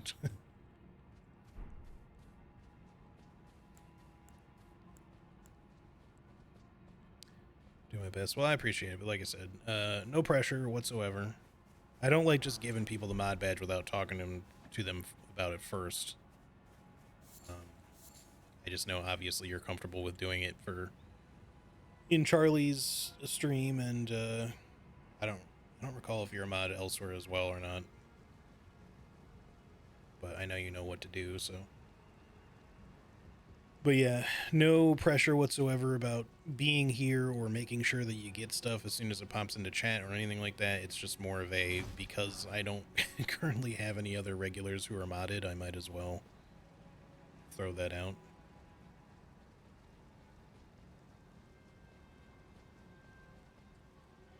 Like I said, no pressure whatsoever. Don't worry about it at all. Y'all can still just act the way you normally would as typical viewers. Hang out and all that. Alright, I guess technically this is done. Because we were here already and got most of the stuff, and, you know, now that Erdtree is dead, then that one's done, so. The only thing left to do that I said that I kind of wanted to do this stream was the Fog Rift Catacombs, so I guess we'll finish things up with that. Because I think everything else in Graveside Plain, again, with the exception of Bellerot, is done, and then maybe next time I stream this, we'll do Bellerot. Did I kill Loger? I don't think I did, because I don't have a marker there. He's gonna be kind of annoying to fight. Fucking NPCs. I'll kill him next time, I guess. I don't overly feel like doing it now.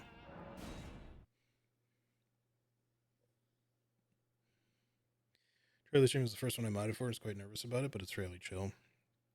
Yeah, my main thing is, like I said, I don't want either of you to feel like it's any sort of a job that you have to specifically perform, so there's genuinely zero pressure.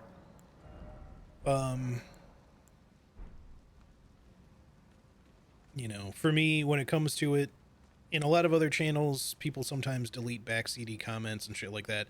I kind of usually just let them fly, and I let people know when backseating is something I'm not willing to tolerate, in which case, you know, then I give them the chance to stop, and if they don't, usually I'll just suspend or ban them myself.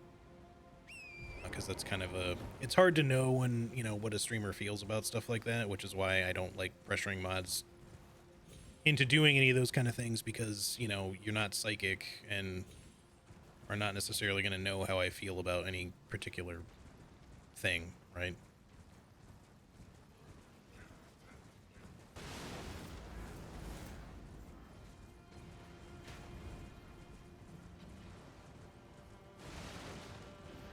Like, sometimes when you've been modding for someone for long enough, you just kind of know. Like, there are times when I just ban people outright in Charlie's chat, just because I know that there's, you know, even if she's willing to entertain the, you know, a troll or something like that, you know, she's not going to be upset if I ban them at the same time, so sometimes I just do it.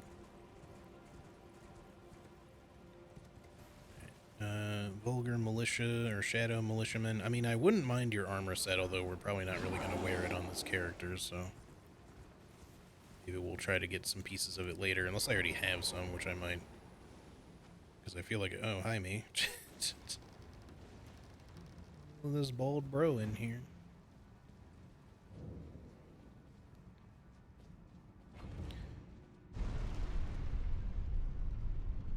Did I end up picking up some of their armor set? Because I feel like I did recently, but maybe it wasn't on this. That must not have been, unless I just don't have the chest piece. I could have sworn that I picked up some of it, though, but I must be thinking of something else.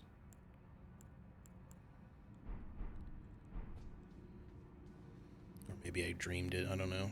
It'd be kind of weird to dream about.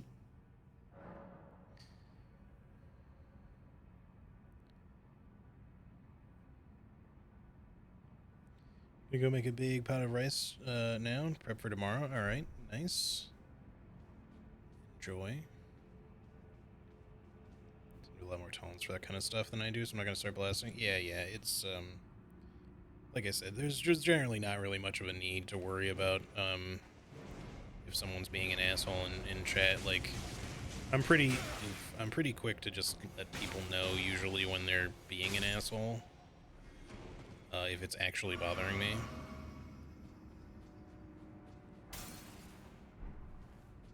And some people, like, if I am just not down with their vibe, I'll just fucking kick them. Like, it just is what it is.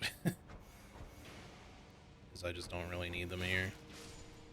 I'm usually pretty welcoming of folks, but like I don't really need added stress from anyone just kind of being a bit of a prick for no reason.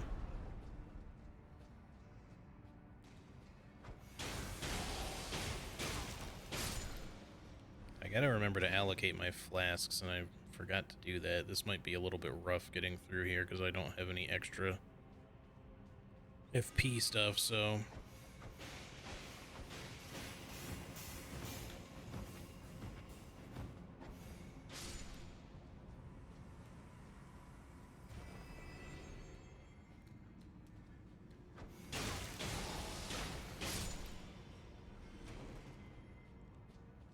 I can certainly craft plenty of crystal darts, but eventually I will run out of FP if I throw them like crazy. Oh shit.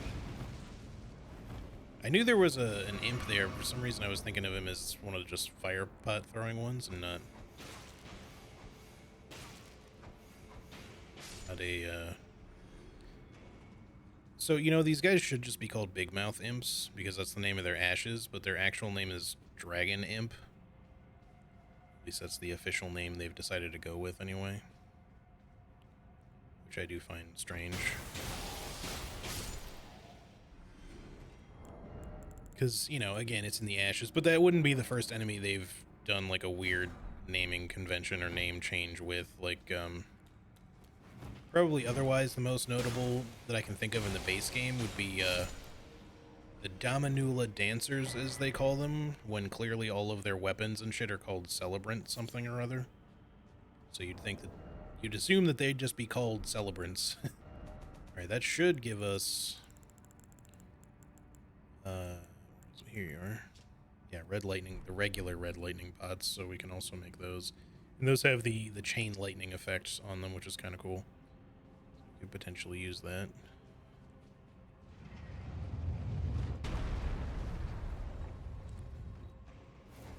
God damn it, he shot sooner than I thought he was going to.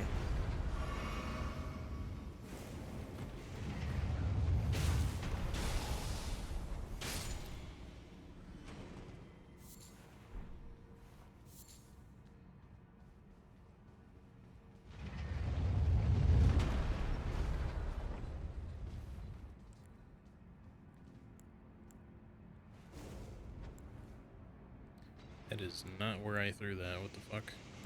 Zagrid.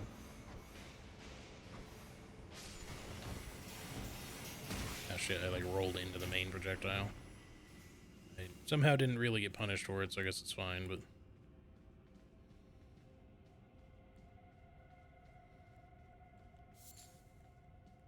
Is there not another imp in here? I guess...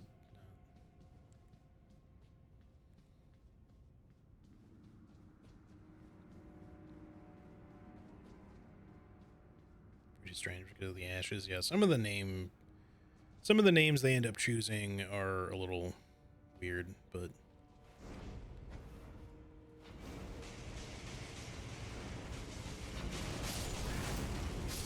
it be what it be.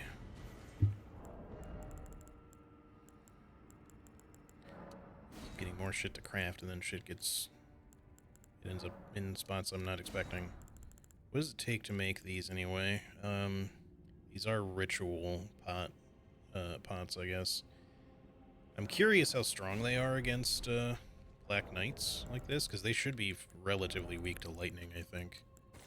Not sure if red lightning is specifically going to be that good, but...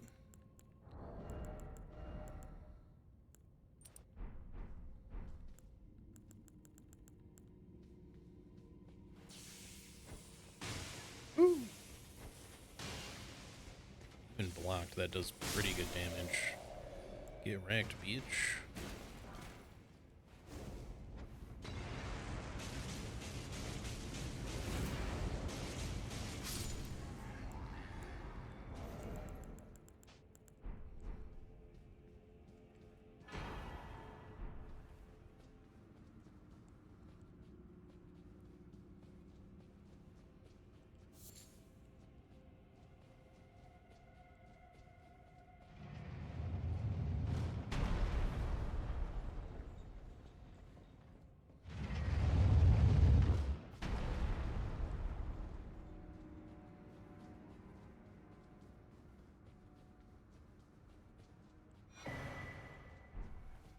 I have a hard time not just like running around and collecting shit.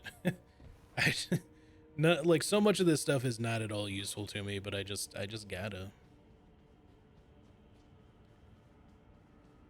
I need my loot.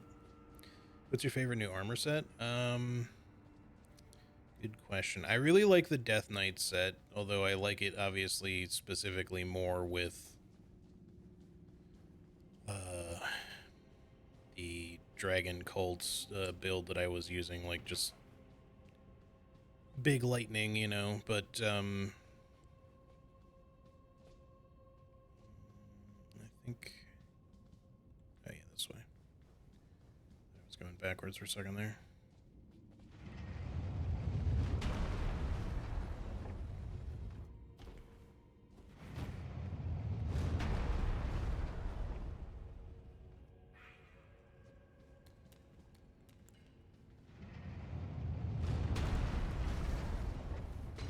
What the fuck? Why did you go over there?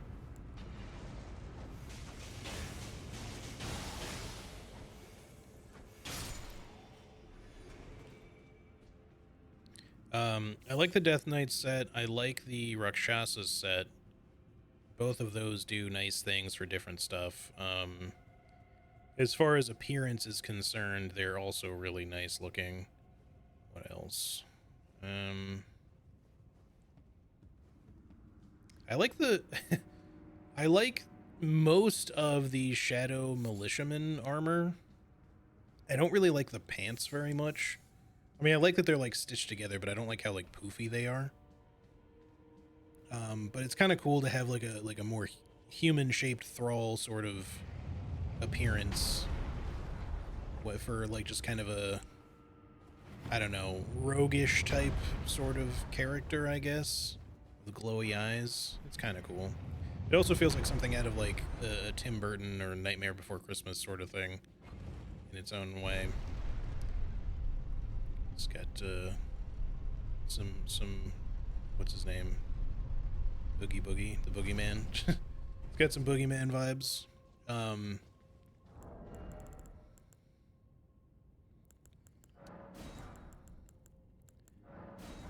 But I like it for, you know, in fact, you know, in the guide there's several pictures of me using like the backhand blades or similar kind of light appropriate weapons with that armor set, with the exception of the pants. I usually just use like Ansbach's pants for it, because they feel like they match well enough. Why are you not dead? Oh, I also gotta switch this back.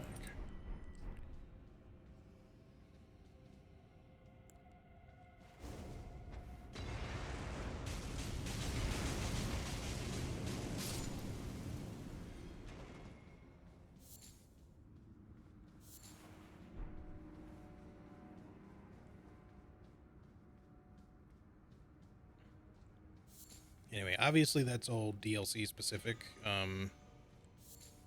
As far as anything else like base game, I'm a big fan of the Ronin set, but not so much the Iron Casa or whatever it's called helmet. I just like the rest of the appearance. Oh Jesus! I thought he was doing the blowgun, dart, and not.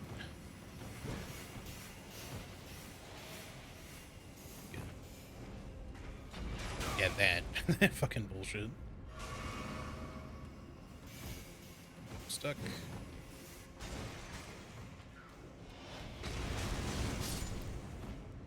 Okay, so my life flashed before my eyes there. Somehow still alive. I'm running low on FP is the main reason why I wasn't just using other shit against that dude. Oh, he was already almost dead. Shit.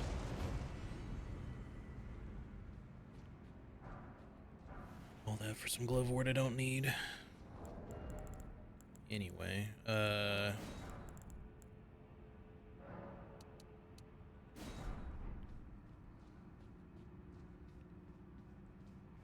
not even sure, like, otherwise specifically what all else I like in the base game. I do like the the preceptor set or whatever it's called that, you know,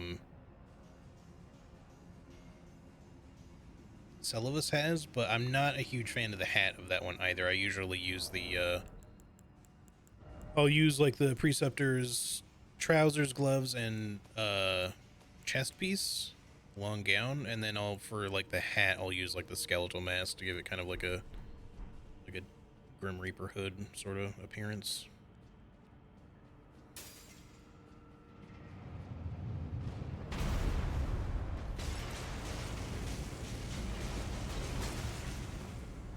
Shit, you were supposed to die sooner? Okay. Thankfully we didn't get killed. I knew that was going to be a rough spot, potentially.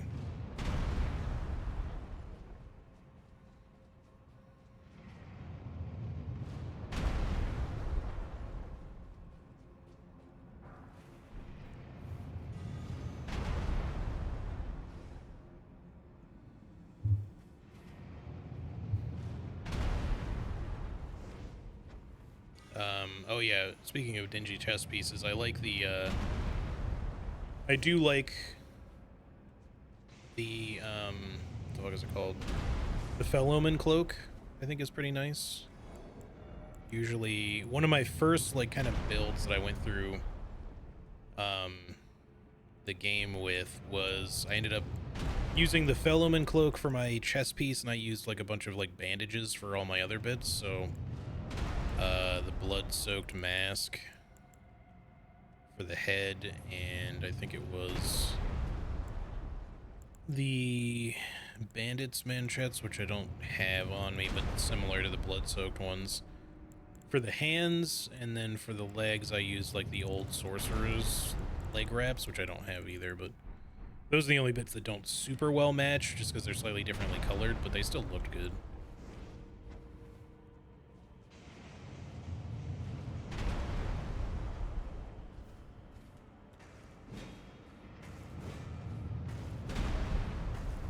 It was fucking late. Shit. It's a little close.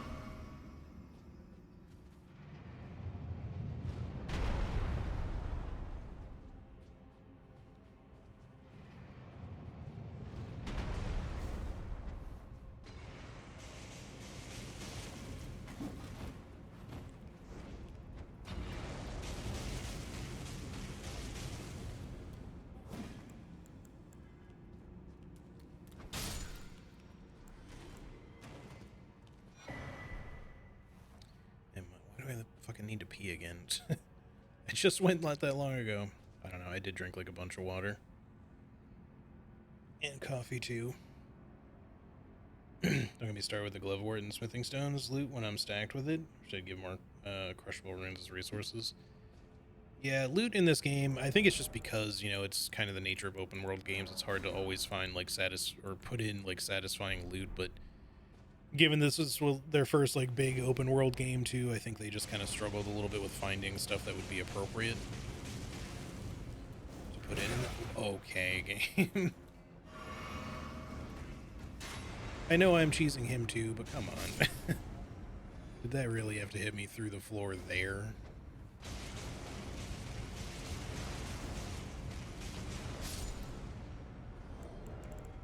How low are we getting on these anyway? Low enough that this is probably, it's good that we're gonna be stopping after this catacomb because we're starting to actually get kind of low on that. All right, give me like just 1 minute. We will continue here, but I actually really need to go to the bathroom, so give me just 1 second.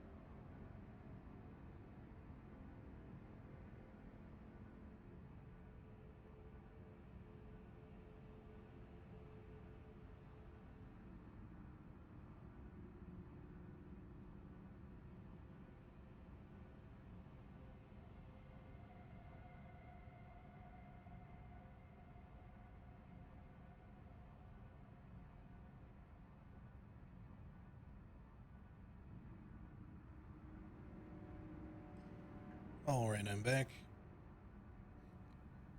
Sorry about that.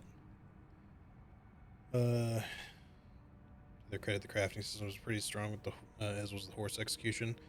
The crafting system, I think, in the way that it works and stuff, is pretty good. As far as what you can craft, I think unless you're doing a consumables only run like this, chances are people aren't usually going to use it very much, just because you're already so rich in so many other options that they just sort of tend to fall by the wayside for people, which is fine. It doesn't have to be perfect, but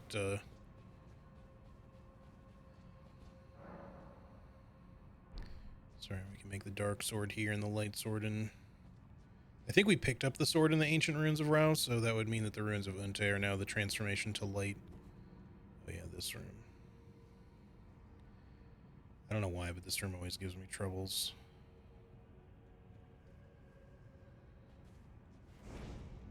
Okay,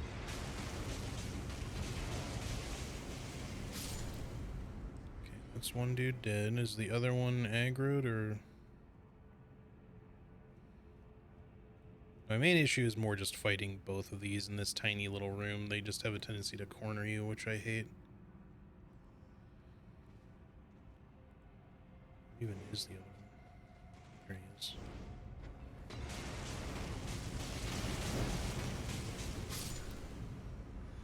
Kind of lucky to not get hit there, because I think that should have hit me, but somehow the staggering of the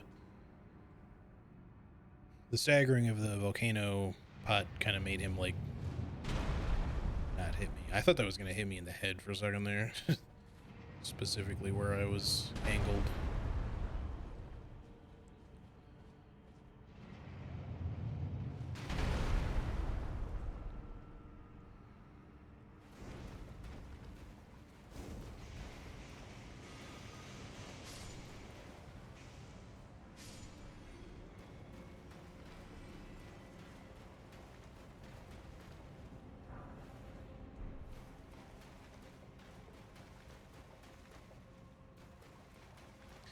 But yeah, the execution with Torrent is actually fantastic.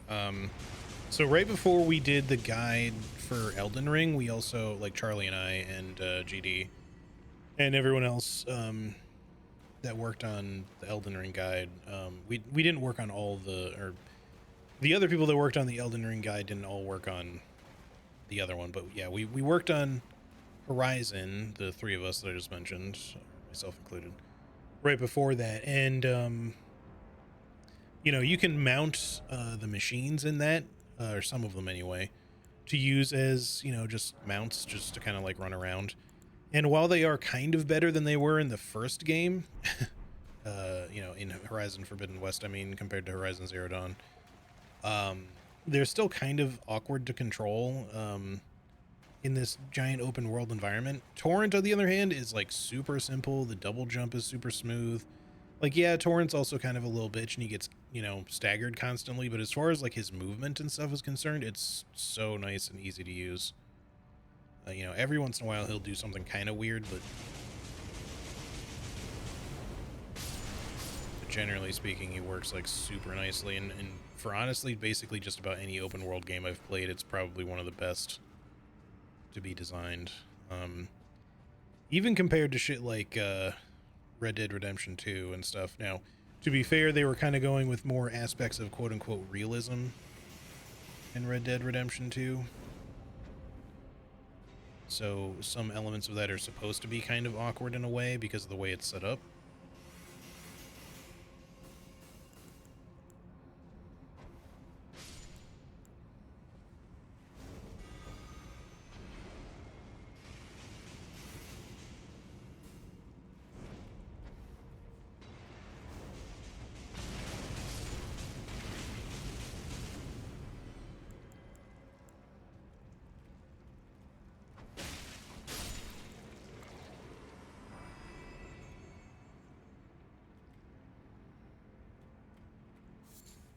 Alright, all this for a spell I'm never going to use, but I'm still here anyway, so...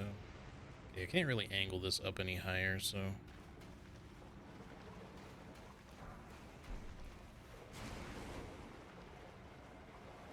One didn't even really feel like dropping, I guess. There we go. Alright. I'll definitely take the Fulgur Bloom anyway while we're here, because we might eventually make some regular lightning pots. For something. Let's see.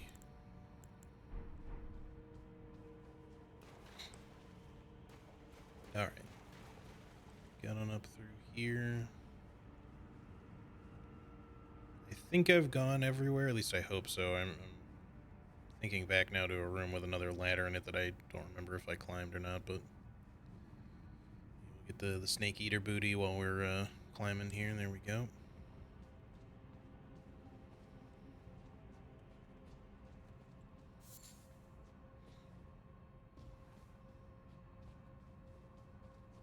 Alright, so we're just about done anyway.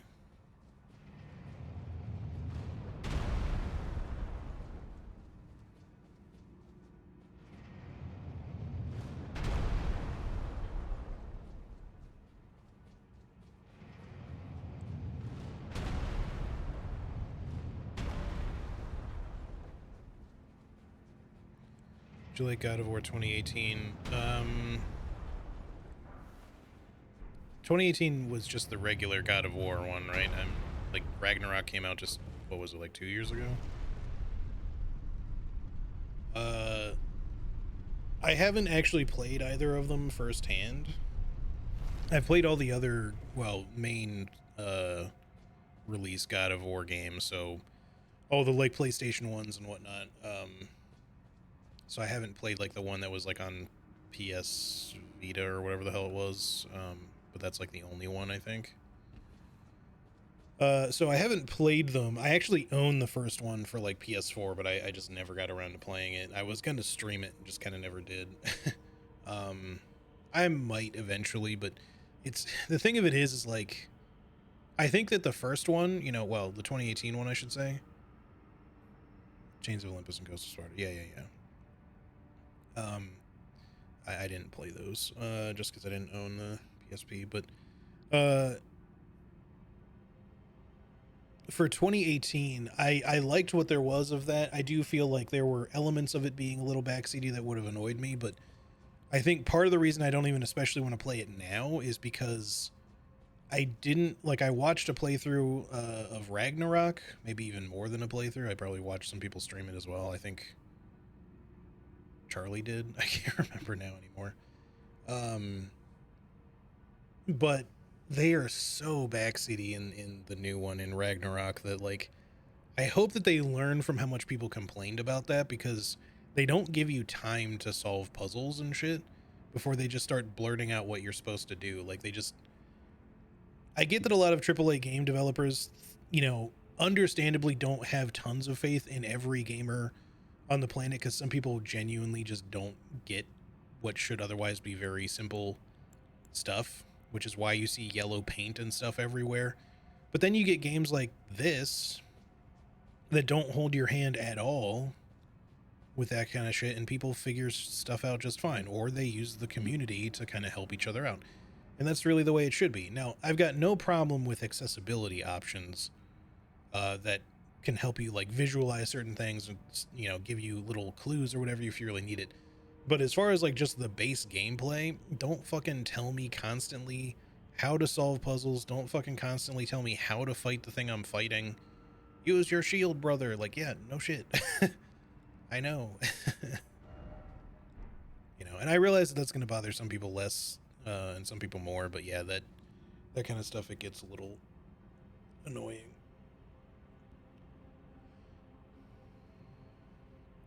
They released those on PS3, thankfully. That's how I played. Oh, yeah. I never had a PS3. I've only had, well, I had PS1, PS2. I skipped PS3, and I've had a PS4 and now a PS5. But during the PS3 years, I had a Xbox 360, but that was, I was going to say it's the only Xbox I've ever owned. That's not true. I had an Xbox 360, and then I briefly owned an Xbox Series X. No, sorry, an Xbox One. That was the previous one. That felt like such a giant waste of money, the Xbox One, because it felt like when it came out, it had like no games. The install times for everything were ridiculous. I remember I tried to get Rise Son of Rome because it was like one of the only things fucking available. And it took fucking like, I don't know, like 20 hours for it to fucking install. That was before I learned that there was a trick that you could like start the install, stop the install, go offline, and then go back online and then fucking restart it or something, shit like that. I forget. It would like drastically reduce the install time. It would still take several hours, but it wouldn't take like an entire day to install. The download things were just like, initially anyway, they were absolutely atrocious, but and that wasn't even due to just like busyness or anything. It was just it was just terribly optimized.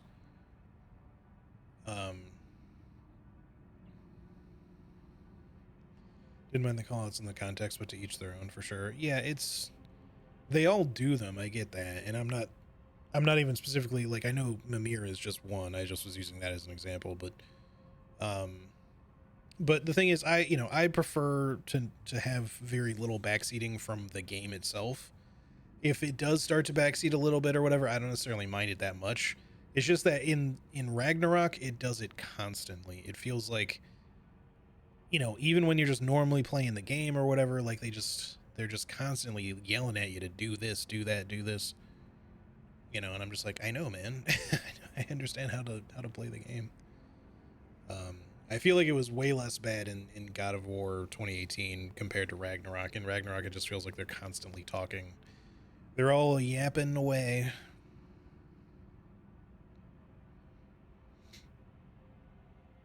And while I do like the overall direction that God of War was headed into and stuff, and still think it's good, the that specific aspect of, you haven't played oh yeah, no, 2018 is largely fine. They do it a little bit, but not to the extent that it's bothersome. I'm talking about Ragnarok specifically.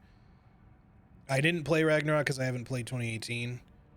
Well, I won't say spoilers anyways, but my whole point is the characters that talk to you in Ragnarok, when they're on your side or whatever, in like any fight, they talk constantly, and there's no way to like, there's no slider for it to be like, please talk less.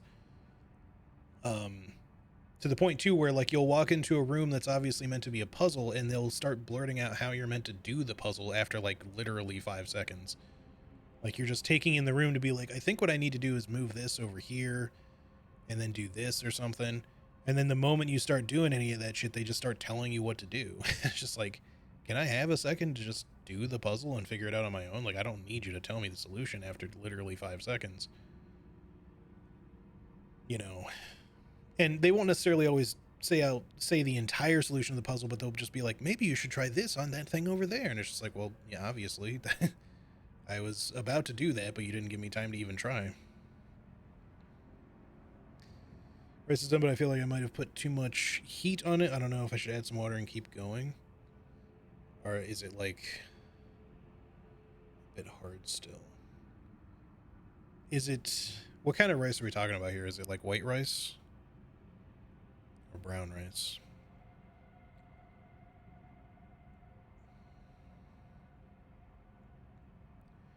And I guess what specific outcome? White. Okay. So I think you'll know when it's kind of overcooked if it's extremely mushy, or if you've not put in enough water, it gets it'll start to brown, like particularly on the bottom, especially if you're using like a regular rice cooker or something. If it just feels like it's not soft, then you may not necessarily have used enough water, possibly, but it's kind of hard to tell just from talking about it, obviously. So I should have done this while I was standing here. I think I want to use, whatever. We only have 6 heals anyway, so we might not win. I'm not going to worry about it. I was going to like try to replenish some FP before we fight, but it's fine. I don't know if these guys are rottable, but we're going to give it a shot anyway.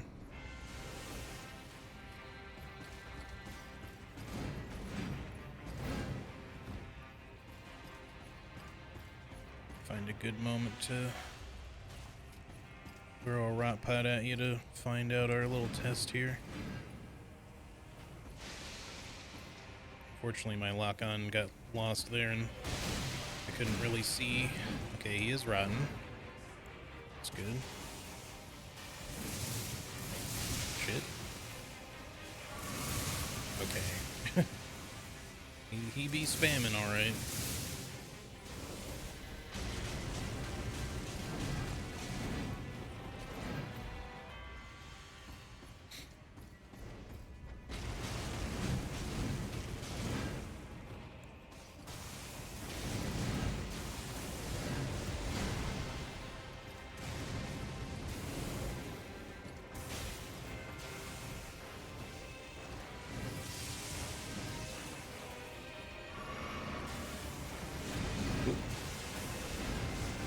Okay, I don't think that should have hit me, but sure.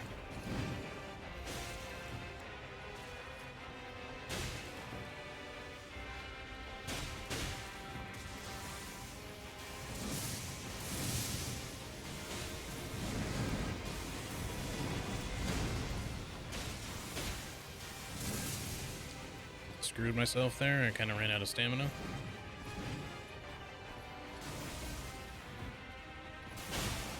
Oh, nice.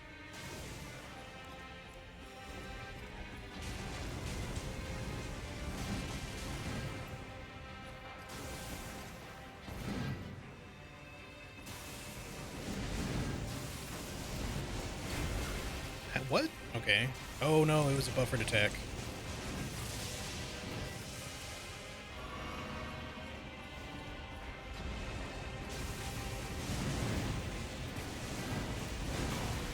That AoE, man. It's not like it should be easy to avoid necessarily, but I'm really struggling to actually not get hit by it for some reason.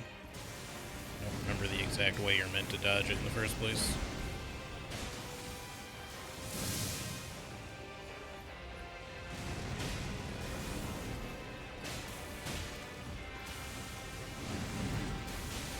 No, no, no, no, no, no. Oh, fuck. I did that at just the exact wrong time. Bro, you gotta chill.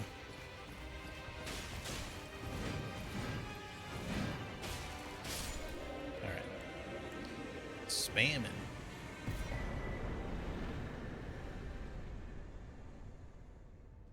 Alright. Well, that's that. That also should be another level, so... done and done. Alright, I am gonna have a lot of farming to do. I'm gonna put myself over here so I can start collecting Scarlet Bud first, I think. Next time, or when I do some off-stream farming or whatever. But I think that'll be where we wrap it up today. I don't know what this weekend is gonna be like. Obviously, I would like to do some more streaming. It's just gonna depend on if there's any additional work that needs to be done here at the last minute, and all that kind of stuff. Additionally, you know, maybe just if I feel like it. Also, let me do this while I'm thinking about it. Flasks. Maybe just the one for now. I feel like we don't really need two all that bad.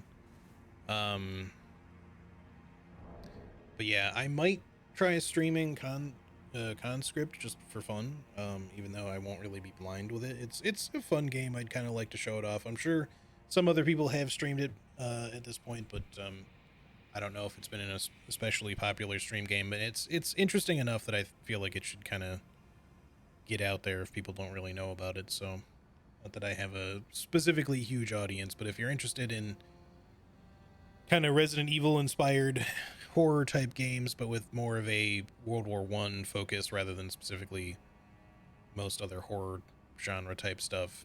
It is a survival horror game through and through, but it's a very interesting sort of set piece and setting for it. I like it. It's good. But yeah, maybe we'll do some of that over the weekend if I get the chance. And If the weekend is relatively free, then I'll probably also stream this some more. We'll just kind of have to see what's what, how things are going, and what I'm feeling in the mood for if I do have the time to stream. Hopefully after this week, as in the weekend and stuff, or not long after, I hope I will be officially 100% done with the guide stuff, and then things can kind of start to go back to normal. Obviously, it's not going to be too long before I end up going on a family trip to Pennsylvania for a little over a week. I think I'm gone from the 17th to, I want to say, the 25th. So I'll have to double check that, but I think that's the case. It's just trying making me a mod. Well, thank you. I appreciate you being here. And again, no pressure whatsoever with the sword. It's good to have some extra swords in the chat and all that, but it's not in any way an obligation for y'all. So, but I appreciate y'all being here. Whether you're a mod or a regular viewer or what have you, or just lurking. Appreciate all of you very much, but yeah. So yeah, that'll do it for today. I guess we'll see if learn to wield swords for like 5 years. Yeah, there you go. I guess we'll see how things go with the weekend here, because I don't really know just yet. But I think since we've got some folks here, let's do a quick little raid. Let's raid Sammy. It's been a little bit. She's actually playing Magic the Gathering. I don't think she's ever played Magic the Gathering. So it's a little different than what she normally plays. But you know, a lot of you know Sammy. She's a fun streamer, great place to hang out, her channel. But yeah, if I don't see you, y'all have a great weekend. Thank you so much again for hanging out with me today. I appreciate it very much as always. Say hey to Sammy for me if you don't mind, and take care of yourselves. All right. Peace out, everybody. Later.